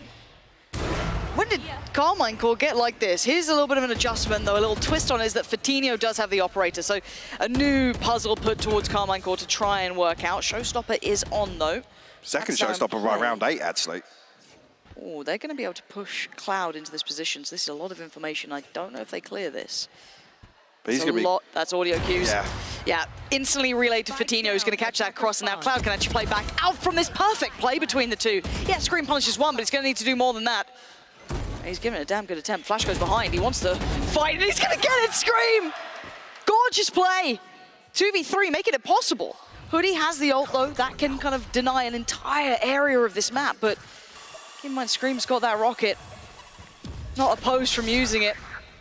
What does Hoodie do? Can he make this costly? It looks like he might. Draws the attention. Hoodie's good for 1 and a second. Giants answering back. I've seen here as well, actually the adjustment of Nookie's utility to slow down any hit coming towards Hoodie. Even got a turret tucked into tree there that takes very deep contact. But also just layering some of these nano swarms inside the poison orb. Maybe actually this is the switch up here to have two outside playing very aggressively. Great relay of information between Cloud and Fatinho. And Scream just dissecting both positions. So yeah, this will be interesting for, again, the normal rounds that we've seen from Carmine Court. Going for the attentive mid-piece again, though. I mean, this is another huge win condition for the attacking team on Lotus is to force the adjustment of the Killjoy setup. So if they're reading they were committing towards this, slipping someone towards CT isn't a bad idea, and now Scream just trying to make the pinch, but they've got the whole site to themselves here. This is so much space. Really, no, this time Fatinho does get away, just clips the corner, and Navera trying to post up, posture up. Look as imposing as he can. That paint shot is huge, forcing them from the corner into the crosshairs. And Giants are pushed so far back. Even look at this post-plant setup here. It's ratty as hell. Actually, the one-way fails on the second, but almost baits Giants into the smoke here. Yeah, this is beautiful work. Carmine Core. Give it to him. Let him have it. Rhyme. The Colosseum is commanding it. They won the ace, and they get it. 5 for Navera, and what a beautiful switch up on the round. Like I said, this is such a huge win for Carmine Core to force Nuki into not having that receptive utility on B, not to have the alarm bot there set up with a nano swarm. And again, those plays are generally just to slow down the plant, right? To maximize the defending team's ability to set up as soon as that spike gets planted. Because those retakes on B, absolute nightmare. But even here, it's a perfect feel for the game from Carmine Core to find basically a wide open site. Navera TP's back into spawn. There's nothing Lime can do here. He's got a showstopper coming in the front door and Navera in the back lines. Yeah, it kind of feels quite bad in a way if you're Lime just seeing this happen. He's been tested so often, and because they were conditioned to be so worried about that A piece, they've had to put all that utility into it. Now, all of their kind of, I guess, anchors are on one side of this. You've got the Killjoy setup, you've got the Viper setup towards it, and they're looking towards poor old Rhyme, who's got, what, a Paranoia and a couple of smokes. He does have the support from Fatinho here, who does have the knives, but they're going in dry on this. This is audacious from Navera! Not known as the combat AWPer, but right now he's looking outstanding at it. Second layer screams in, Paranoia's good, TP needs to come in, and Cloud needs to try and bail him out. Spray's okay for one, but Scream's already on the site. You're not going to get much more from this in Rhyme's position. He's hoping for a mistake, and he almost had it. Navera landing shots here, which is always a concern. Pit invested here to try and get back onto site, but I say, yeah, it forces them off default, but ability here to spam in. Look at the shorties. Yeah. Look at them all waiting. Oh, it's not nice to witness, but it works. Carmine Core. Can you believe what we're seeing, Mike? This just feels like it's finally coming together for them. It feels like they've had such a brutal season from start to finish, a couple of bright spots, but this is starting to look like all of those win conditions you were highlighting are certainly starting to hit, but it's even going beyond that. It is, and I think it's almost kind of has echoes of that Heretics performance. This is way more one-sided. Giants, like I said, got to the point where they were just happy to brawl for some of these rounds, stacking up 3 or 4 in the early round, desperate for those opening engagements. We haven't seen that adjustment. It's been a bit more controlled, calculated in terms of moving Nuki across and trying to address different areas of the map. This is different, though. A 3-man walk outside mound very early on. And similar sort of timing here for Carmine Core to be set up towards Rubble. Now, I'm interested to see how this setup holds towards A, because we hadn't seen them really test this too much. They cleared a ton of space with this Trailblazer. So already looking to progress. Now looking for Hoodie and Nuki to just play their lives here. You don't want to see them fall or really take any damage. Ah, a missed shot from Navera. He's going to spot the first, but fortunately for him, they only had the Sheriff. That's Hoodie. And that's a step too far. Zeish a little deeper than he expected. The flank comes in, but Scream's already found it. Cloud unaccounted for at the moment, but Fatinho needs some bailing out. Maybe he doesn't. Still standing, but barely breathing. Falls to Navera, and one by one they come. And one by one they've fallen. Nuki, you're going to have to do something unimaginable here. Have you got it in you? Not right now. XMS, it's an execution. Carmine Core. Absolutely outstanding. Dare I say it, a 10-2 half, potentially. And no real ultimate advantage here. Both Omens having their TP available. And we saw the value, actually, that Carmichael were able to get off of Naveras in a previous example. Lucky boy. Yeah, very antsy. This is a huge upgrade, especially if Hoodie can actually get back in and find that operator that can potentially re-secure some control of site here.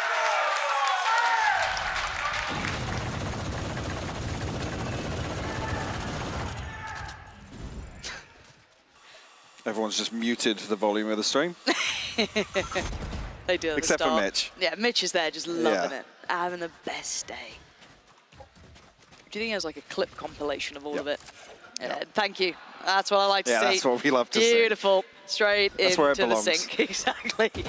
I want to see what they approach with this. This is an interesting... This is an adjustment, at least, to say the very least as well. Fortinho, keep in mind, Fortinho had that operator last time. They did go walkabouts in middle. One off the pit, and actually, this is to get Zacia's ultimate online. So I feel as if they're going to look towards ending, once again, towards A, with where Scream and Navera have been posted up very early on in this round. The fact that no one's willing to challenge now, obviously Navera with the operator makes it tougher. Thank you very much for that one. Left in the depths. But they've conditioned them to react to this so quickly. There's still 35 seconds, they can lean B. The pit works just as well on B. Yeah, oh yeah. Now last time around it went a little bit skew-if. There it is, you heard it. Does Nookie just dive in? Yeah, he does, it's Nookie. Sprays and prays and no one's answering. Navera's there with a shorty. Scream swings and finds what he wants. Rhyme goes down and now just 3 for Fortinho. Not feeling so great with that operator now. Cloud and Hoodie, what do you do? Try and work together. They found the first step forward, but look what's waiting. Everyone's got a shorty. It's horrible. This meta needs to die. Oh, bye-bye. That's just unpleasant. That's big though. Hoodie and Fortinho finding kills. Oh, Fortinho, that adjustment. Out of this world. XMS Thor 1v2, the timing. Gonna see the first, went for the second. Wow. Giants working it out with the shorty themselves, but finding Zeich was huge there. Yeah, just off the sound cue alone. That should have been 10-2. There's no way the Giants should be able to fight back in, especially with so much damage and a kill coming on the back of that Viper's pit. But what universe are we in right now? 9-3 half here for Carmine Court. Giants looked absolutely stunned from those early rounds. And it surprises me we didn't see the adaptation that I put to Giants. Well, I'll stop you right there. Go ahead. I think Giants made a decision at the right time. Carmine Court just had a feel for it coming out of the timeout. And actually, they had a number of other game plans. It just so happened around game where they could exploit Navera's TP and execute a beautiful pinch onto Rhyme C side. That's true. But in my eyes, Giants made the right decision. This was just Carmine Court, honestly, elevating themselves to a level we haven't actually seen before. Yeah, there's a lot of versatility in the way that they've approached this attacking half. Yeah, I just haven't seen the stars align like this for them in some time. And this isn't off the back of Scream. I'm pretty sure he's on the bottom of the board. This hasn't been a Scream one-man show. I think it's been Shin mostly doing a lot of the work and a couple of the others. XMS doing very well. But this one piece that they initially ran put Giants behind so far. And then as you highlighted, that lovely little TP piece that came through, a couple of other different looks that really just made Giants completely lost. And as well, game. It's perfectly read because after they forced this adjustment, there's a couple of times where they're actively going to deal with the utility. I think last round, a perfect example, as soon as they find that alarm bot, the alarm bot shot, it doesn't actually take contact on a player, and immediately this split comes through. Like I said, that pit, again, works on all 3 sites here, but where you want to really maximize value is on B site. Again, these close corners to have to clear. The choke points are so easily locked down with a snake bite or somebody just posted up inside with a shorty. So this is a perfect execution of an attacking half from Carmine Court here. Giants, I'll be honest, didn't have many chances to get back into some of these rounds. They were locked out, straight up locked out. Nice seeing Carmine Court playing outside of just Scream Go Kill as well, seeing that full strength of the team. I think Shin was the shining light of that squad very early days as well. A lot of saw that potential. Shin was their best player at locking in my eyes. Yeah. And it wasn't even close, to be honest with you. Nope. Wow. Okay, and I'm sure the desk is sweating because this does make those permutations a bit of a problem if it continues to play. We won't dare go towards that. That's not our job. That's not our job. I hear the words 5-way tie and I don't tune out. I don't even want to crunch the numbers. No, I can't count that high, so I'll leave it where it's at. But this now becomes such a fun prospect because we know the Giants have had some issues. They've faltered a couple of times to teams that they shouldn't be losing to, if I'm honest. We saw that not too long ago, so I wonder and I worry about that mental capability here when they get tested like this. And credit to Carmine Core, this isn't an upset game, really. They are outplaying Giants by every account. XMS feeling the potential here for a B hit to come through. I'm not sure if he's paranoid actually. The Nano Swan's been spotted, but pops it very early. Actually, a plant comes through, a full 5v5. The flash is perfect, but Scream actually turns it and finds the kill. Oh, the second not to be, but that first was obscene. Two players going to play back through by the door. Zysh going to be sitting patiently for this. Nevera going to find Hoodie. And a 3v3, XMS, Zysh and Nevera. Nookie, Ryman, Cloud, and Nevera's in danger, but he still gets to keep his life. And they try and pour on in. Cloud good for one, but not anymore. Nevera there for the trade. They know the other player. They know where Rhyme is. And this is messy. This is not landing until then. Rhyme, lovely shot. 1v2. Time ticking, though. Needs to find a kill here. And it's not going to happen. Rhyme holding that together towards the end. I don't know if Rhyme just is caught off guard by spotting Nevera there, but a couple of missed shots and it almost completely comes apart for Giants there. Nevera, perfect decision making as well. He's caught out in the open, able to turn around and convert that actually into a kill on site. Giants actually just win this out due to a couple of effective trades, actually. Yeah, I think that's Rhyme's imitation of Nevera's movement.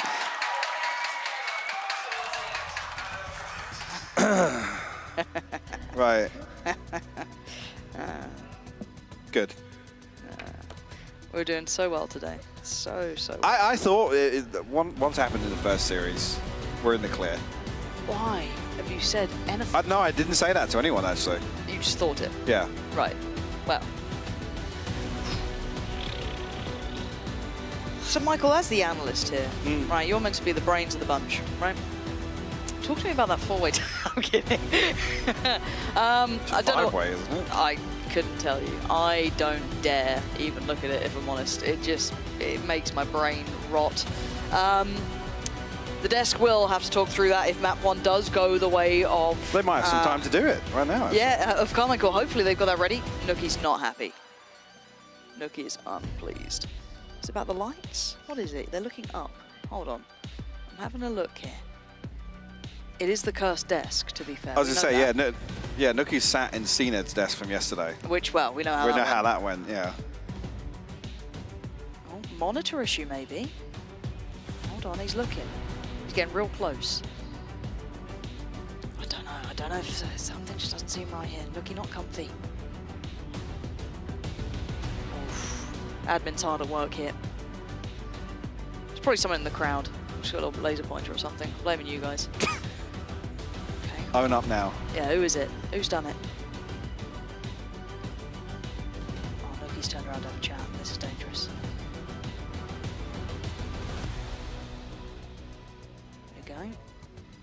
Wait, is that Sam out there?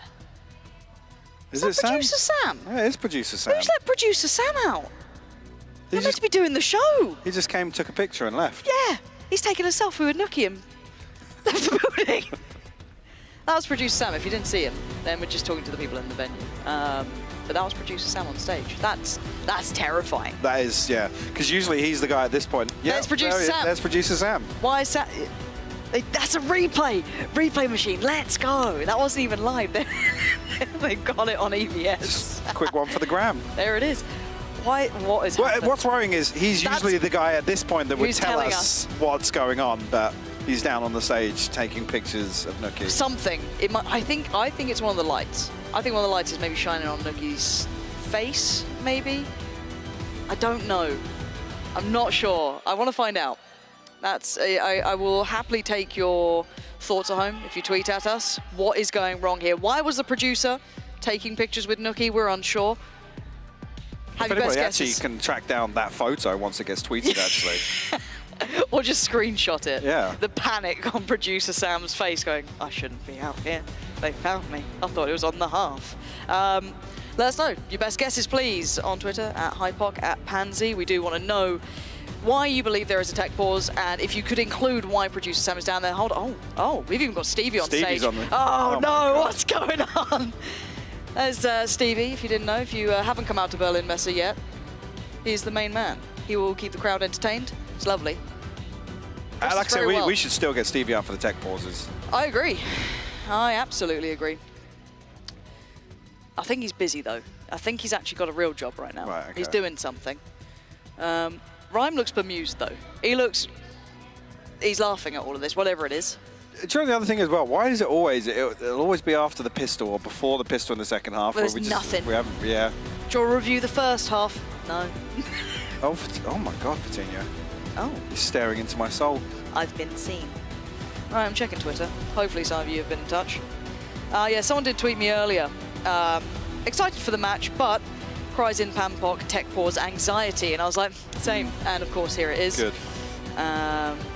Yeah, everyone just saying, hope we can make it through a full series without us cursing it. It's not us cursing it. I don't really think that's our fault.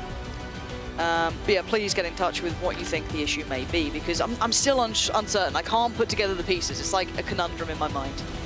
Michael, do you have a theory? Do you think it's the lights? I'm going for lights here. You're going lights? I'm going, there is a light that's shining at Nookie. He doesn't like it. It's distracting him. I mean, with how many bingo cards we're making for the broadcast recently, we should really have a tech pause bingo card for what is the cause. Oh, yes. It's like mouse issue. Headphones. I mean, that's you easy. put headphones on it. It's headphones.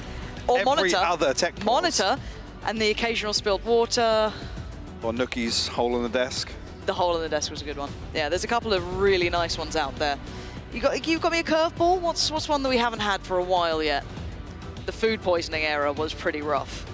Yeah, the tech pauses for toilet breaks, where there were no stage shots. You just see the players running. Yeah. So, that's not good. Wasn't that Champs? Wasn't that Champs a sushi incident? It was a sushi incident, yes. I believe so. A couple of players got hit heavy with that one. Yeah, a couple of players got hit heavy with it in the first week, and then people kept eating the sushi. It's crazy, isn't it? Yeah. You'd think they go, oh, that seems a bit dangerous. No, full commitment. Well, I just got confirmation. What is it? What is it? Drum roll, please. Hold on. It was a light in the face of one of the players. Oh, I'm so smart. I'm so smart. Oh. Wow. That's a new one. It's a rarity. It's a rarity. Because they've been here 8 weeks. Oh, but what if there's a new setup? What if they've changed it? What if Nookie's suddenly unleashed? Look, that's not a Nookie performance. 2 to 10. Yeah, that It's light the must lights. have been in his face. The whole time. Yep. Okay, well, it's fixed now. Here we are. Here comes the back bounce in the back. game. Pistol round on the board. Oof. 10 seconds on the clock. Yeah. Now it's moving. There we go. There we are. Well, thank you for your patience. Again. As always. Someone said, let's go Na'Vi. Yeah, showing up on the wrong day. Calming. Yeah, it's calming. Yeah. 2 shorties here, 2 sheriffs to work with for Carmine Court. It's again an opportunity, but again, with a couple of these players already playing very deep positions here. And actually, Vitinha will find Scream. That's one of the sheriffs removed immediately. Curious actually if Zayshawn Navarro is going to be able to pick that up here. Shouldn't be too much threat left in this round. There's all the light. Fully actualized Nookie now. And Giants in unison. How many exits do you think they get? Looking at the position, you'd hope it would only be XMS really to find one, but they don't even need to retreat past that alarm bot, to be honest with you. No. Don't expect anybody from Spawn to be barreling onto site anytime soon. Especially with this purchase, not really expecting Giants to go hunting either. It's 5 rifles across the board, Bulldogs, yes, but a Phantom in the hands of Cloud. Said XMS the only one really you're expected to find one, and he actually will. Nookie. Huh? Nookie fell as well. Yeah, 3 rifles. Where was keep he? the Phantom. I think maybe just towards front rubble, but. Oh, okay.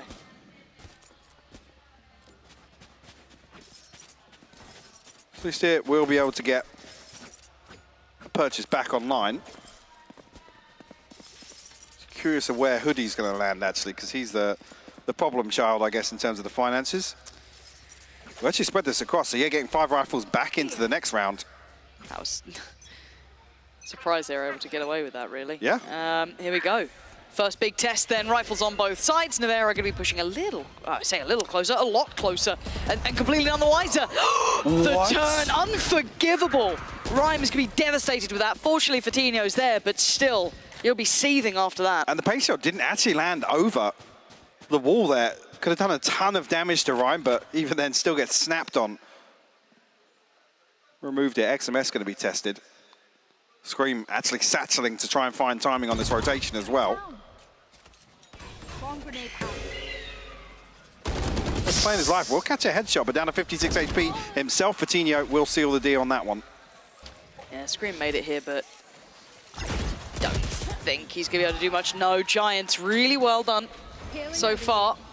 Handling every task that's been put in front of them. Zaish now on the case, waiting to see if he can catch the cross, not to be. Cloudburst put in to allow for the plant to come in. And now go down. Does Cloud get locked on the site? Probably not with the Seekers. Doesn't get punished. Zaish can be falling away from this and deciding that saving is the optimal option opposite over here. There's not going to be a chance of any other purchase for Carmine Core. Maybe an SMG, a Sheriff here and there. Giants already get themselves back on the board in the second half. Put this down to just a 3-round gap, and I'm curious really if Carmine Core's approach is actually going to be focused around taking this space away from Giants early on. How typically, yeah, they're not ones that are, especially with Fatino, we talk about him being a little more conservative. It's not really him usually exploding as soon as that spawn barrier drops. So whether or not Giants are going to be able to wait out that first wave, maybe just post up Nookie there, potentially Hoodie as well, just to kind of spread thin on the default. See here, there's a paint shell I was talking about, just landing on top, but it's actually a blind kill that Fatino finds that trade. I mean, if Nevera is able to reset off that, again, it was already a big win, but you're trading off controllers, especially if Nevera is able to reset. It would have been a huge advantage early on for Carmine Core, especially then if you're leaning towards a C-site retake, as we know happened a little later on in the round.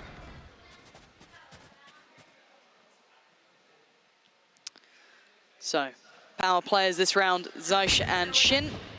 Coming for Carmine Core, the only two really remaining with those rifles. Everyone else on the pistols.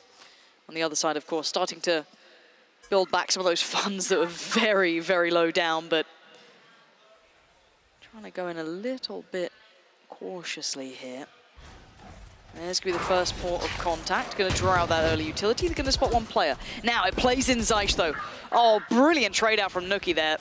Taking away the big thread, but XMS still alive. Going to pick that up, and that's a rifle back into play. Okay, and now look at Scream as well. Just going to fill the void with that shorty. And there's rifles left down here. As Nookie's conscious to try and control him, but he can't really stay here with Hoodie and Rhyme now making their way across towards 8. I'm not even sure actually if when Nevera's going to... Yeah, he's going to pick it up now. Going to hear the TP. Does he try and isolate one? Just got his smoke on. Still his paranoia. 30 seconds left. Decides to go for the close smoke. Buy a little time for Shin. We've now got 3 rifles coming back into this for Carmine Core, though.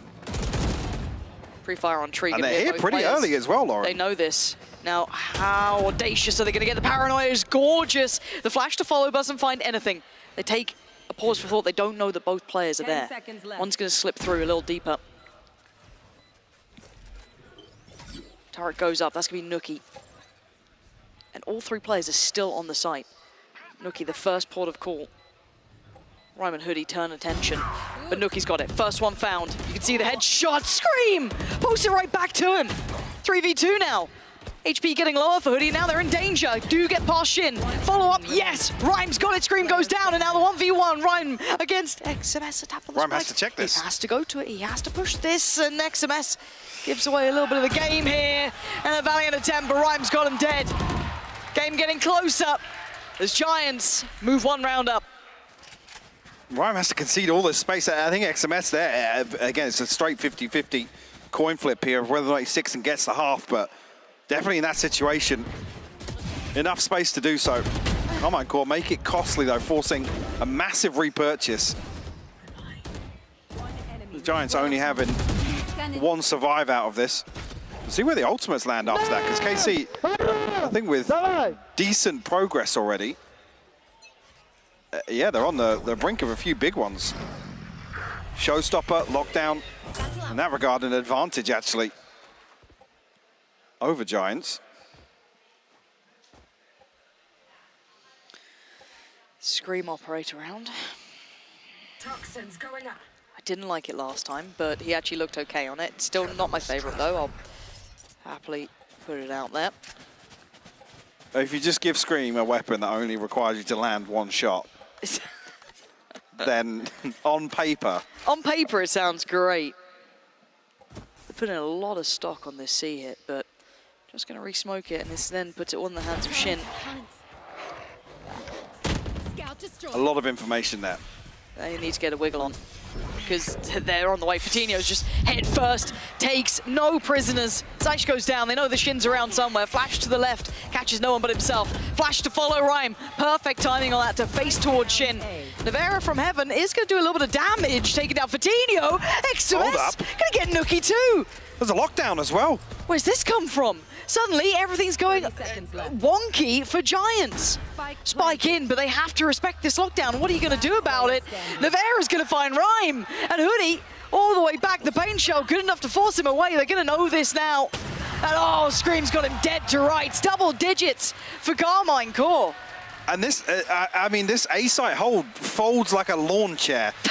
Like, all it takes is for a snakebite to be posted in behind that Trailblazer, and it buys them enough time to just back up and play a crossfire or something on site. But again, the dash here from Fatino isolates Zaish perfectly, but then Carmine Core still catch them on this Heaven cross. I honestly don't think Giants are expecting it to have bodies there so quickly.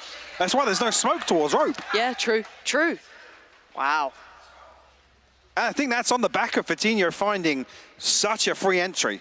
Yeah, I guess they took it for granted to an extent. And now we get to see the test. Scream and Operator. Bodies heading his way. Oh, he's good for it. Takes down Fatino. Barely saw him. And they still want to try and apply some pressure. But Scream on the reset going to get punished. He's got the showstopper there as well. A little bit overzealous to find a second kill. Now actually leaves XMS in a situation where he's popped up his U2 as well. This is getting a little bit wild, but they're winning! How's XMS got a fall up there? This is unbelievable, Carmine Core. Just butchering anyone walking in towards C. I didn't think they had any right to that. And the timing on the swings is perfect.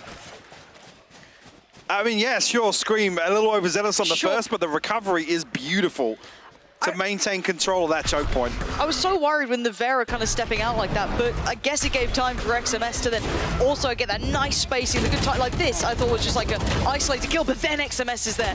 Really nice push and pull. Which is something, again, isolated engagements has been a huge issue for Carmine Core throughout this season. That there is a great example of something they've been able to improve upon, at least in the last few weeks. And demonstrating here today versus Giants. 4 rounds now separate them. Cloud almost a savant there fighting that kill. One off the Seeker's showstopper available. Scream still on this Operator. Viper's Pit and the Blade Storm available for Giants here. Looked a little similar for a second. Oh, Zaish, not even a chance in this. Fatino quick. I'm going to give himself a little rifle. Oh, going to come in as well. Keep in mind, Scream does have his. Still Operator on the go. He's not going to get much vision on this now. Trying to toy with him. Draw her out. No, but that utility. Second time of asking them, they are going to commit to this plant. And the problem could be if they look to stick inside this pit, the showstopper then becomes very valuable, but Fatino finds Shin from somewhere. Yeah, this is all going absolutely off script for Carmine Core. Nothing's really working. The Seekers didn't find what they wanted. The showstopper didn't really find anything. I think a bit of damage on Fatino, and that was it. Certainly not enough. So the last 3, you're not going to get much out of this now. So can they keep him locked on the site? Can they do enough damage to make this costly towards Giants? I mean, In this situation, you don't want to feed across the lockdown, across the attacking team. Ooh, trying to bait an XMS though. Oh, Yeah. Fidinho so aware. Not going to fall for any of that silly business. Now Scream's in a little bit of trouble. Do we see Carmine Court fight for an orb now? Do they try and pressure towards Rubble once again? Obviously, Mound is a fairly easy orb to obtain on the attack. Yeah. That one outside B, pretty difficult for the defenders to really contest that.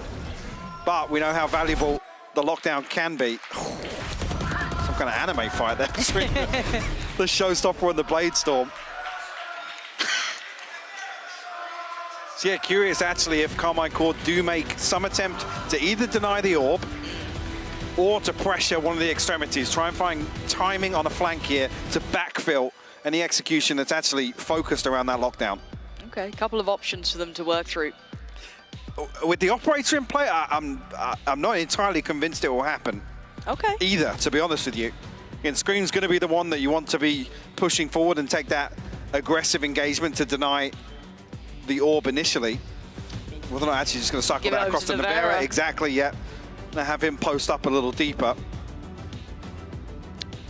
Guess we have to wait and see when we come back in. 11-8 though. What a game. Giants have gone right back into this. Yeah. Carmine Core on 11, but this one should have been concluded from the first start. I mean, it should have been 10-2. Let's be real about it. Absolutely. Yeah, what choices do they make here, Carmine Court? This is interesting. Where we see that operator will be a little telling, at least of one part of this. Oh, okay. Looks like Giants might even actually look to take it and maybe follow through towards a B site here. But I want to see Carmine Court sweep both extremities in that situation, to be honest with you. And then the question becomes how much space the Giants take on the back of the lockdown, if that is the plan. Pings are coming through. Looks as if that is going to be the intent here. Ready. There's that lockdown. This should be pretty much the site. So how much progress do we see from Giants? How much space do they take away from Carmine Core's retake? Right now. Gonna let that ult run its full course. Oh, Scream gets caught by that on the way out. Spike planted. It looks like the focus is through towards that C-Link side. Fidinho gonna find Zysh. That's lovely from Hoodie. The timing gorgeous. XMS punished. This is basically save. Yeah. Call it there. Those 2 picks are enough. That is really well handled by Giants. Yeah, really, really well played. Like I said, Carmine Court, I don't know if the intention is here to actually deny both opposite sides of the map, but again, with the lockdown, the way the B site is laid out, that's usually the easiest to obtain with the lockdown. And immediately you can see the Trailblazer to follow through towards C-Link and clear out, isolating that first kill at the perfect moment, to be honest with you. Just so happens Hoodie catches the backside of XMS as well. And like I said, if both of your C-side anchors fall there, the retake is just not possible through this choke point. See, they hold, yeah, okay, so 3 weapons brought forward. And the buy around it is going to be shoddy at best. You don't want to... Ooh, okay, they're going as far as they can to try and supplement the 3 rifles they still have. But yeah, this was really nice. Instantaneous. To kind of, they just knew what the plan was, yeah. right? There was no second guessing. This timing couldn't have been better as well for Hoodie. Very well done. And it's only a drop in the pond. Those 2 rounds coming from Carmine Court are a lifeline, considering otherwise we'd be pretty much all even. Here we go again, though. 9 to 11. And Scream getting a missed shot, but Navarra makes up for it quickly. Pinches towards Hoodie, but look at the space gathered in the meantime. Now they know it. There has to be an awareness of this now. Giants starting to depend on this a little bit, but maybe it'll work out for them. This could be their best bet, and they have no information. Dog gets dealt with before he even gets through the smoke. XMS, chip damage achieved. Needs to stay alive here. Well, it's Nuki that you want to see stay alive, to be honest. He's considering trying to lurk behind this, find some space on C. Again, with what happened in the previous round, though, you can see at least XMS considering the possibility that anybody's going to progress once again into that C-Link area. Oh! Scream, though. What is that? The shot back from Rhyme ain't bad either, though. Going to find Shin on this one. Nuki's flying gets cancelled, has to come back. The adjustment, Rhyme. Stunning. XMS on the trade. Hold on. They've made something out of nothing here. Fidinho and Nuki, though, last 2 standing. Opposing sides on this taking a little bit of damage on the way towards the spike. He knows where they are. Lovely work! Vitinho with a round. And Giants on the doorstep now. Carmine Core, a little worried here. Two members of Carmine Core are broke as well. 300 credits carried across from the previous. So you see how the purchase is going to lie. I think Scream snapping up a rifle immediately. But this first blood comes through at, what, 126 on the clock? Carmine Core just unable to get into a position to stop this B site hit coming through. You think as well, with such a freebie to open up, they can set up for both other sites comfortably. Broke or not, we got a buy. Gonna need something from this man here.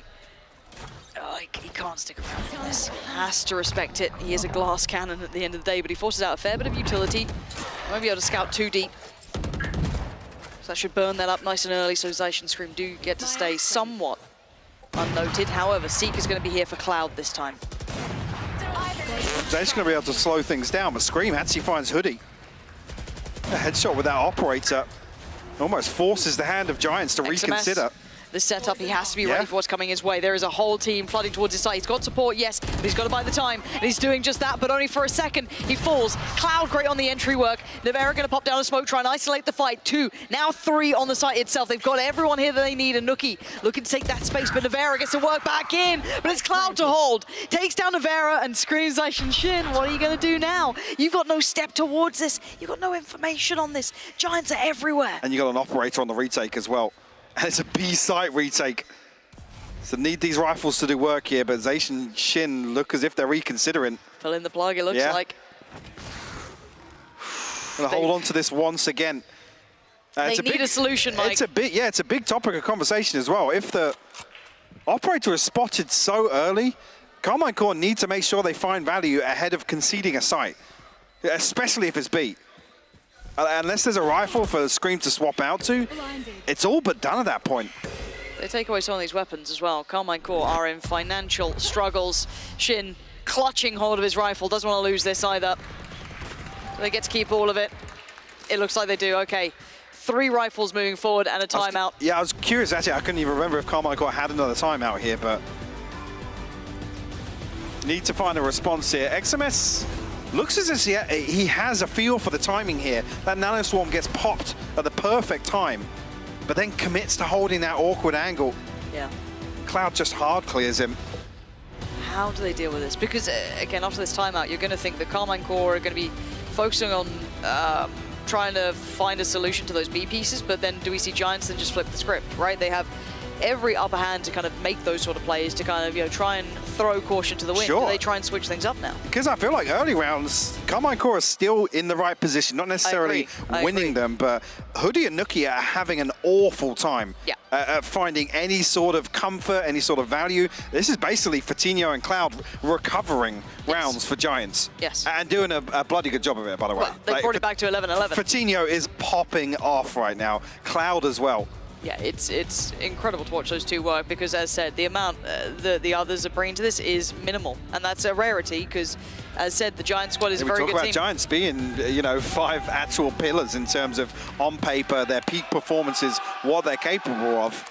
But this is very top-heavy right now. Rhyme had a stinker to start this map as well. Here's the adjust. Okay, so XMS goes towards the A site. Right place, right time. They're in the right place for this, unless they obviously go for a B split, which could still be a possibility, but let's find out. We go back into the round, 11 apiece to Giants finally take the lead here. All even. And an early rotation. Yeah, Zeiss actually going to swap out for Scream here. And Giants, no secrets about this on the way in. Trailblazer burnt up. A little bit of space taken on the back of it. Scream on a wild swing there. But the lockdown actually comes after that kill is conceded.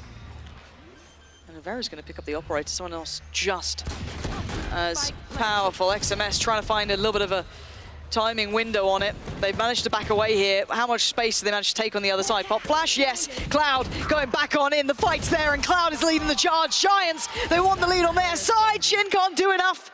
Zeiss irrelevant to this. So far away, he can't turn the tide. He has to just sit back and watch the door still intact. There isn't anything for you here. Giants will be making this to 12. Yeah, and Carmichael just played out in terms of the pacing of this round. We talked about in the first half, actually, the biggest criticism has been their inability to grasp the mid-round, right? Making decisions under pressure and everybody executing from the same page. I think the second half has been in a couple of examples of that, to be honest with you.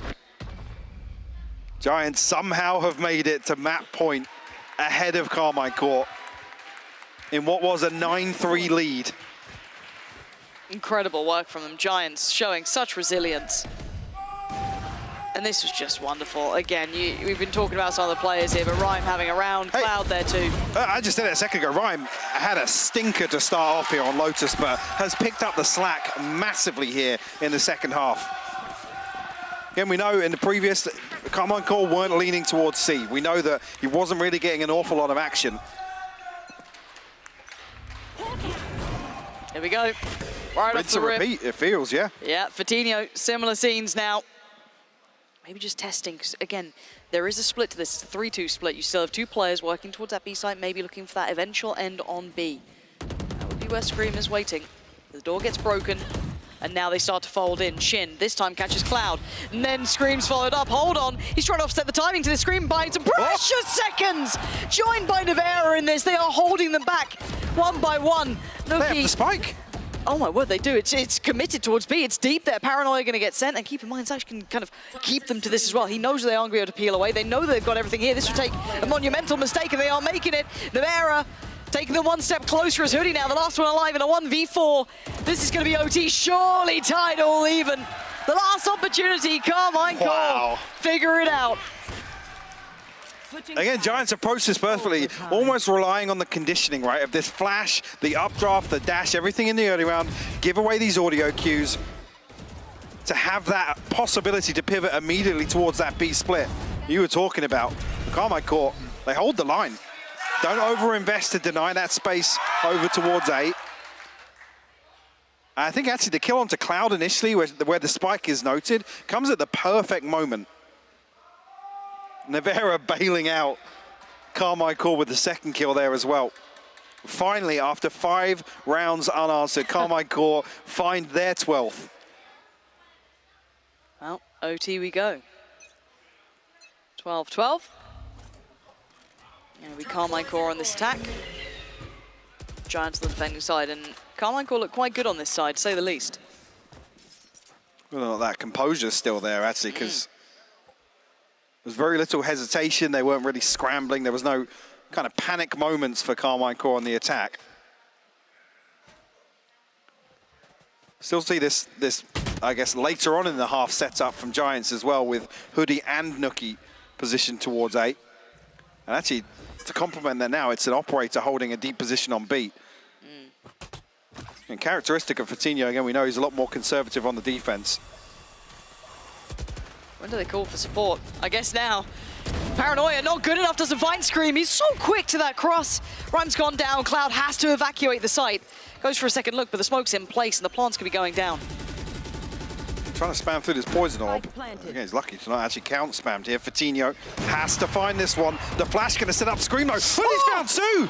Out of nowhere, Hoodie finds 2, keeps Fatinho alive, and now we're down to the 3. Zysh, Nevera, and XMS holding back what is about to be a wave, hitting towards us like 2 flashes for Cloud as well. These could be huge. First Nano Swarm burnt. Cloud getting closer now. Close corner cleared. Flash eaten by Nevera. Zysh does find Hoodie. Nevera does well, but not well enough. Cloud stays alive, comes back through. Are going to get the defuse. Giants take the upper hand. There's a moment here where that flash sets up Scream to close this round out entirely. Hoodie goes huge for Giants to bail out not just Fatinho, but actually enable that retake to even happen.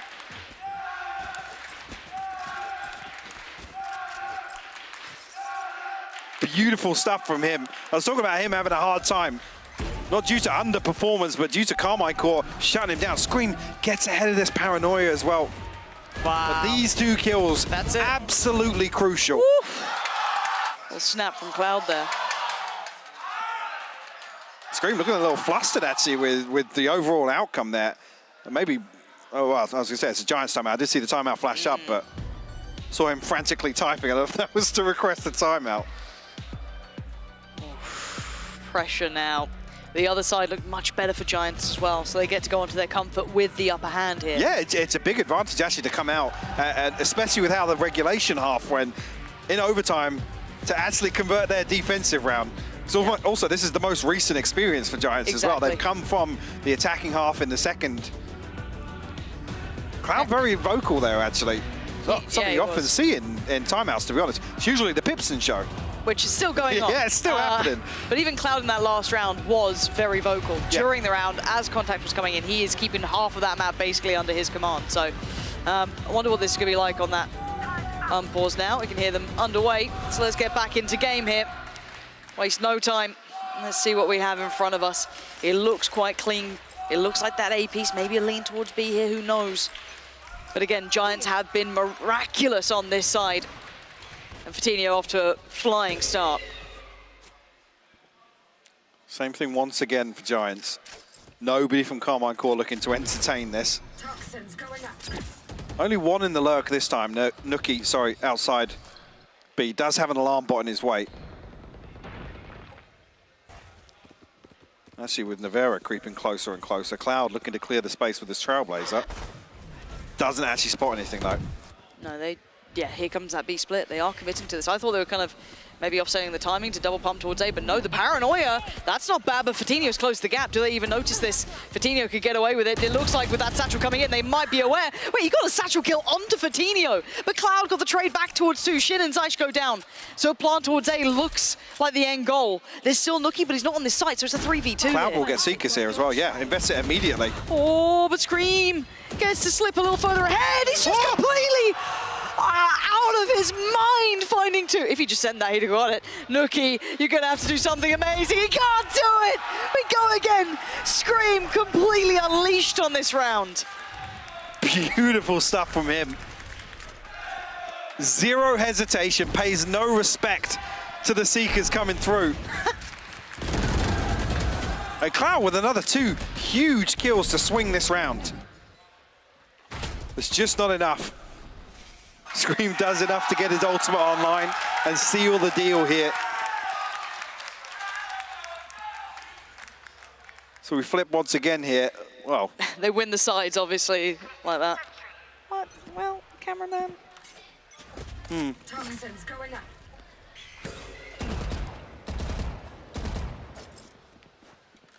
The initial flash here from Giant is going to leave Ryan posted up.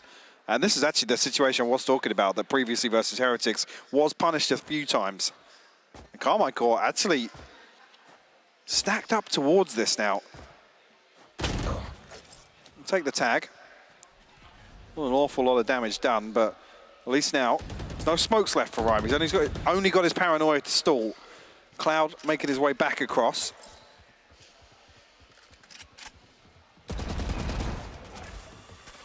Not sure if actually Carmine Core looking to commit behind this. Well, no, actually 2 sets of shots now. And the paranoia burn up very early on. Okay, Cloud unfazed, but gets found and put down. Hold on now. Do they get a clean cross towards the site? No, Fatinho with the punish, going to catch Scream. Trade not as good for Ryan this time. So now Fatinho tries to keep an eye on. Oh my God. Shin's a lucky boy. And XMS is absolutely out of his mind, and it's worked! They've taken the fight to them! Punched a hole straight through this retake, and puts it all down to Hoodie. Oh my word, he's making something of this. A 1v1, XMS needs to handle this. Oh my God. Did he get a tag? He got the frag as well! XMS with the shorty fades away and gets the round for Carmine Core. That's the operator from Giants that ultimately enables XMS to clutch this one out. This is such a wild round. Show me it again. Show me that end again. And look at this, the audacity to push like this. Yeah, he was 100, right? Well, the thing is, you said the audacity. They're looking to actually close the distance on the operator. Yeah. Lookie's the one that spams into the smoke, expecting Fatinho to pick back up onto that angle. So Carmine Core, you credit the decision-making there. 100%. It was the right call. 13-14, though. Carmine Core with the upper hand now. Scream. A lot on his plate, potentially. 2 players on the other side here. 3 trying to draw that attention towards A, but again, does he keep his cool? Does he stay focused in this? Giants starting to consider creeping closer. Scream waiting to around the corner. A shoulder shows, but a nice shoulder peek from Nookie, going to keep himself safe here. He slips away. Early info though, and this is Carmichael, I think, looking to catch the backside of that B-side split that's come through a number of times for them. Cloud finds one blind onto Shin. It feels like Cloud just can't not win. The guy's so good. Do they have to then subvert their expectations and go for this A piece instead? I think they might have to, but Zyche this time holds. Takes down Fatinho. The flash, not bad at all. Lovely. Sets into motion Rhyme. Takes out Zyche, but Scream! Oh, no. He walked the smoke and just went to his death, and now a 2v4. XMS and Navera outnumbered and outgunned. Cloud getting hungry for it too. He knows this. He's taken the space away from them. He's got God timing on this as well. Could not have done better at this. Might not be able to get the shot, but he might be able to relay this perfectly to his team. They're on the site, and I've got them dead in a couple of seconds. Just hold. They will never expect me here. The first victim found is XMS. And now Navera, not going to have a hope in hell. We go again. Giants clawing this one back. Yeah, Fatinho just absolutely rabid to find this kill onto Zyche. Again, we know the Giants have tried to rely on that a number of times, finding that kill very early on to make sure that there's a huge gap to get ahead of the rotation of Carmine Court. Even tanking the vulnerable here from the snakebite. The Giants actually follow through on that space created. I mean, the blind kill helps as well from Cloud, for sure.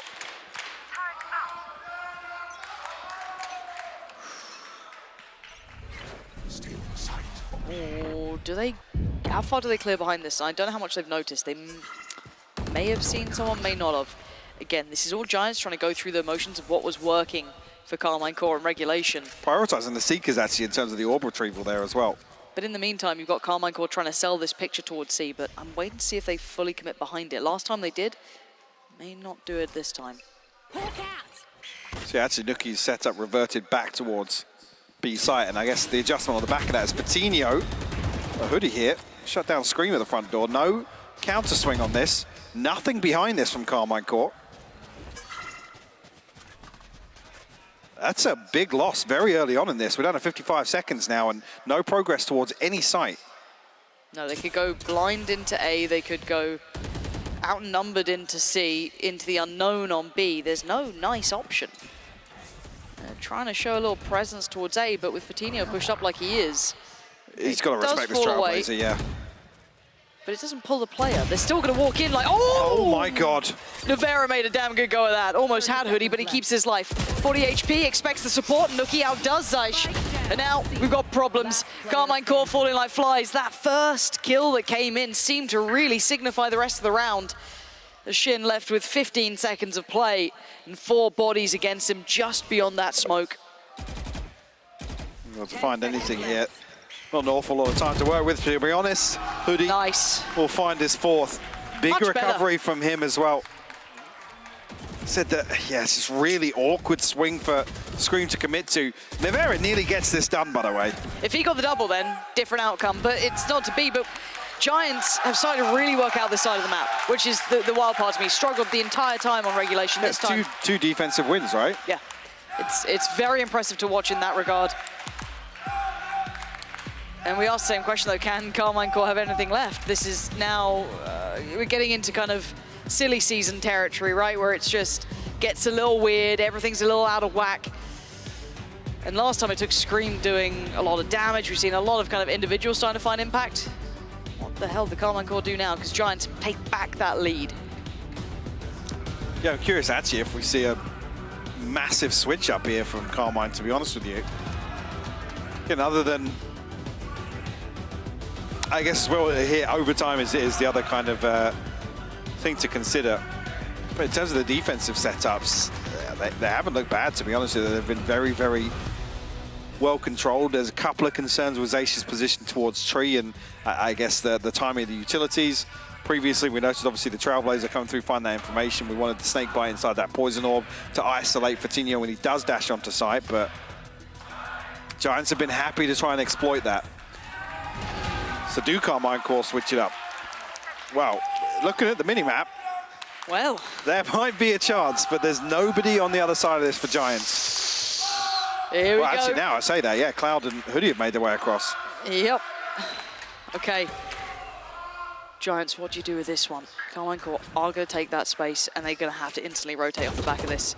XMS is in a world of trouble. Now, already you can see them go through the protocol list here, Giants, though. Clear, close, clear as soon as they go towards the site. They've noted XMS. Now they start to pour on in. They're not seeing anything else. They're seeing no other resistance. Smoke towards CT. TP taken for Rhyme, and the Paranoia ready. Sends it. Don't think it catches, but still has to be respected. And the site's theirs. It couldn't have gone better for Giants in this, but they will get a 5v5 retake potentially. A split-second decision here. Now Swarm's down on the plant as well. No flank coming through for Carmine Corp. Everyone funneled between Spawn and Connector here. There's a load of bodies inside that smoke, but Patino actually catches XMS. They might just push this forward. He's in danger, turns the flash preemptively, but the Paranoia as well. He's in so much danger, has Navarra by his side, but it doesn't seem to matter. Giants holding on to this so well. Patino having a round here still. He's absolutely tearing them apart. Patino ends with flair. What a map from him. And that is to close things out. Again, a fantastic performance across the map from him. We're talking about actually when a couple of the individuals of Giants were really struggling in that first half. It was Fatinho excelling above and beyond the Call of Duty to actually bring Giants into a realistic position here on Lotus. Just taking a breath after that one. Hey, take my hats off to Carmine Corp though. What a team. Yeah. I mean, they made a game out of that because I think, honestly, on paper, we looked at this very much favorably towards Giants. We're going off of results. Yes, a blip, but still. I was going to say, yeah, a blip, and this almost feels like they've squashed their demons because that matchup versus Heretics, there were a number of opportunities where actually Giants should have closed out Lotus. So the fact actually here they've done that, again, almost kind of righting their wrongs from that previous blip. Yes, maybe they can take a sigh of relief in that and kind of cool down a little because it's still a series to go. This is only map one. It feels like a long one, and it was, but it was a great map one. I hope we get that sort of competition going forward, so do not go anywhere.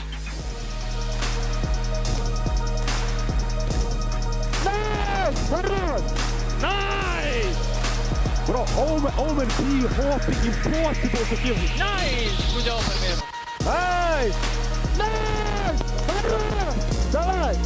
Хорош! Хорош! Nice! Nice, Amir! Nice! Nice! Well played. Nice! Nice!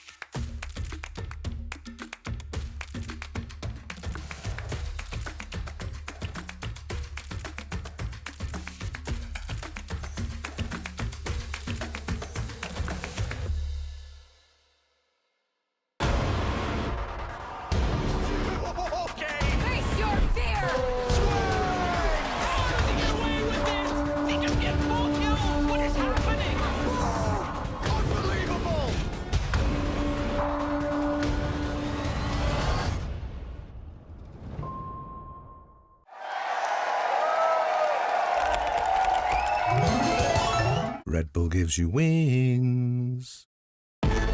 Zero distraction. Zero doubt. Zero opposition.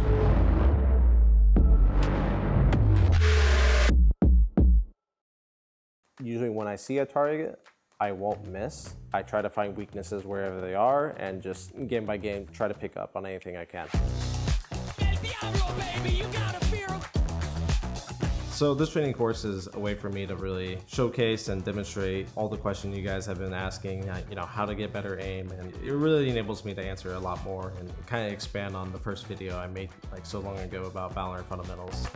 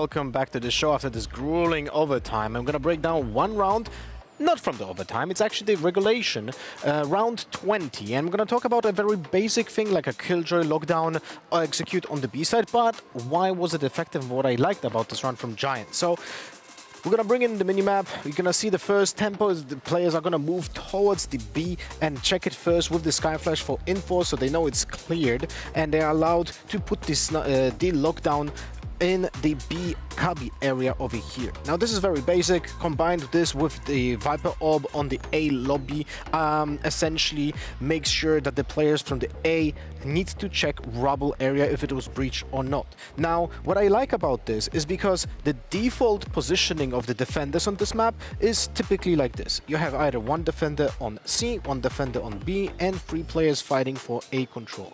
Or the other option would be 2 defenders on C, 0 defenders on B, and 3 players fighting for A control again, because of the Killjoy utility that is typically put on B. Now, what this Killjoy lockdown allows in the first tempo is essentially split the defenders into 2 halves. So essentially, it's like attackers are playing one portion of the map, while the defenders have essentially been playing from the 2 other sides of the map, which makes them completely disjointed. And that allows now the attackers to save the utility to enter the site, because as we know, the angles from the Killjoy lockdown here, I'm gonna go back a little bit, the angles that are allowed the defenders to have after the Killjoy lockdown, they don't put the attackers into any kind of danger, right? Because those angles here are not beneficial for the defenders to have a gunfight when the site is breached. The same happens over here. So essentially, because of that, one smoke on the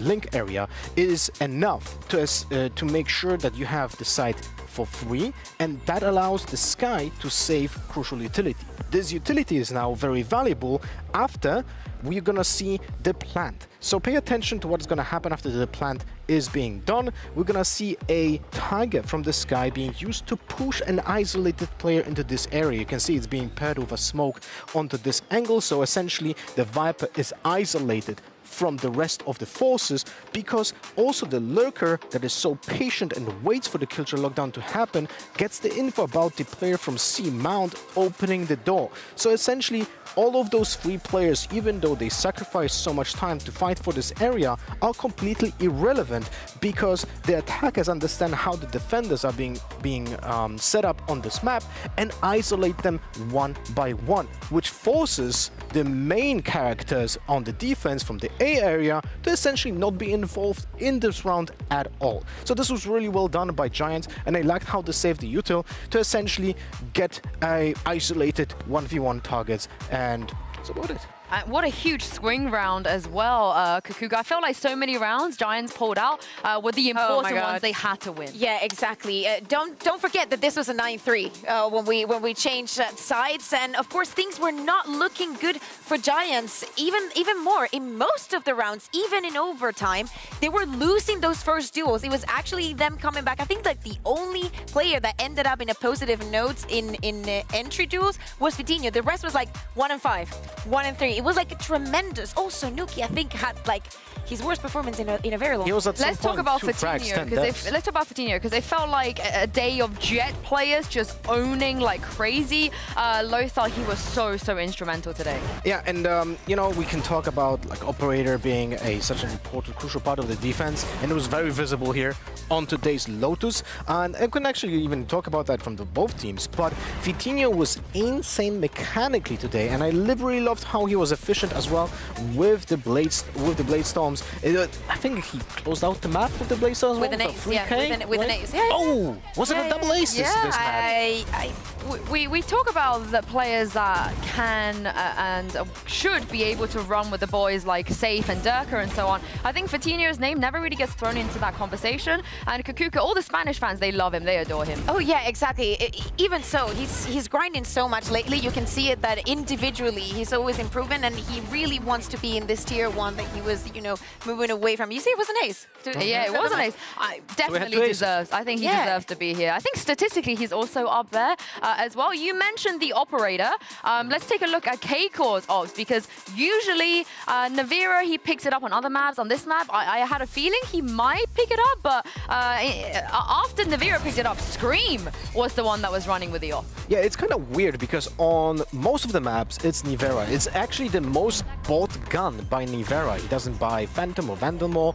It's the operator. But on Lotus, he actually goes with the rifles more. While before this map happened, he actually had only 8 times the operator being bought, while Scream had 4. But somehow, on this particular map, we have seen Scream pick it up more, even though he didn't have a single kill with an operator so far on Lotus. Yeah, and he did well on it as well. A lot of impact from him. I will say, though, this game has so much riding on it. Kakuka for BBL and Vitality, in particularly here for BBL. Yeah, exactly. So if you look at the middle, you see that Vitality win. Okay, that's what we're starting from. So if BBL are to win, Giants are 1 map away from qualifying them. So as simple as that. Giants wins the next map now that they've won the first one. BBL just need to win. No need for tiebreakers. No need for anything else. Wow, that's going to be kind of wild. But Lothar and Kakuka, we're moving on to Ascent here. I feel like it's probably a good place for Giants to 2-0 if you guys want to go over and show what you have. It historically hasn't been great for K-Core on this map. I don't think on this roster they've ever actually won it. I'm mad at myself that I didn't say, show me what you got the moment you said it. Oh, okay. Well, you did. Pansy says it a lot. Show me what you got. Okay, so what we got here for Ascent is actually a lookout to how Giants decides to play this map. And actually wanted to put a little bit of attention here towards this wall that Hoodie uses on B lobby. It's very important because he actually has a lot of effect on it. Funny enough, you're like, okay, so how are they going to control that mid part, right? Knowing that they do not have that Killjoy. It's going to be mostly Fiti trying to get those initial duels and actually putting a lot of pressure on the operator. We just saw Scream going on the operator. Is it something that we're going to see on the chat as well? It's something that we have also seen from Liquid when it comes to Save. Save is also playing that aggressive role on the bottom mid. But you mentioned that Viper wall. I actually love this Viper wall because it allows you to just cut off this singular corner when it comes to holding that angle at the beginning of the round. Yeah, there's another one I think that Heretics that Mixwell was using that also cuts up this part onto mid. Maybe we see Giants upgrading onto that one or maybe using it momentaneously. But as you see, and as we mentioned, they play without a Killjoy, so you need that proactiveness and different ways of controlling mid. For the other side, the rest is pretty basic, right? But we see a couple of times that Hoodie is going to be starting onto A, but mostly it's going to be supporting or actually reacting to something that they see on the map. I'm actually very happy that we bring up the Viper because this map, same as Haven, are very established when it comes to the metagame and the positioning on it. And stuff like this Viper that is being put into this map changes the dynamic of it and also puts more attention, I hope, for the attackers to bring into that mid area here. Yeah, exactly. That's what we can expect. I just want to see Scream going in the operator on the jet. I mean, he has to have a great performance there because for K-Core, they have never really won this map here in VCT EMEA. They played it a whole bunch of times, but they've never able to find that win. And like Kakuka explained, if you are a BBL fan, you're going to be delighted right now. You are supporting Giants all the way. And not so much if you're a Vitality fan. A Vitality fan, I feel like you're on the opposite side of this. Yeah, exactly. I mean, you will be supporting K-Core, but as we said, that the first map got really, really close. In fact, it is the first time that it goes that far and Giants gets the win. They had a 50% after playing it 4 times of win rate, and it was those very dominant games, the ones that they managed to close out. The ones that went almost all the way, they ended up losing. Well, let's see if they can do it again here as we head into Agent Select. Lothar, as you explained, Giants, they love this Viper. I don't expect to see anything different. We see Hoodie. Well, that is different because XMS was playing on the Killjoy, if I'm not mistaken. So maybe there he's just gonna swap. Okay, finally. This is his debut agent, by the way. Debut map. I was so mad at K-Core this entire time, not putting Navira on the KJ and XMS on the smokes. Finally, I am so happy about this. Wasn't Ascent the map that Navira played the for ace the first on the time pistol. and he got an ace on the pistol? Yeah. But it just makes so much more sense because XMS has a ton of experience playing smokes as well. Yeah, exactly. It was actually at the beginning of this year. It was in locking that Nivera started playing controllers, started playing that Omen. So let's see if maybe this changes are enough for them. They also, you know, move away back to the Fate. I just hope that XMS doesn't pick up the op again and smoke himself off, as we have seen in the past when they still played with Scream as the IGL, because that just broke my mind. Yes, also talking about a Scream and that operator and those duels, last time that they played this map, it was very close against Navi, even though he ended up 0-8 in those first duels. One more tidbit, because on Lotus we have seen a very big reversal of roles. The attackers typically had the order performance, and defense was the side that was very effective for both of the teams, and I wonder if it's gonna be effective now. I got it. Well, let's see, Pansy and Hypog, if Giants can bring this home for the BBL fans. Yes, the BBL fans are waiting patiently for the outcome of this, and I'm sure a lot of other teams are waiting with their eyes peeled to see where they stand at the end of this. But map 1 was a surprise to us, Mike. I think it went beyond our expectations of quality. Do you think that can extend to map 2 here, potentially? No. Okay. That is the short answer there. Talk to me why. Tell me. I just, Ascent, even where Carmine Core have shown some improvements, this has been the everlasting issue, to be honest with you. Do you think the role swaps are enough? No. I really don't. I want to be as realistic as possible for this one to go the distance. Lotus needs to be the one for me that Carmine Core closed out. Needs to be confident as well. We always talk about obviously closing maps out in terms of momentum, especially you're going to come back and lose map 2 and aim towards the 3rd map. Yeah, I'm not sold. Unless Carmine Core come out here and completely flip the script. Yeah, I'm absolutely Which, hey, do you know what, actually, I'll eat my words a little bit. They did on map 1 for me. Okay, well, look, we've got a couple of outliers here. Map 1 certainly kind of gave us confidence in areas we weren't expecting, but map 2 is going to have their work cut out. And Giants are certainly very good at this as well. So we'll see if some of the similar issues do appear, or if simply those role swaps are enough. Now, going into this, it'll be Giants on the attack and Carmine Core on the defending side. Other thing as well, Scream's going to have his hands full in terms of this head-to-head as well, because Fatinho was heating up towards the end of map 1. Yeah, Fatinho's been absolutely brilliant so far. Could do a bit of that here. That's going to do the job. Oh, come off it, Scream. And again, any more? No, Shin's there for the helping hand. But Carmine Core with the perfect beginning. I said he'd have his hands, have his hands full. He had a lot to deal with there, and passes with flying colours. Nivera. Not so colourful in terms of passing, but nonetheless, it's a flawless. Yes, yes. About a D sort of pass, isn't it? I'm not sure. I don't think I even got that. I think I got like E's because I didn't turn up for school. Okay. Oh, that turned dark. Oh look, you know, childhood trauma gives you character. Now at this point, exactly. Cool. All right, round 2, I guess. Was Nuki the one that died actually behind Cloud? Nuki's had a horrible series. Yeah, this has been an awful day of Valorant for him so far, to be honest. To be fair, he seems to be taking it in stride. Sometimes those games happen. If you're going to have Fatinho... Oh, straight through smoke there, it looked like. Rhyme's gone down. I was expecting it, honestly, to be Nuki at that point. Chip damage. Nice paranoia. Didn't catch all of them, though. Yeah, so Scream's got to be a little careful. Lovely work here. Slowly but surely working them down. Doesn't need to overdo this, though. Cloud actually connecting towards Zyche. That's not bad for XMS. Again, getting a little sloppy now. Careful here. The rifle has to come in to clean up. Nivera not letting this go out of his grip, but Cloud willing to make a challenge of it. Does he find a fair fight on Shin here? Not particularly. Oh, that's a belting shot. And now Shin is a little more nervous. Yeah, because Scream's got 3 HP. Cloud obviously heavily tagged up. The decay takes effect here. Only got 10 for himself, but an opportunity to recover this rifle, actually. Because Scream has, disconnected all the way back from this. Maybe doesn't want to give away the sound cue initially, but commits to it now. Deploying drone. Now, they've doubled up towards playing together here on Cap. Cloud. 30 seconds left. This is still possible. No, okay, Shin, he's there. Thank God for that. Yeah, Phantom back in play. Got a little bit worried. Nonetheless, 2 on the board for Carmine Core. Scream will actually pick up the operator here in round 3.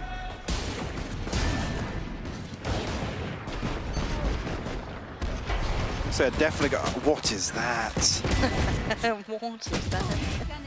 Scream's wallbang was fairly impressive. Call it luck. But yeah, interested to see actually how he approaches this. Fatinho, see, we know what he's capable of in this map in particular. And still concerns around this operator being in his hands as well. And just, I guess how crucial it is in terms of success here on Ascent, particularly on the defense. So early work towards middle, at least for Giants, has been very diligent trying to clear any of that, or at least identify that operator in play, so that's going to be nice. They're fully aware now. And looking at what Shin's got, though, very light on the purchase. Be careful now. Yeah, they're going to take that space instantly, not really respecting anything in the way. There is utility, though, which Fatinho happy to charge through, but oh, that was not pretty from Nevera. Scream there to try and make the most of this. Does at least catch Fatinho, but the cross going to be happening. They're through. Shin on the back of the site, though, is going to be seen. They know where he's at. Nuki's there to find XMS, and Giants taking full control of this. And Zaish, well, he's got the operator, but he's got very little interest in the rest of this round. I definitely want to try and hold on to this hoodie on a wild swing. Gonna find it. Yeah, should have the time to be able to recover this as well. Yeah, just about. Lovely. Take Gets that. an operator into the hands of Fatinho here on the attack. That's a big upgrade for him, actually. Well, Giants want to look to slow things down a little bit now. Big reveal, actually, to enable Scream to find that kill, but two massive picks from Nuki. Yeah, a couple of clips last time Giants played on Ascent. Especially after map 1, you're going to want to see him to have that reset here coming into Ascent. Yeah, it's hard to not like how Nuki plays, so it's like you got to hope that he warms into this game, because that's another layer to Giants that we haven't really seen in full effect yet, but they haven't necessarily needed him in that way. Fatinho's been more than enough to leverage anything missing, but still seeing a couple of gaps here. Scream one away. I mean, also the other thing as well is you always have Cloud to count on. Oh, of course. So yeah, rock solid. There's always a contingency available. Giants set up very cautiously here, actually. No progress into A main at all. Other than the Prowler, I've been trying to catch a feel for, I guess, if there's any aggression on the side of Carmine Core, but this rotation is coming through fairly preemptively. I'm not even sure, actually, if, well, they're not going to be close enough to hear the alarm bot, but now Nevera back in range for it. Seeing probably both players here. Shin got a lot to deal with. completely smothered. Nevera deleted, and now Shin's in, bye-bye. Seen for a second and he's gone. Cloud, lovely work, and honestly, Giants just really flexing throughout this. That's a forced save here. There's nothing else that they can really achieve. This is very clean from Giants. Yeah, Nuki finds the same kill again, by the way.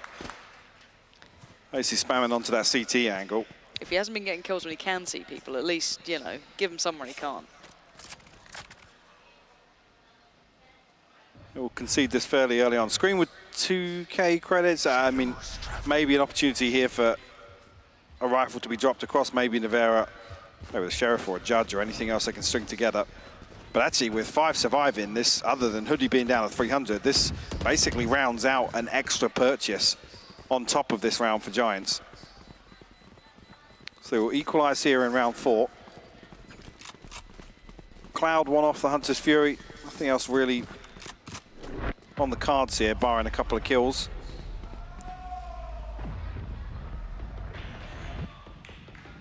Scream one off the Blade Storm though, so it does look for an early pick.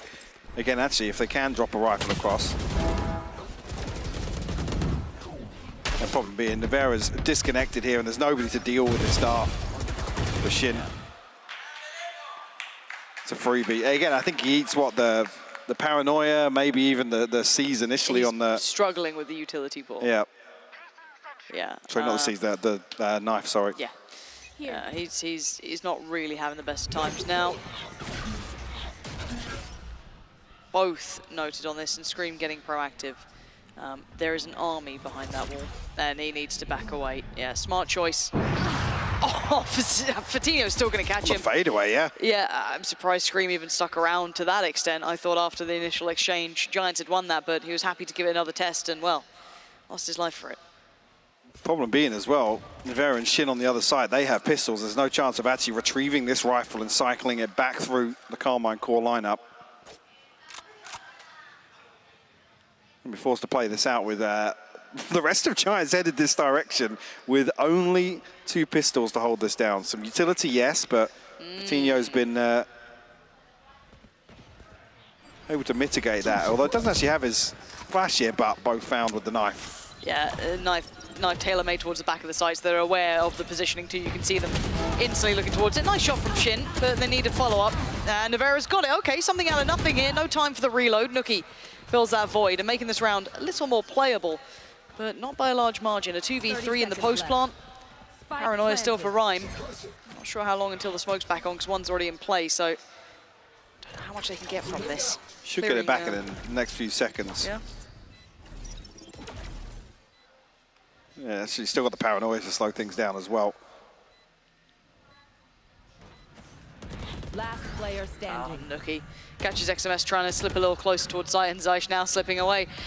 Okay, let's kind of talk about this because I think this is going to be more of a similar thing. We saw Common Core doing initially quite well, right? A couple of individuals, sure, popping off, but what do they need on this map, Mike? And I know if you had the clean answer to that, you'd probably be their coach, but I'm going to be calling the way out, but that's about it. But bigger picture, if we're talking kind of general statements, how do they deal with at least this that's been put at them? It's actually a positive here that Coutinho's got the operator, because that's going to slow down Giants' attack, and we know actually how well Giants are able to follow up on some of his dash plays into smokes, particularly on A.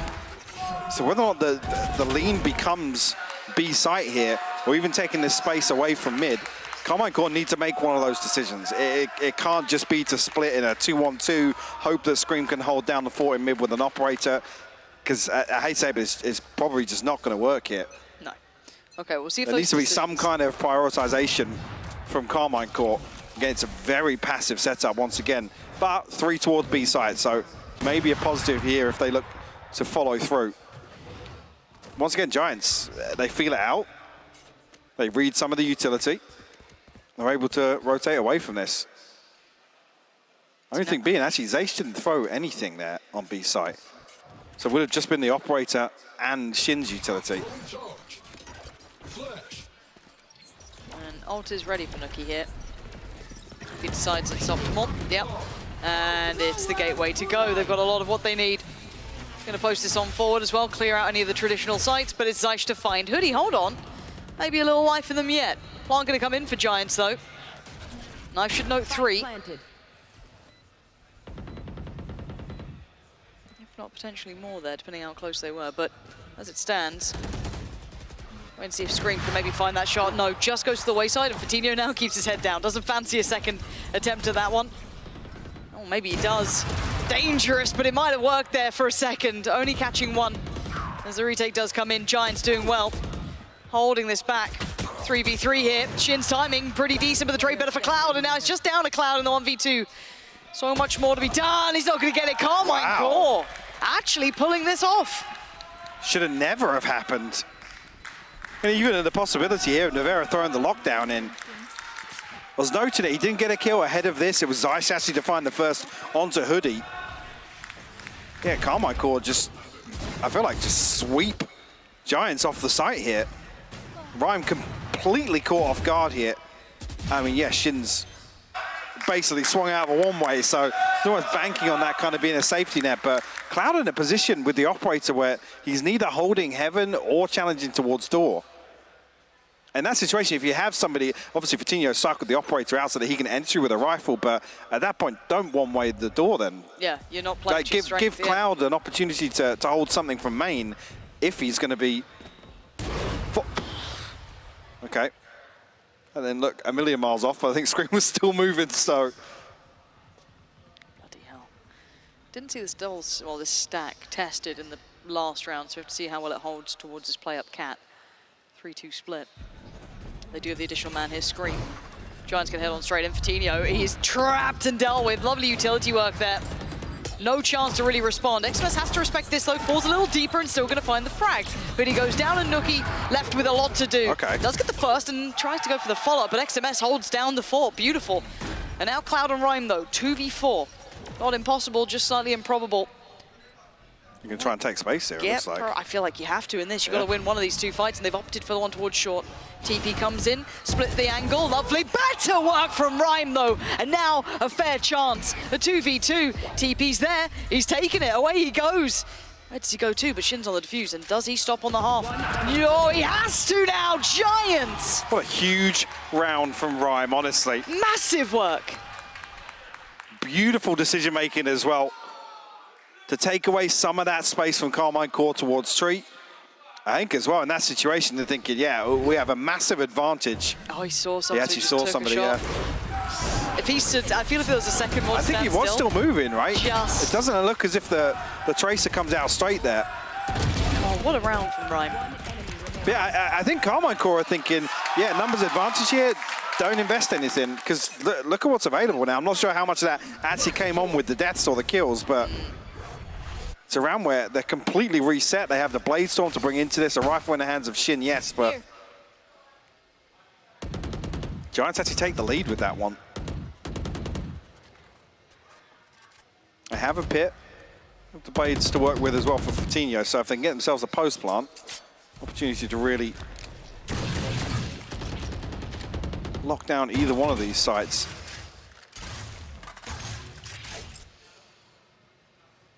Testing the waters towards middle. See if they can draw anything out here. Scream not really actively fighting this. Yes, tempted, sure, but no bigger commitment as Giants slowly filtering back through towards the A site. Maybe not this round because of the purchase, but one thing I do want to see is Zaysh and Scream just working in unison. I want to see them kind of tied, attached to the hip almost.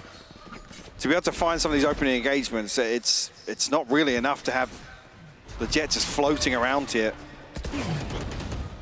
They've made no real subtlety about this. They're on the site here. Nevera only going to get one this time. Giants still on the site, and Scream not given much of a chance, waiting, but no one taking the bait there. But the swing comes in, and Shin's going to find the kill. Hold on. Cloud with the operator now, sees another target, can't quite connect. But time, 12 seconds. They actually just about close it out. Giants faltering there.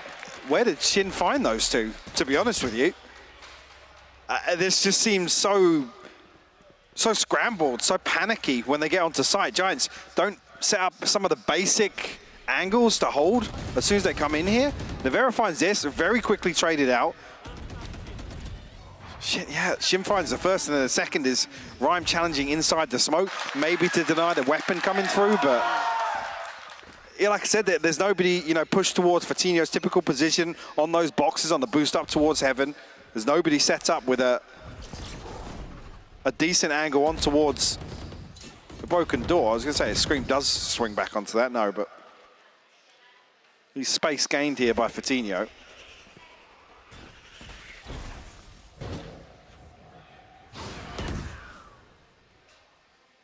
So there's lots of examples of Carmine Core using utility, and there's nothing behind it. It's purely fact finders. It's to bait somebody into shooting it or revealing their position. I mean, we're not seeing Zaysh flash screaming anywhere. Maybe not going to see it with the operator regardless, but The timing on this. I like and the that, commitment, though. yeah. It didn't do as much as they'd want, but they do have Scream right in between them all, though. The shot not going to land by any margin. Giants flood the site. XMS is still here, but he's been noted. He's only got that shorty for now. Switches out to the rifle. They had it in the pocket. Not bad on one, but not enough. Body still favoring. Hello. Oh, until then, Nevera. He's got the lockdown too. Forcing Cloud to fight 7 bullets. So Nevera, what do you do with this? Cloud's going to get his way. Going to deal with that lockdown. And now there's problems. Does Cloud get to slip away? Beautiful play from Cloud, and Nevera hoping that the respect would come through and lets it go. Yeah, it's just not committing to one way or the other, to be honest with you. At that point, it doesn't seal all the way towards backside, but I feel like even that's a win if you can force that player into an unfavorable position. Yeah, predictable position, known position. It's tough here because Nevera finds 2 beautiful kills on the way back in.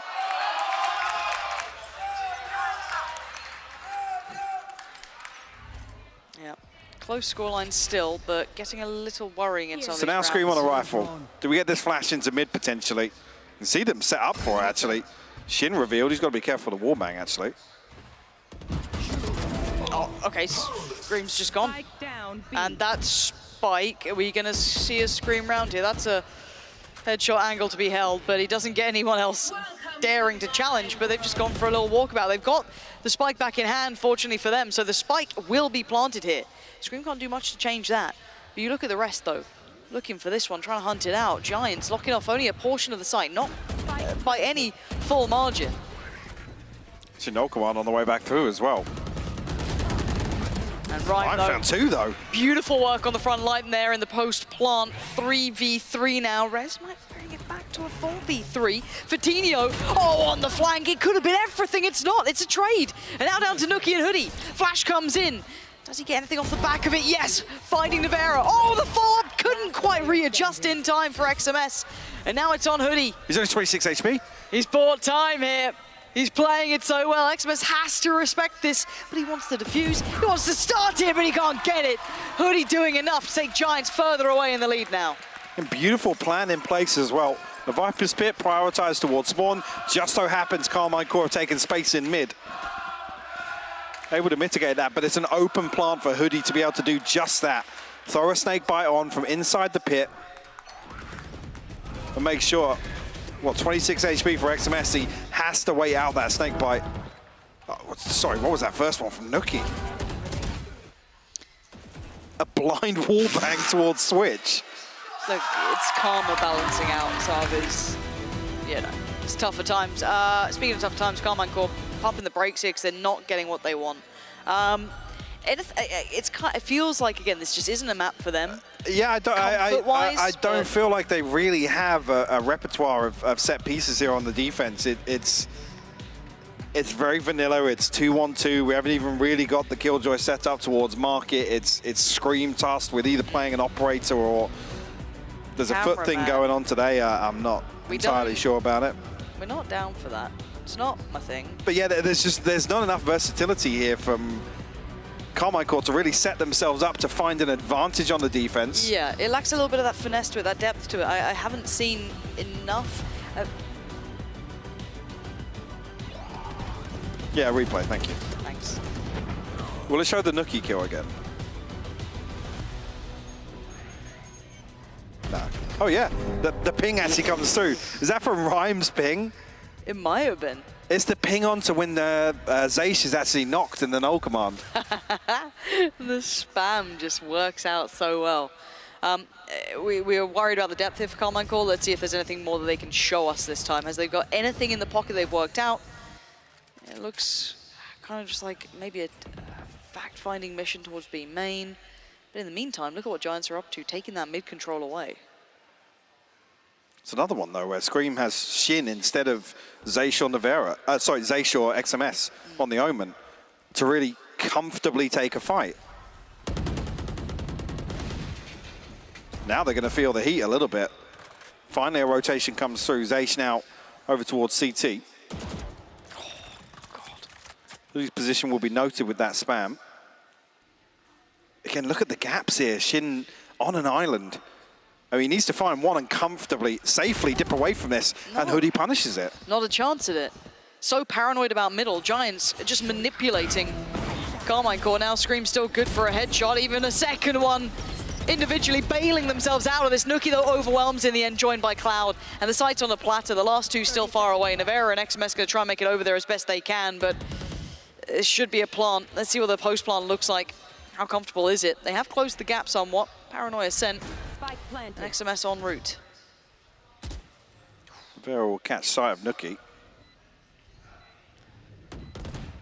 He's still trying to toy with them, keep their attention turned, maybe allow XMS a little bit closer, but smoke comes back into play. Rhyme should hear that, though. He's close enough to hear where that smoke's come from. He seems very aware of it. Oh, he still outdoes him. Hold on. Oh. XMS there thought he might have had that 5 HP left on Cloud, but there still was Nuki to get past. But again, this feels like a very Carmine Core round to lose. Again, just look at the minimap here, and I hate to say it, but what is Zaysh achieving here? He preemptively rotates across. Shin is pushed in B main, and Zaysh is over towards spawn. This knife comes through. It's it's just so bizarre to watch. It's like Shin either needs to find 2 and cleanly reset from that, or Scream needs to find 3 with no flash, no counter swing, nobody to bait him in, nothing. These just aren't complementary positions. And this is all created by somebody shooting the door, by the way, on Market. Oh, no, Navera, keep your head down. And the follow-up as well. It's a beautiful bait, though. Rhyme TP's up to heaven, so Navera actually turns to try and deal with it. Stunning work between the two. The difference in synergy, look at some of these little pieces. Yeah, set for success. Scream can't make much more than one here. Guardian still in play. And, well, this is looking wrapped up with a bow on it here. Yeah, no access on the other side either. Hoodie still patrolling that. This just doesn't look in the wheelhouse of Carmine Core at all. Compared to map 1, what a 9-day difference this is. Absolutely. We're starting to see that time difference of capability, how much they've been able to prep for this. This just doesn't look there for Carmine Core. A4 half, definitely doable, but Carmine Core needs to show, I'll be honest, the same control that they had over the Lotus attacking half, to be honest with you. Those early round protocols were absolutely key to their success. Look at that. It's a beautiful bait. Has to turn and look. Wow. As well, actually, it was a Hunter's Fury coming through as well on top of that. Yeah, and again, bigger picture, Giants doing really well to not fall into a trap of playing scrappy or messy. They're just slicing through Carmine Core here. This is a clean game from them. Very little resistance, I'll be honest. It's like, you know, every so often when you commit to some of these dry gunfights, yeah, you're going to win some rounds for sure, but it's not sustainable. Giants, unfortunately, running away with that sort of game, to be honest with you. Yeah. Because they are stacked up. They're playing the attack. More often than not, it's 3 or 4 people funneling through the same choke point. So how do you expect, you know, whether it be Navera and Shin or whoever's holding on to this B site, that they can really stop being basically overwhelmed by numbers alone? Yeah. There's just such little value to the utility on the side of Carmine Core in this defense. And I think if we're going to be brutally honest about it, let's run it back to what you said at the start of this, where we were talking win conditions, everything else. They had to have won it map 1. I think that's pretty fair here. They could probably death ball on the other side a little bit. They can maybe, you know, pug it out a little bit. But again, the synergy difference is palpable. Very between apparent, the two. yeah. Very different. And I even love the kind of like little lean towards middle, draw the attention away, keep all eyes turned, double pump back. It's just, wow. I mean, I hate to say it as well, but if you're going to play a game of fundamentals here, Giants win out on that front. Yes. Every day of the week? Yes, every day. I was going to say 9 times out of 10, but I'll correct to every day of the week. Yeah, they've recovered well after a very scrappy game in map 1, being forced to their limit a little bit there. Confidence now going into map 2 probably for themselves. And for Carmine Core, it looks like a workable scoreline, but I'm a bit worried that they lack that capability. Maybe they can synergize here and just try and scrap it out, but once we talk about fundamentals, it does sit. I mean, I hate to say it, coming to the attacking half, some of the things I'm talking about here, I want to see Zacian Shin setting up Scream. That has to happen here in the second half. And like, it's a non-starter otherwise. And this is the crazy thing in my books as well, is that when Scream's been in rosters that can facilitate him, he's incredible, and I still think we need to see more of that. I'd love to see what he can achieve when he's getting more and more comfortable on these duelists, as he's more willing to kind of play that role in a more traditional sense.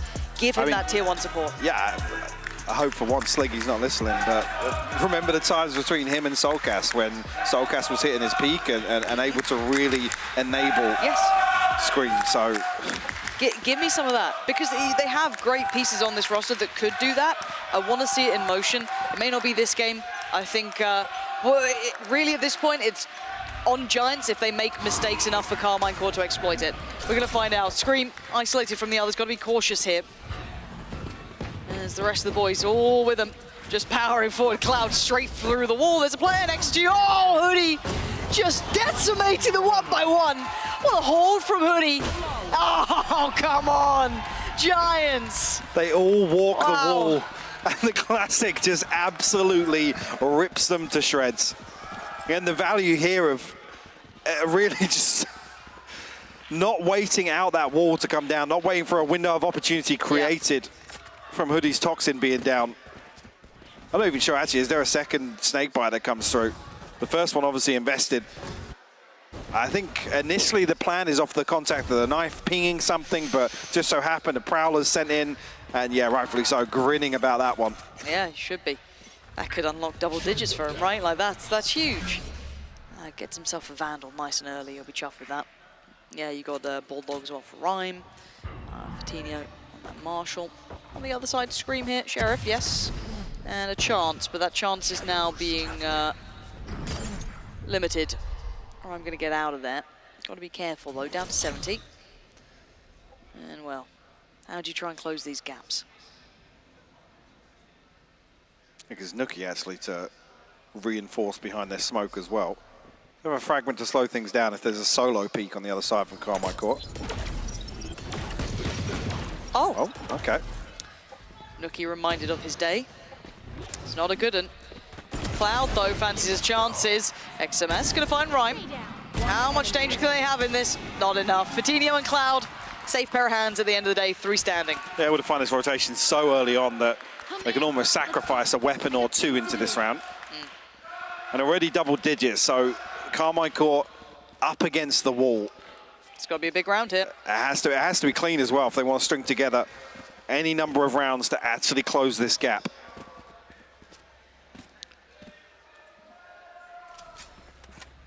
As we enter this Logitech G power-up round. I was waiting for you to say it. Well, look, I was giving you the chance. I know you like But no, I can see it on your face. Don't look at me. Look at the screen. Hello. That's not... Oh, dear. There was a trade there. A little bit worried if it went beyond that, but now Nuki! Oh, come on. Here we are. We said it had to be clean, and at this point, it would be lucky if it's a round win. 2v3. Now, Scream still has the Vandal. Nevera on the Phantom. The spike is on A main. They fully commit to this engagement when both Scream and Nevera are positioned outside B main. Oh, dear. This is such a tough situation to recover now. Yes, 2 rifles. Now, but there's just so many question marks here, Lauren. Now, turret's down, though. Facing the wrong way.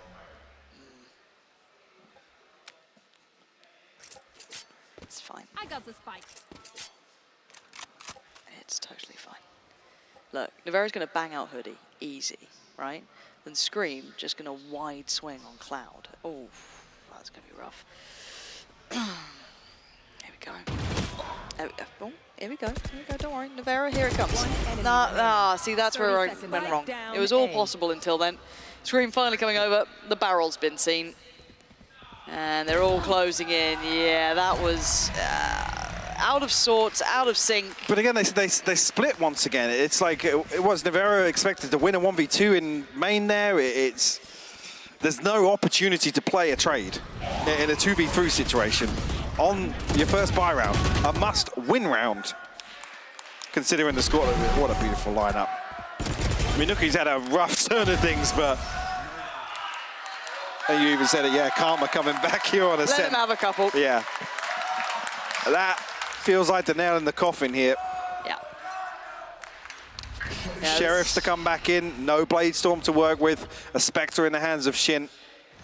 Operator online now for Coutinho. Oh, dear, I thought there might have been a tag on the secondary player there too. Rhyme, not as clean there, but still. Keeping them at bay for the rotation to come through. Doesn't even get noted on the TP as well. Looking at a spot 1 on the dash pass, that's going to be Scream, obviously. But halted before he can progress much further. Fight found, Nevera falls, and the map gets smaller. They're stuck towards tree. They have to fight their way out. XMS does win against Nuki.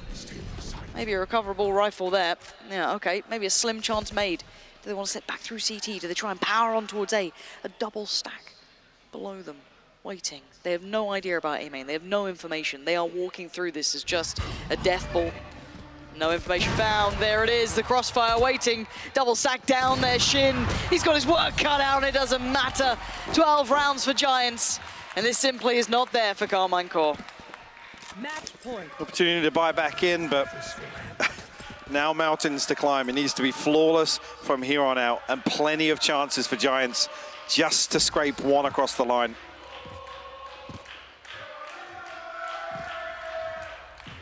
Ultimate's just about coming online now for Giants as well.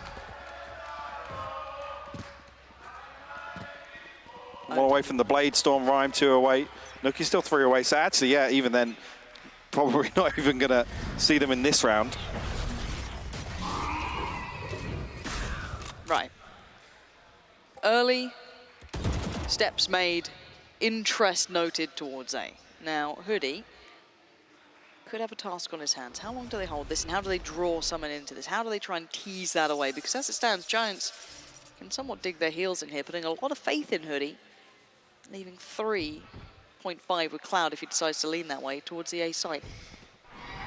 And it looks like they're coming back this way. The spike's yet to move, though. You give away an early audio cue as well. Probably got to wait for Shin's utility here, to be honest with you. Unless they just want to stack up and try and take a favourable engagement towards Rhyme. There's a little bit of a gap between him and the next member of Giants, yes, but if he can just slow things down. This paranoia could be nasty as well. But it is. Yep, there's the hole. One gets sent back, doesn't find it. Yeah, Rhyme's suppressed, but he's still standing. Still able to fight, but Carmine Core slipped past. Scream's found Fatinho. The site's on a platter now. Do they get in and do the spike down? Door broken. And they now put Giants to the test.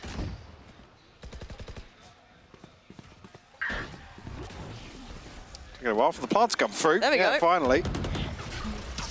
Actually enables Giants to get here. Everybody ready for this retake now. Yeah, and they're just flying on down. 2 up top still. Oh dear, Cloud's found Avera. Starting to get a little strained here. Just Nuki left alive in a 1v2. He's not going to do it this round. It'll be Carmine Core with a lifeline. And a thin one at that. Curious actually of Giants' progress now towards Ultimates. Yeah. One off the Hunter's Fury, one off the Null Command. The Blade Storm available, Rhyme's TP as well. On the other side, Carmine Core do have some tools at their disposal. Lockdown being one of them. Fatinho actually just caught completely off guard there with that angle. I think he's even holding the angle towards main from way out on right side heaven. Almost no need for that. With the other half of the setup that we did see, sorry, between Nuki and Rhyme. Get out of my way. Just heard it, knives are there. Fatinho with the operator as well though, so wonder if that does get a little bit of a match. This jump can be a little tricky sometimes. Scream looking for the updraft. You should run. Lockdown's there. Fatinho actually got a little pocket to peek out from as well. Now we got to go towards the site. All right, Scream should see one of them towards. There we go. Scream's got it. Takes down Ryan, but Fatinho did trade out towards XMS. Spike still to be yet just about planted. Nice shot from Scream. Takes down Nuki. Face your fear. He's looking for more. Actually, Fatinho going to punish it. So now actually a 3v3 here. And Fatinho eating up that decay. Actually pops the Blade Storm. Yeah, they're going to commit to this pretty quickly as well. Hoodie's probably noted too. Fatinho starting to step forward, finding Zaish, now looks for a follow-up. He's got it as well. All down to one Navera. Back to the wall, tucked in the corner. It's all but over. It should be done. Fatinho denied the second ace to close out a map tonight. Giants stabilize, hold on to the advantage here on Ascent. Unfortunately, Carmine Core barely with a look in, to be honest with you. Yeah, this map not quite there in the repertoire yet for Carmine Core. Map 1, much better. Looking actually very competitive. Could have been their win, wasn't to be today. Giants, a reminder of who they're meant to be today, it feels. A team that was fabled to go towards top end of things, truly looked like a big contender. We're starting to see that hit a little late, but sure, they've corrected from some of those mistakes they've made. For sure, I think as well, just to highlight that I don't want to say the difference in approach, but the difference in execution between how Carmine Core found a lot of success on Lotus. We just didn't see that replicated. We didn't even see the same sort of intentions in terms of the execution here on Ascent. And maybe that is just played out with very early on. There's a round deficit, you know, those buy rounds become even more precarious, and yeah, just a little heartbreaking, to be honest with you. Yeah, because it's very easy for recency bias almost to come into mind and think, Absolutely, yeah. oh, well, that game fizzled out, map 2 was rubbish. For a team that I wasn't excited at all to watch at the start of the season, you know, they won my heart over, and that was just based on a couple of individual map performances. Yeah.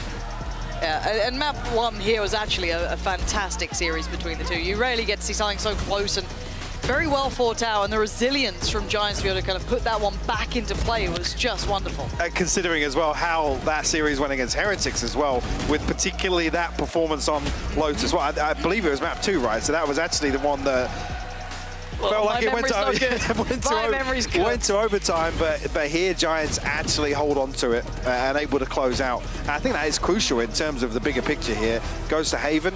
Haven, anything's possible there. It can be a coin flip sometimes, but for me, Carmine Core needed to close out Lotus. Yeah, I would have quite liked to see a third map, if I'm honest.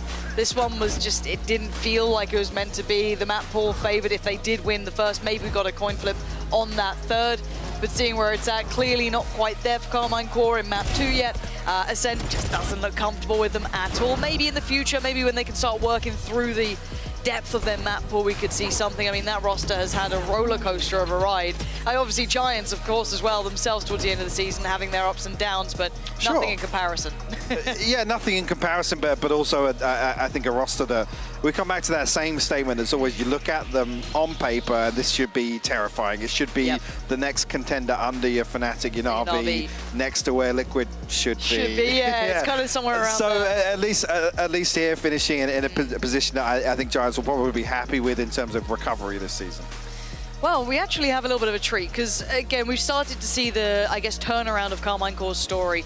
And we maybe get to find out from the players themselves how that's been going down for them, how they've been trying to adjust things going forward. So do stick around for the post-plant where they'll be joining us to have a chat. Nice! Nice! Nice! Nice, Gary! Nice! Nice! Nice! Nice! Nice! Nice! Nice! Nice! Nice! They're talking about my one-top.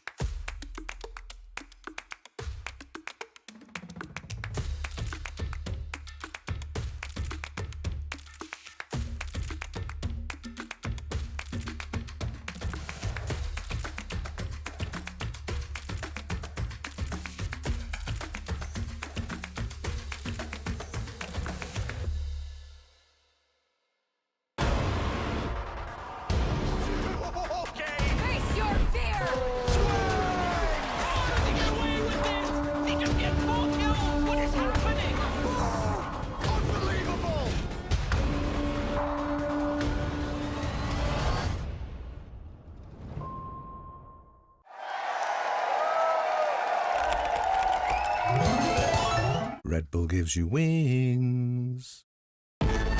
Zero distraction. Zero doubt. Zero opposition.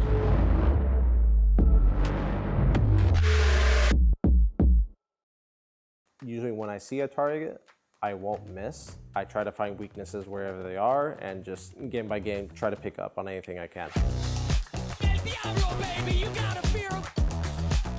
So this training course is a way for me to really showcase and demonstrate all the questions you guys have been asking, you know, how to get better aim, and it really enables me to answer a lot more and kind of expand on the first video I made like so long ago about Valorant fundamentals.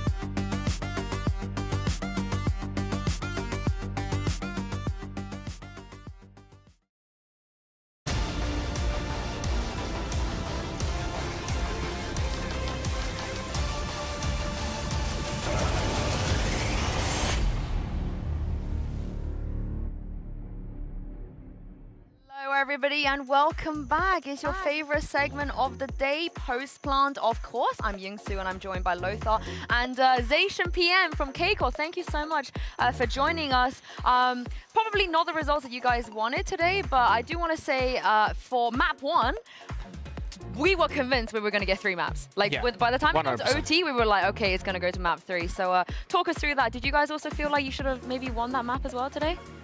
Honestly, like, Lotus can't go out of my mind right now because we threw so much rounds. Like, we had it.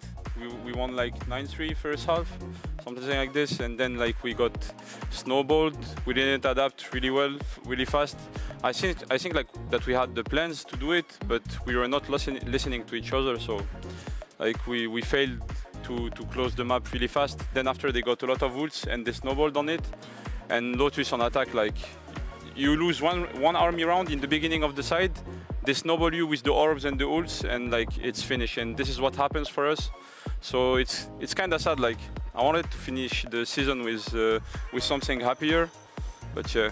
Yeah, but on the bright side, your attack side of Lotus was actually very efficient. Yeah. Could you tell me, like, what was your approach to that map on the attack to make it that? Because in the past, your Lotus defense was actually more efficient than the attack, so you swept it around.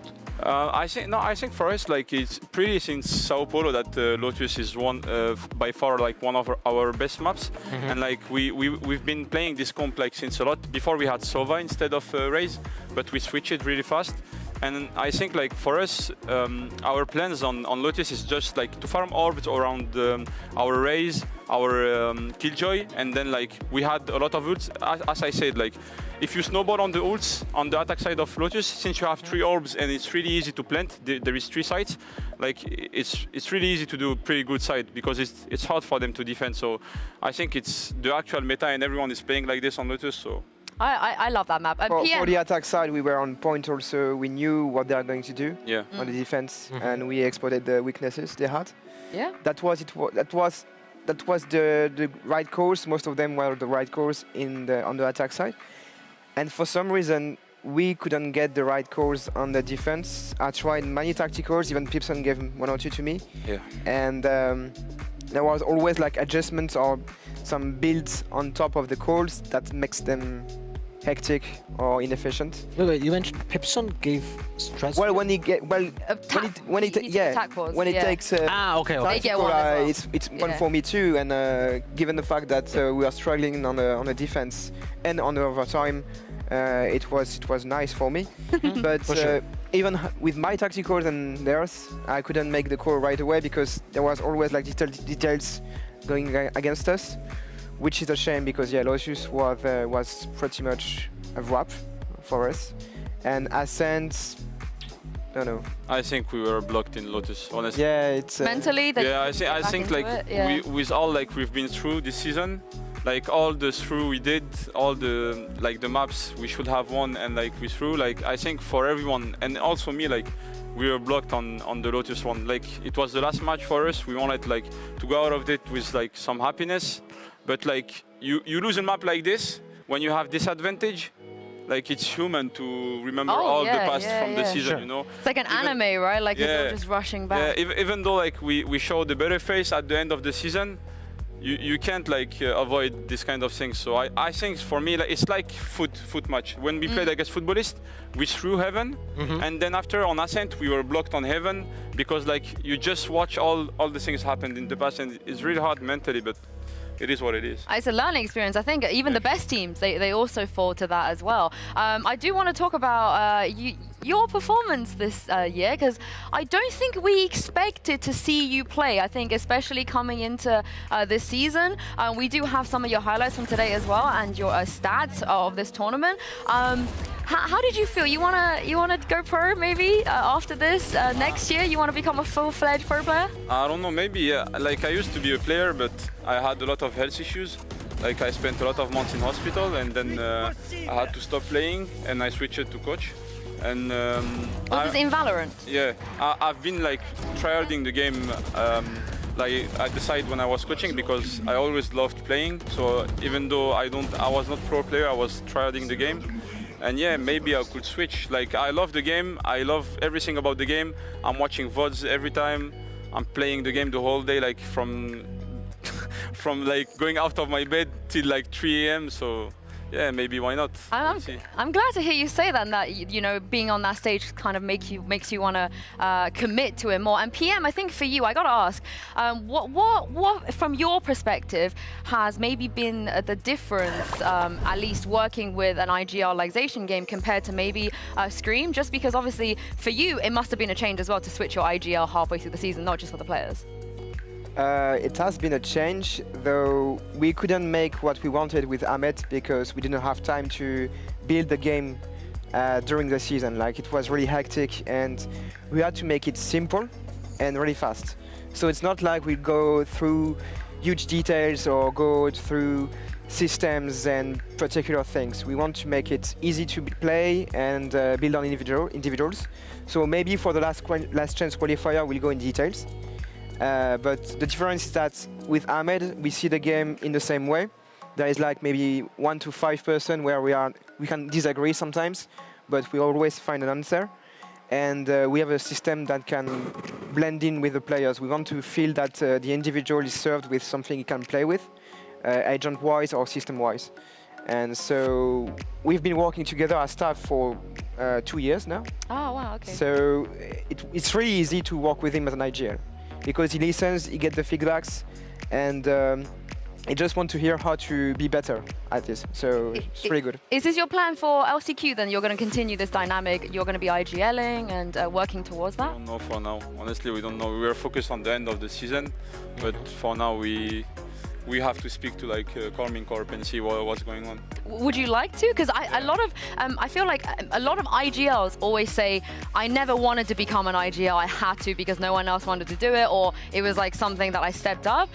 Do you want to continue to be an IGL? I always had like a supportive soul. So like I don't mind about doing kills or like having big KGA or something like this. I just want to win the game, you know, like.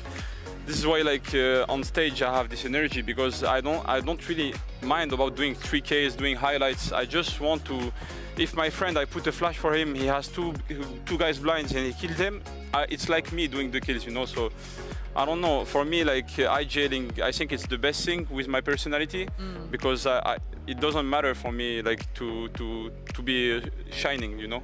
So which agent is the best for you, you feel like? Which one do you perform the best? And also, yeah, for well, if you had a choice, if you could play whatever you want. Which agent is the one that you would like to play? Honestly, my best agent is Viper. Like, I've always been trying Viper and main Sentinel, but as an IGL, it's really hard to play like on the opposite of the attack group. So like, I had to switch to KO. I was not playing KO at all like before, so I had to switch to it, even Breach. So like, I could be in the attack group, like micromanage, see what's going on, and move the group on the map. Because if I'm at the opposite, I'm just like focus on my crosshair, focus on my timings and my lurking, and it's really hard to IGL. So I think for me, if I have to choose an agent, it will be Viper.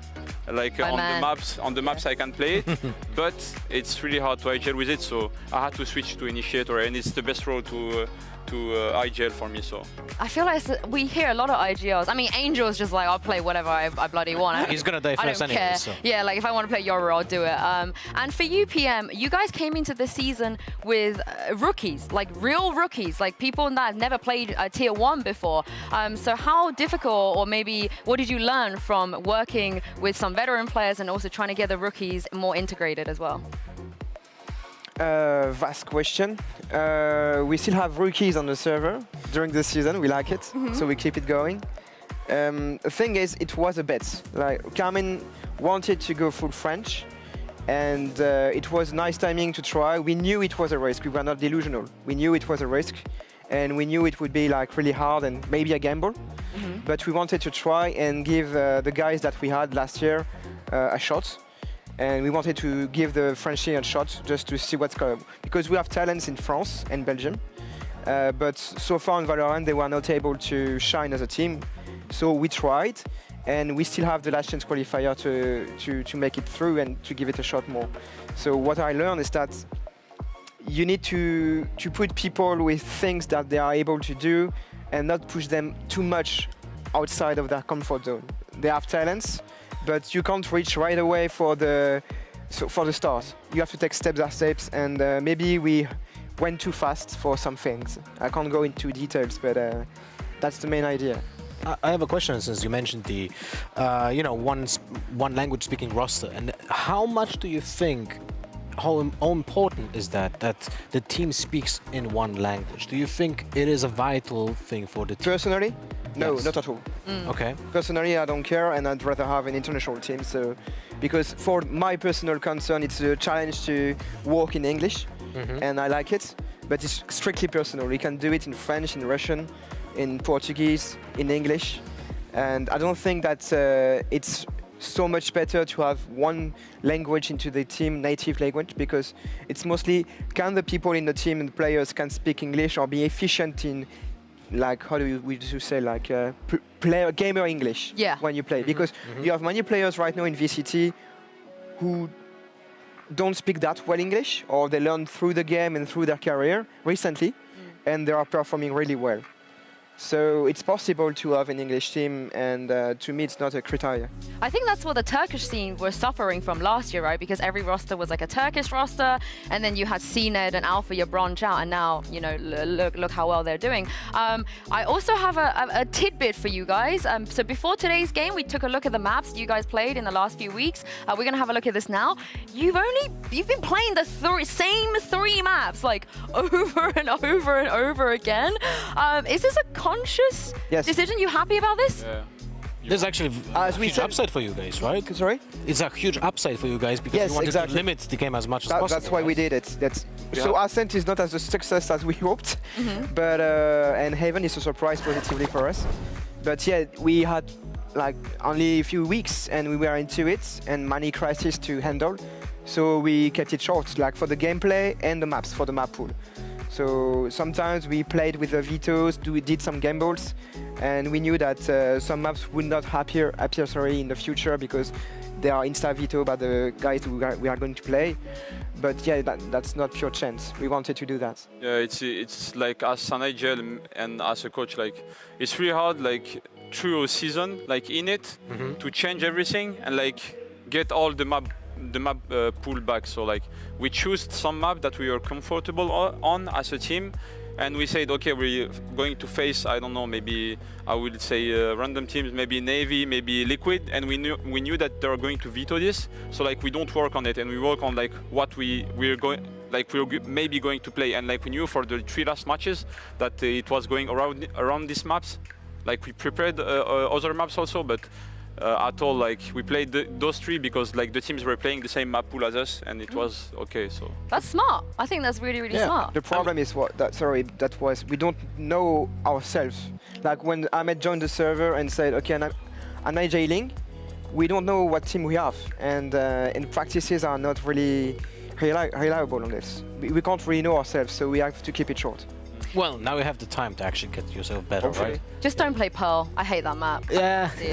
I love Pearl. Really? Why? You have to explain yourself. Because it's playing boring. Viper. Okay, yeah, right. I also play Viper on Pearl. That's why. I like playing it, but watching it, I'm just like, oh my goodness, get me out. Like it's a boring map to watch. But it's like Icebox. It's a boring map, but it's a map of timings. Like so, I love. I love playing Viper. Viperman talking.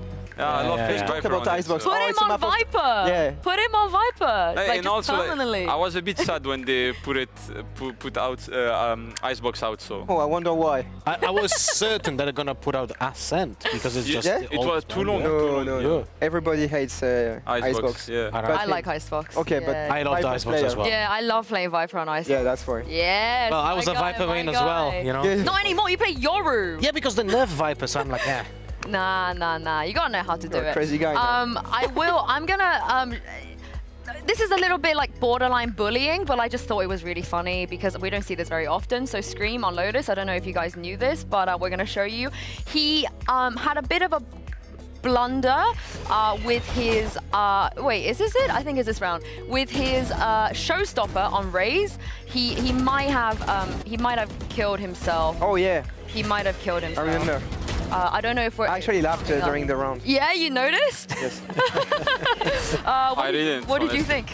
I think it's coming. I think it was it's a tough coming. shot for him because it's a jet in front of him. Yeah, I don't. She dashed away, and it was difficult to know we didn't where show. she was going.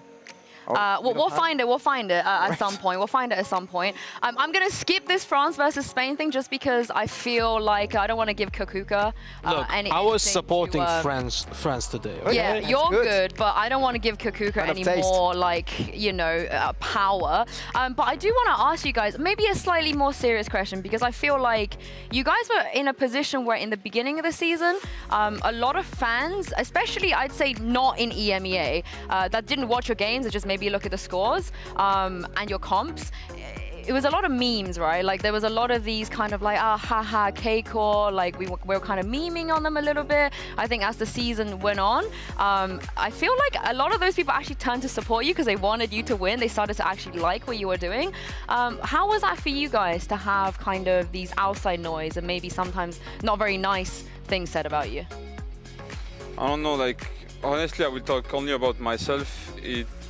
I didn't matter, like it didn't matter for me, like but after when I saw the support, like this matters, but like sometimes, you know, it's life. When you fail, like people will always talk. Like if you win, everyone will come to you and say, yeah, you're the best teams, like Fnatic. But if Fnatic start losing all their matches, they will do the same. They will say, yeah, you guys like are not good. So look, it's internet, you know. I don't like, for me it doesn't matter. I don't mind. Like if it's good, if it's like good criticism and like people are like saying constructive things, I will listen to it. But if it's only like, yeah, K-Corp is bad, K-Corp is this, K-Corp is this, like for me, I don't mind, you know. How do you think that also affected you, PM? And also, because you do have a lot younger, less experienced players that might have never felt or gone through a lot of people having judgments on their performance.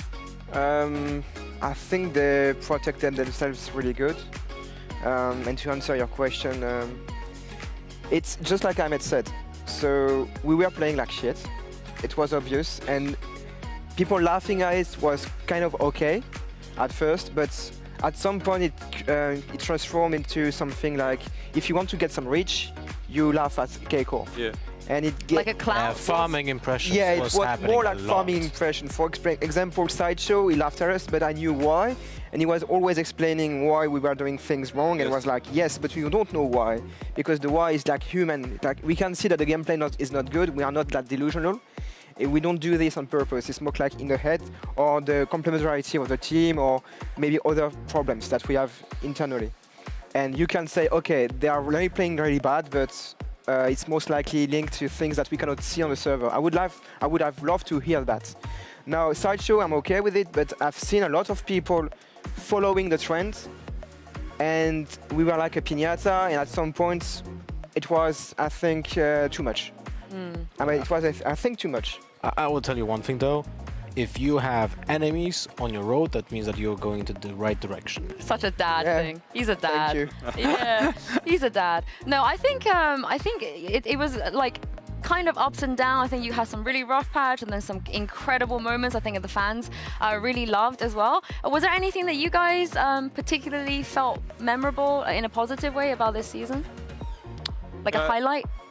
Honestly, like I think that we were like trying till the end. Like I felt like even though we were like taking 13-2, 13-4, like losing, when I switched and I entered into the server, I felt like that we had it, you know, like we were in a close match against Navy. We almost like won it. The match after we won against Koi.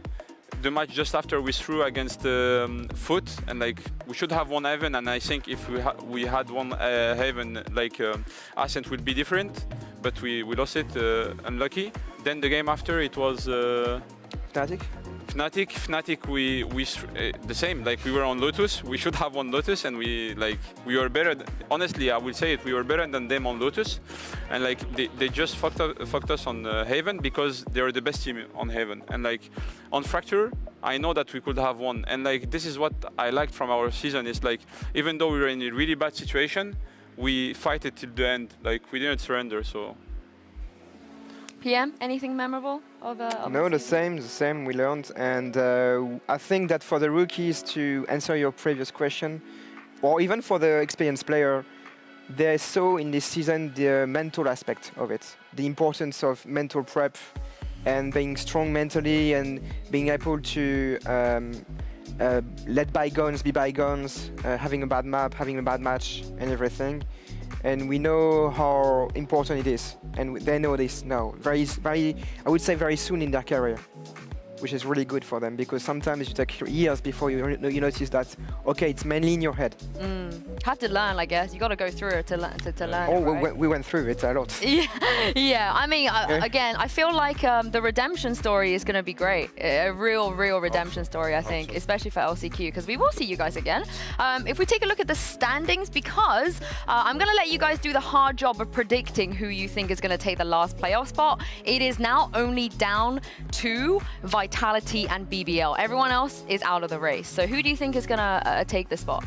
Oh, which I should tell you, BBL would have to beat FUT in order for them to go through. If they lose to FUT, I think their chances are we have to ask Kakuka. Yeah.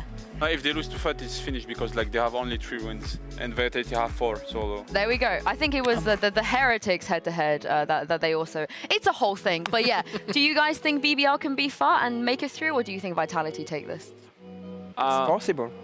I honestly think that BBL are one of the best team of this league, even though like we can see it on the scoreboard, because like since the beginning they are playing really well, but they are throwing their matches. Like I feel like this. Even like I remember the first match of the season before us, it was Giants, if I remember, and like they were throwing it, and I feel like they always had it, but they are not finishing the games. And like for me, I want to see them in playoffs, not only because this, but I also love them. You know, like we are talking a lot, even in Sao Paulo and things like this. We beat them in the beginning of the season. It was only love, and so yeah, I want to see BBL in playoffs.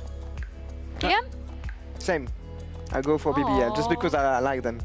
Me too. They have a redemption arc too. I also like Vitality, but like my Turkish brothers, you know, I have to. Lothar knows I'm super biased. Yeah, she's very biased. Yeah. Giga biased. Yeah. That's good. Yeah, Lothar, what about you? Well, I already said on the broadcast that I think FUT will take it, actually. Yeah. On the fundamental level, I think they're better than BBL, although in the latest matches, it wasn't as shining. They were shaky. Yeah, but you mentioned the throwing, right, Zaishan? I feel like that's one of the curse of the Turkish teams. They overheat so much, right? That's one of the main things that it's not only Turkish teams.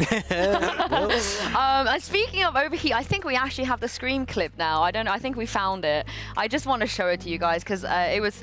I thought he was killed. I think by Fatinho, but he actually just killed himself. Oh, here it comes. So right there, I was expecting him to push forward in A to create space, and then it's a tough shot on the jet. Oh, here we come. Here he goes. Oh, he got 120 while flying, right? Oh. I think so. Remember this? You remember this? No, I don't even. You don't remember this? There is one agent who has the counter, and that's Jet, so that's unlucky too. That is true. I feel like you just gotta laugh at yourself, you know. You know what's funny? The best counter to a Raze showstopper is Reyna blind. True. Oh dear God.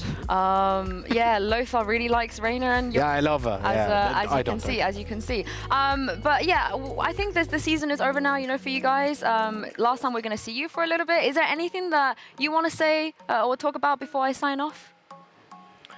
Well, thank you for the support of the fans, and it was a really nice event here. We had tough matches, but we were always like well received and welcome, even by you, the casters. We love you guys. Thank you. And yeah, we know that it was tough to see and to watch, especially at the beginning. Yeah. And we knew that we were playing bad, but I think for us, for every professional team, we knew that it's really bad. And it's not so much in the gameplay, it's much more like outside of it. And if you come to us and you ask, why do you play so badly? We won't say we play good. We will say, okay, there are some factors you have to think about. And yeah, that's something for the future if people are wondering why it's so difficult to watch. You just imagine being in it. That's why I always say, because I saw a tweet, sorry Lothar, very side note. I think SK Rossi from Global Esports put a tweet out being like, a lot of people are just really sending me a lot of hate right now. And in my mind, I'm like, if you're angry that the team that you like is losing, imagine how they feel. Like whatever you're feeling, they're feeling like 10 times worse. So, you know, I can't imagine what you guys have to go through with some of the stuff on the internet. But the redemption arc.